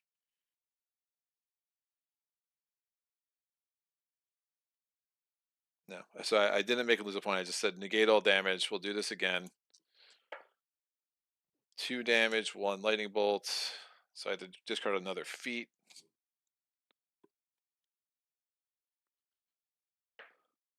Hit the reroll.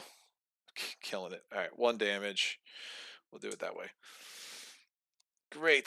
Thought I might be able to do a little bit better, but he's out. Both these guys are dead. So he ended up with 2 more points than he might have otherwise. I had a free lightning bolt both times too.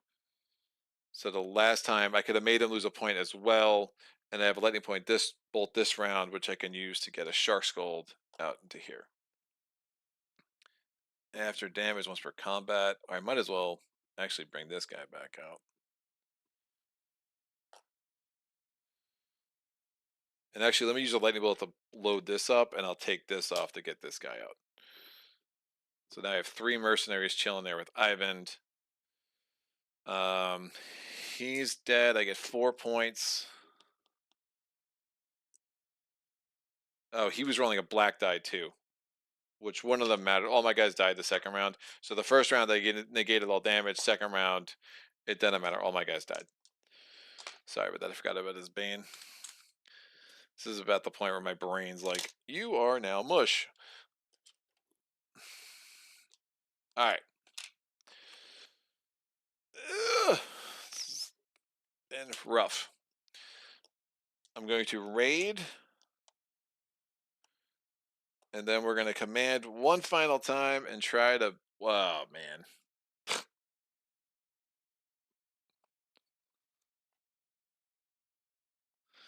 I forgot about the garrisons that are now there.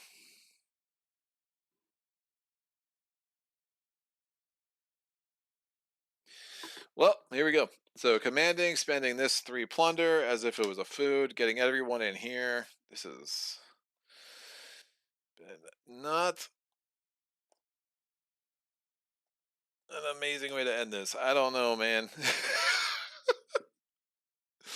I have 1 white die. We have nothing on him, which is amazing.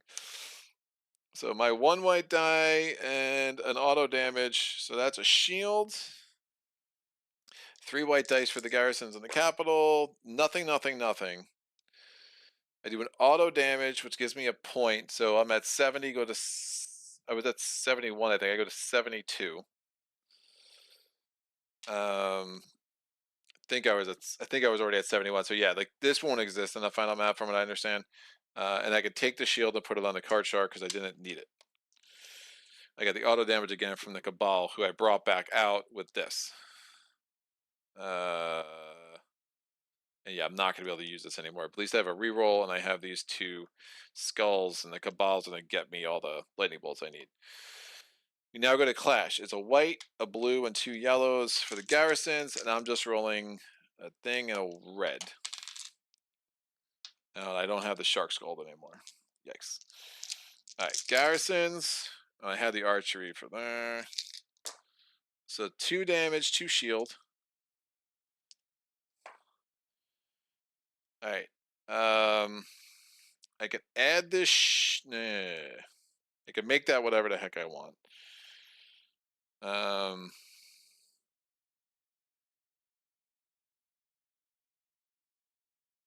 can negate both of its shield because I have her there. So I can do 1 damage and make this a shield with this. So I have 2 shield and negate both of its shield. I do 1 damage to it for a point. And I have a lightning bolt, which I can use to load this up. Thanks to him. Final round of Clash, hopefully. 1 damage, 1 shield. I'm re-rolling. I'm just rolling these 2 dice. I have an auto lightning bolt because of the Cabal. Squadouche and Squadouche. I'm going to use the lightning bolt to use this. Again, next round. 1 and 1. Please get me a shield. Dear God.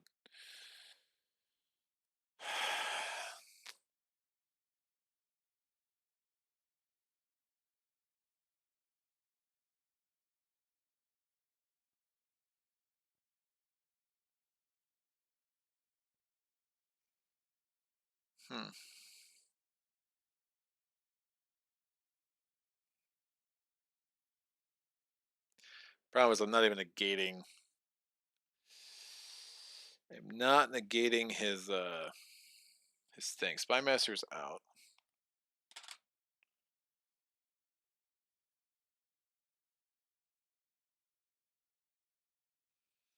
Think I have to re-roll it. Give me a shield. Hey! So I got 2 symbols, so I negate his shield, I have his shield, and I kill it. That was absolutely what I needed to do. Glad that worked. Alright, so I have no more Aether. This is done, and we're now going into Dracolich for the final chance. And I think with this, I actually have a shot at this. Alright. Whoa. Wait, aren't we supposed to yell Dracolich at some point? Dracolich! Dracolich is isn't a very good boy. Really, you have an E at the end. Want to avoid some Wizards of the Coast lawsuits. The E is just for style. The K is for the lawsuits. Saget, Dirk, very wise. Also name your company after a board game product out there that clearly does not infringe on a single IP ever made. Nobody ever speaks Greek anymore. Smart, totally legit, blessing, and Festival of Spring. Showdown, says Dirk. What I'm hoping to do is roll enough reds from here and then double it. That's my only chance to make this thing happen. That's the plan. The Mage Breaker, should absolutely have 2 activations still. I don't know how they got taken off, but that's fine. So we are in, and there's nothing on Card Shark, which is no bueno. I have no Aether. This is super bad, dude. All right, black, red, red. I mean, I could be done here. If yeah, I'm just rolling 1 white. I have white, and I have that, and I have an auto damage, and that's it. So black, red, red against me. Well, I'm rolling a white. 1 damage, and then black, red, red. 2 shield. 2 shield. 3 damage.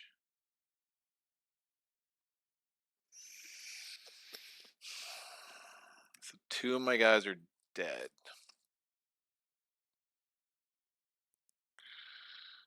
Oh, I really needed the shield.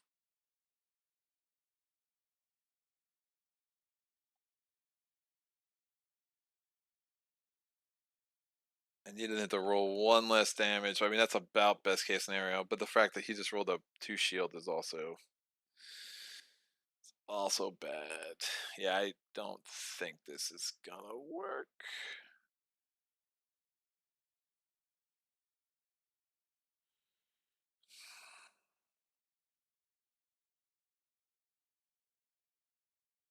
So I don't have any more. Oh, well, that's interesting.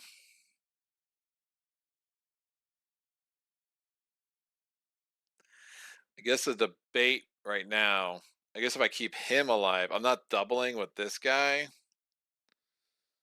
but if I kill these 2, at least I'm guaranteed a lightning bolt, and I can throw 3 red dice, and I can save this die for Ivan. And if he doesn't roll any shield, then we got at least a decent shot of getting 4 damage on here. Because he had 2 shields, so the 1 damage from this and the 1 damage from that doesn't do anything. And the one, oh wait, he only did 2 damage to me. He only did 2 damage to me. Oh, that's magic. Because I blocked the 1. I was looking at 3 skulls, but 1 of them was from that. So that's like the best roll I could have asked for from him. Yeah. Okay. I'm making sure I'm not cheating. So that goes there. This goes here. So you're saying there's a chance. So I have the 2 guys I need to really pull this off, I think. So he's rolling this and this. I'm just rolling a 1 singular red die. He's rolling these 5. 1 shield, 4 damage. So do it now or die trying. Rolling this red. I'm adding this. I'm using this lightning bolt to roll 3 more reds. That's that. Before damage, I'm destroying him to double that to that 6 damage, 7 damage. 6 gets through. This guy's also dead, but that's enough to kill this MFer. So 4 to 13. That's that. So it's basically it's a short remove an activation token. If there are no more, give 9 points to the players. Hell yeah. Made it harder. We probably needed to if I remember the 2 of them allies. But for those potentially confused. Ultimately, I had the lightning bolt from the Cabal, which let me roll this, and then before damage, I was able to destroy the Swamp Terror. So even though he rolled like crap, I added these, and then I could double all the symbols on all my red dice. So that gave me 7 damage. So I added this from Shark Scald. He only had the 1 shield, did not roll a lightning bolt, fortunately, and that was enough to kill the Dracolich. Hell to the yeah. All right. Done. I'm scared to look at the chat because Dirt's gonna be like, "You cheated," and I'm gonna be like, "I don't care." All right, actions are done. Nemesis phase. Mage Breaker's coming here, and it's still trying to get here. So it's 1, 2, 3 this way, or 1, 2, 3 this way. It's actually gonna go mess with the Unsister. When it gets there, it gains a threat. It cannot. It gets a point. Oh, at the end of that, Dracolich also got a point at the end of combat, even though I destroyed it. They're rumbling, so it's a black and a yellow. 3 damage to a black, 1 damage. So 1 damage, 3 damage. It's a silver, purple, yellow. 2 damage. We got a black, blue, blue, blue, yellow for the Mage Breaker. 4 damage and a shield. So 1 damage gets through. It kills the Unsister. 2 points for them. When destroyed, activate all skeletons. Unsister out. She did not roll a lightning bolt, so she did not manage to survive that.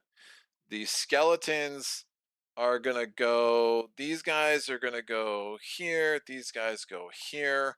2 whites from the garrisons. I mean, there's so many points for the Legion coming this way, dude. So 1 damage. And then a red. Nothing. And then a white. Yellow, yellow, white, whatever. 3 damage. Dead.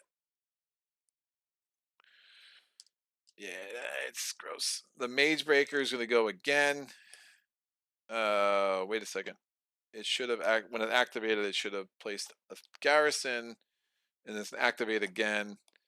It's going to place another garrison. They're done. Unsisters out. And I gave them the 2 points already, so that's done. Points. I think this was the garrison. I just placed it. It got moved because she placed it there. All right. Yeah, there shouldn't have been any other garrisons down that way. Black, white. It's going to be, the scoring is going to be very, very close. It's a lot of points. There's a lot of units in that thing. I mean, all those skellies, man, alone is just really disgusting. Yeah, and I didn't have any more lightning bolts to take something else out, so here we go. So we go to the production phase. So we go to the production phase. We get 1, 2, 3, 1, 2, 6 salt.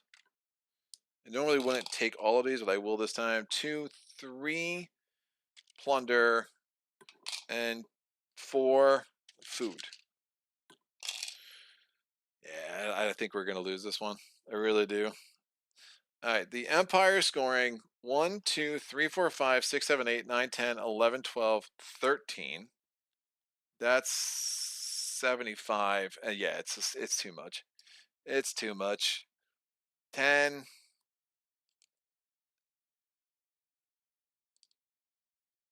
20. 32 points. 7, 17, 27, 37. Yeah, 107. Ah, God, that's so bad.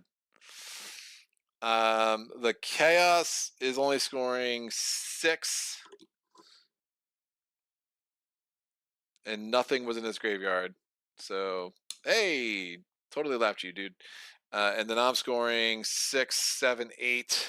That's 21. Resource-wise, we get another 3, and I lose by 13. I mean, 12 of that's right there. Just from all those damn friggin' skellies. Ah, man. It's just too much. You know, it's a crazy thing too. If the Mage Breaker doesn't kill, the Mage Breaker doesn't kill the Unsister, the Unsister takes away these 5 points. And then it's 2 less points from killing it, so it's there. But I still think that was gonna be hard. I mean, the Courtesan really taken away my stupid activation. I mean, there's so many points that were left on the table with. I mean, the Maze Breaker in general just really hurt that game because if you think if I have that Sea Tower and I have that extra white die, it really just absolutely changes how things go. I mean, granted, something else worse could have come out that really just kind of messed me up. It was definitely a game where I was hoping for the shapeshifter to uh to get out of there. But yeah, it's just it's too many points, man. 32. Yeah, 32, 33, and there was 5 from there. 1, 2, 3, 4, 5, 6, 7, 8, 9, 10. 1, 2, 3, 4, 5, 6, 7. Yeah, 12. It had 12 garrisons left on the board. It's just, yeah, it's too many garrisons. I mean, the Imperial Guard really made that really hard. And just, we were not able to get enough hordes out. I mean, even if, like, you know, there is definitely a world where we kind of turn these into hordes just to go out. You get, like, the Stormbringer. They start knocking out some of these garrisons. But yeah, that Dracolich is nasty, man. It just had too many units in there. I mean, it's just 10 units. It was 20 points. I mean, I got 9 points for killing him, but it essentially cost me, well, also trying to wipe him out. But I think that made sense. I wanted to get those. If I don't wipe him out, that's still more garrisons. And, there's definitely, like, I only put 3 units in there. So, like, all right, those die, but that's 6 points for them. But that was 3 points plus 4, 7 for me. Plus, I prevented him from, like, garrison, all over the place. But I just couldn't get my units together to really make that work.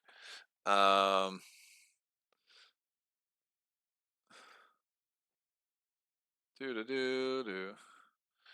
Showdown, hell yeah, so rude, poor Dracolich, but well done. Came down to the Dracolich, only 2 damage and archery, nice. The score in this game is wild. Needed that 71 on the back of the player marker. Back of the player marker. Needed 71 on the back of the player marker. I don't know. I don't know what we're talking about. Okay.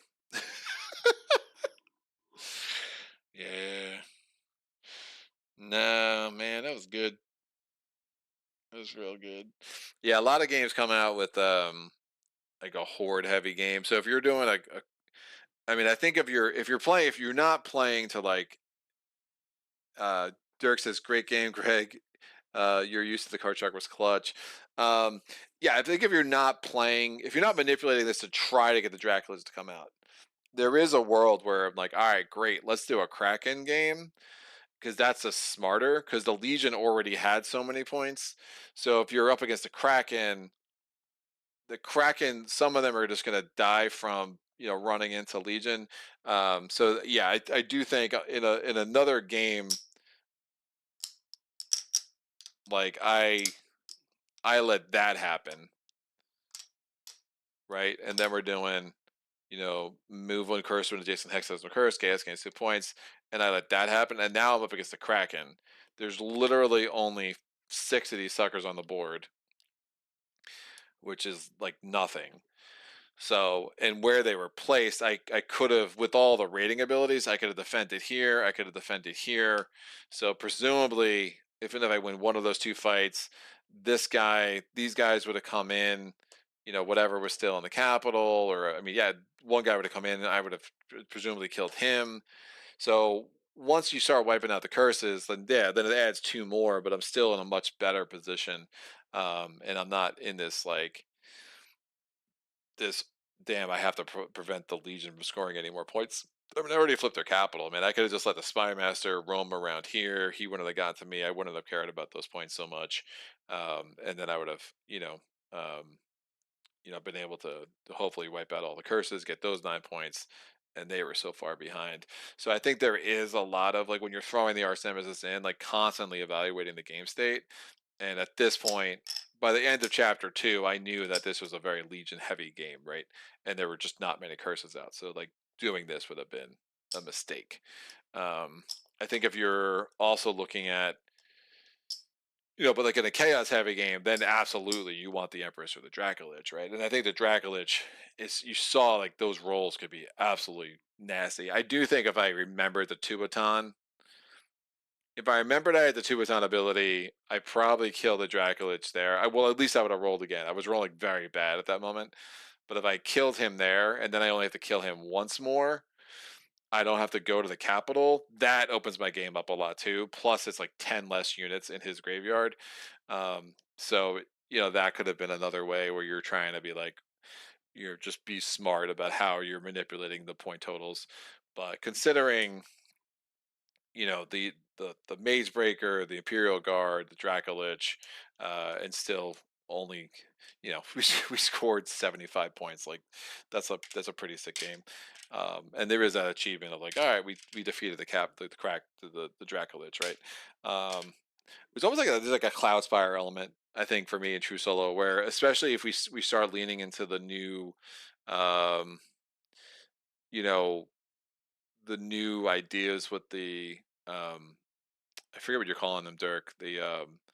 These like win condition kind of things. It's almost like in Classfire, there's 3 win conditions, and you just have to do one of the 3. But if you want like a super victory, you want to do all 3. I think this almost is starting to feel like that to me, where it's like you have like flip the capitals like always one. Kill the Arch Nemesis if you're playing with the Arch Nemesis would be a second, and then whatever that extra feat is. So how do you get a 3-star victory? I think you seeing that the strength of the Pirates faction is really good. I mean, the rating ability is great. They're the one downside is they're so heavy on producing salt that you have to figure out. Like I had to do the 3-for-1 exchange multiple times, and that's never great. Um, Triumphs. Do. Let's go. So when you go to flip the player marker, you have lapped the tracker. I, right. So if you put like a 30, put a 70 plus 70 on the back of this, that'd be funny. Yeah, in the co-op game, you don't score this high, right? It's with a solo game, you're getting all the points for sure. Thanks for manifesting the Dracolich for me. At least you killed this, as Dirk, but he got the last laugh. Triumphs is Jordan. Triumphs, you should check out the home one from today. You'll like it. Flip the capital. Nice. With a twist, always. I was rolling very bad at that point. Kind of implies that at some point you were not rolling bad, which is just a lie. Nemesis.Games, we love the triumphs. So yeah, there's a lot of I mean the strategic depth, and then having that point where I'm like was rolling especially bad. It was like, all right, how the hell am I gonna get out of this? But yeah, it definitely felt good to at least kill the Dracula. I mean, even like games where it's like, you know what, that didn't end the way I wanted it, man. But at least I wiped out the capitals. Like, just small victories for sure. But I don't know. That's about it. I mean, I'll be back in Uprising at some point. Um, we're going to probably get Dawn of the Zeds back on the table. Probably get Mage Knight back on the table. I mean, I do want to, get into Too Many Bones and Cloudspire again. It's just been a lot, but mostly, you know, Spirit Island. I've been playing co-op more than anything, which has been great. Um, but my journey into this the last 2 weeks has been pretty intense, and super excited for this campaign to finish up. Can't wait to see what else you guys got in store for us, Dirk.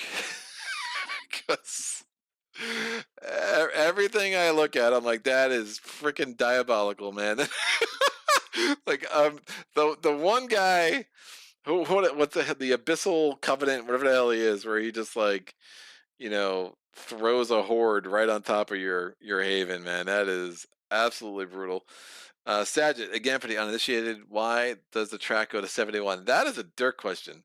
I will say, look, at the co-op game, most co-op games end in the 60s. That's a great game. So when you're playing true solo and you're getting all the points, that's the only time you're going to get up there. And the scoring mechanics for the both the Horde and Legion is greatly enhanced. Um, so it's a thing. I mean, not only I mean in the co-op game, the Horde and the Legion only score 2 points per faction type in their graveyard. In the solo game, they're scoring 1 point per unit. On Apocalyptic, they're scoring 2 points per unit. Oh yeah, make no mistake. On any other level but Apocalyptic, we would have won pretty handily. I think it's hard to imagine we wouldn't have. I mean, that 2 points per unit is pretty sick. And then obviously the 1 point per garrison. But I still think that's a fantastic change to the game because it makes those 2 garrison, 3 garrison stacks like every one of them's a problem, and you have to get to them early. They become as important as taking out the hordes and the legions, if not more in some ways. It's super interesting, and I just think that tactical depth adds so much. Um, because again, like unlike the skeletons, I mean the skeletons, they're roving around, they're always threatening your haven. A lot of times one of the things I like about the skeleton bag is that the skeletons aren't going to be just easy points for the legion, like because you're going to have like the skeleton archers now, like they're going to be able to do some damage and start taking down those garrisons. I mean, look at this. I mean, almost all of these. I mean, the friggin' legions wiped out 6 skellies. I mean, that's just 12 free points, and there was like nothing coming back to the chaos, and that's pretty brutal. I mean, 2 of these were the Dracolich, but I think 4 of these were chaos. Oh, did I mess this up? I should have had 2 more skellies there, but then they would have just been wiped out. I should, because when I did 2 activations instead of 1 with the Dracolich, 2 skellies should have lived there, but they would have just gone there and probably got wiped out by those garrisons, so it wouldn't have affected the end score all that much. And remember, these activated when the Magebreaker killed the Unsister. I liked seeing the Unsister. I was like, great. So because I thought she would get more control. Um, if I had an extra activation, I mean, there was a world where I wanted to go here, wipe out these 3 garrisons. What is this? If empty, place with Garrus skeleton here. If not, reinforce. Roll your hero dice, gain a bunch of salt. Because I really wanted to get there. But I just did not have the activations. But if I went there, I could have gotten some kind of situation like this. If I still had the sea tower, that's a lot of archery dice on the capital, which had been really, really nice. Take those 3 garrisons out, but it's like I was down to 8 activation points, and it just wasn't coming together, for me. And then I invested so much in getting a blade ship on this sea tower with the quest and whatnot, and then the Magebreaker just came out and just ruined my life. So I really do think that Magebreaker is the moment I lose that game, because it put me resource poor, because then I had to build the blade ship back. It made archery so much more like intensely bad. Um, it just put me in a weird spot where I did not want the Magebreaker. You give me, what was the next legion up there? Yeah, I mean, give me the Executioner is pretty brutal, but I think I could have dealt with that. I mean, you give me the Executioner there, assuming I defeat that, the way I defeated the rest of the legion pretty handily. That would have been just a much much better situation than that Magebreaker for sure. So that was rough, but and again, like if you're playing smart, like you cannot be willy nilly about which Arch-Nemesis you get. You just really can't. You have to like think through game state and be like, what do I really need? Um, and Dracolich was not it, indeed. But cool. No, it was super interesting, man. Like again, the cinematic moments of like that Magebreaker came out and just broke my heart, man. It's like, you, damn you. Yeah, that was really really bad. I was not a fan. Although Executioner would have wiped out one of my Shark Skulls, which is fine. They didn't do much for me anyway.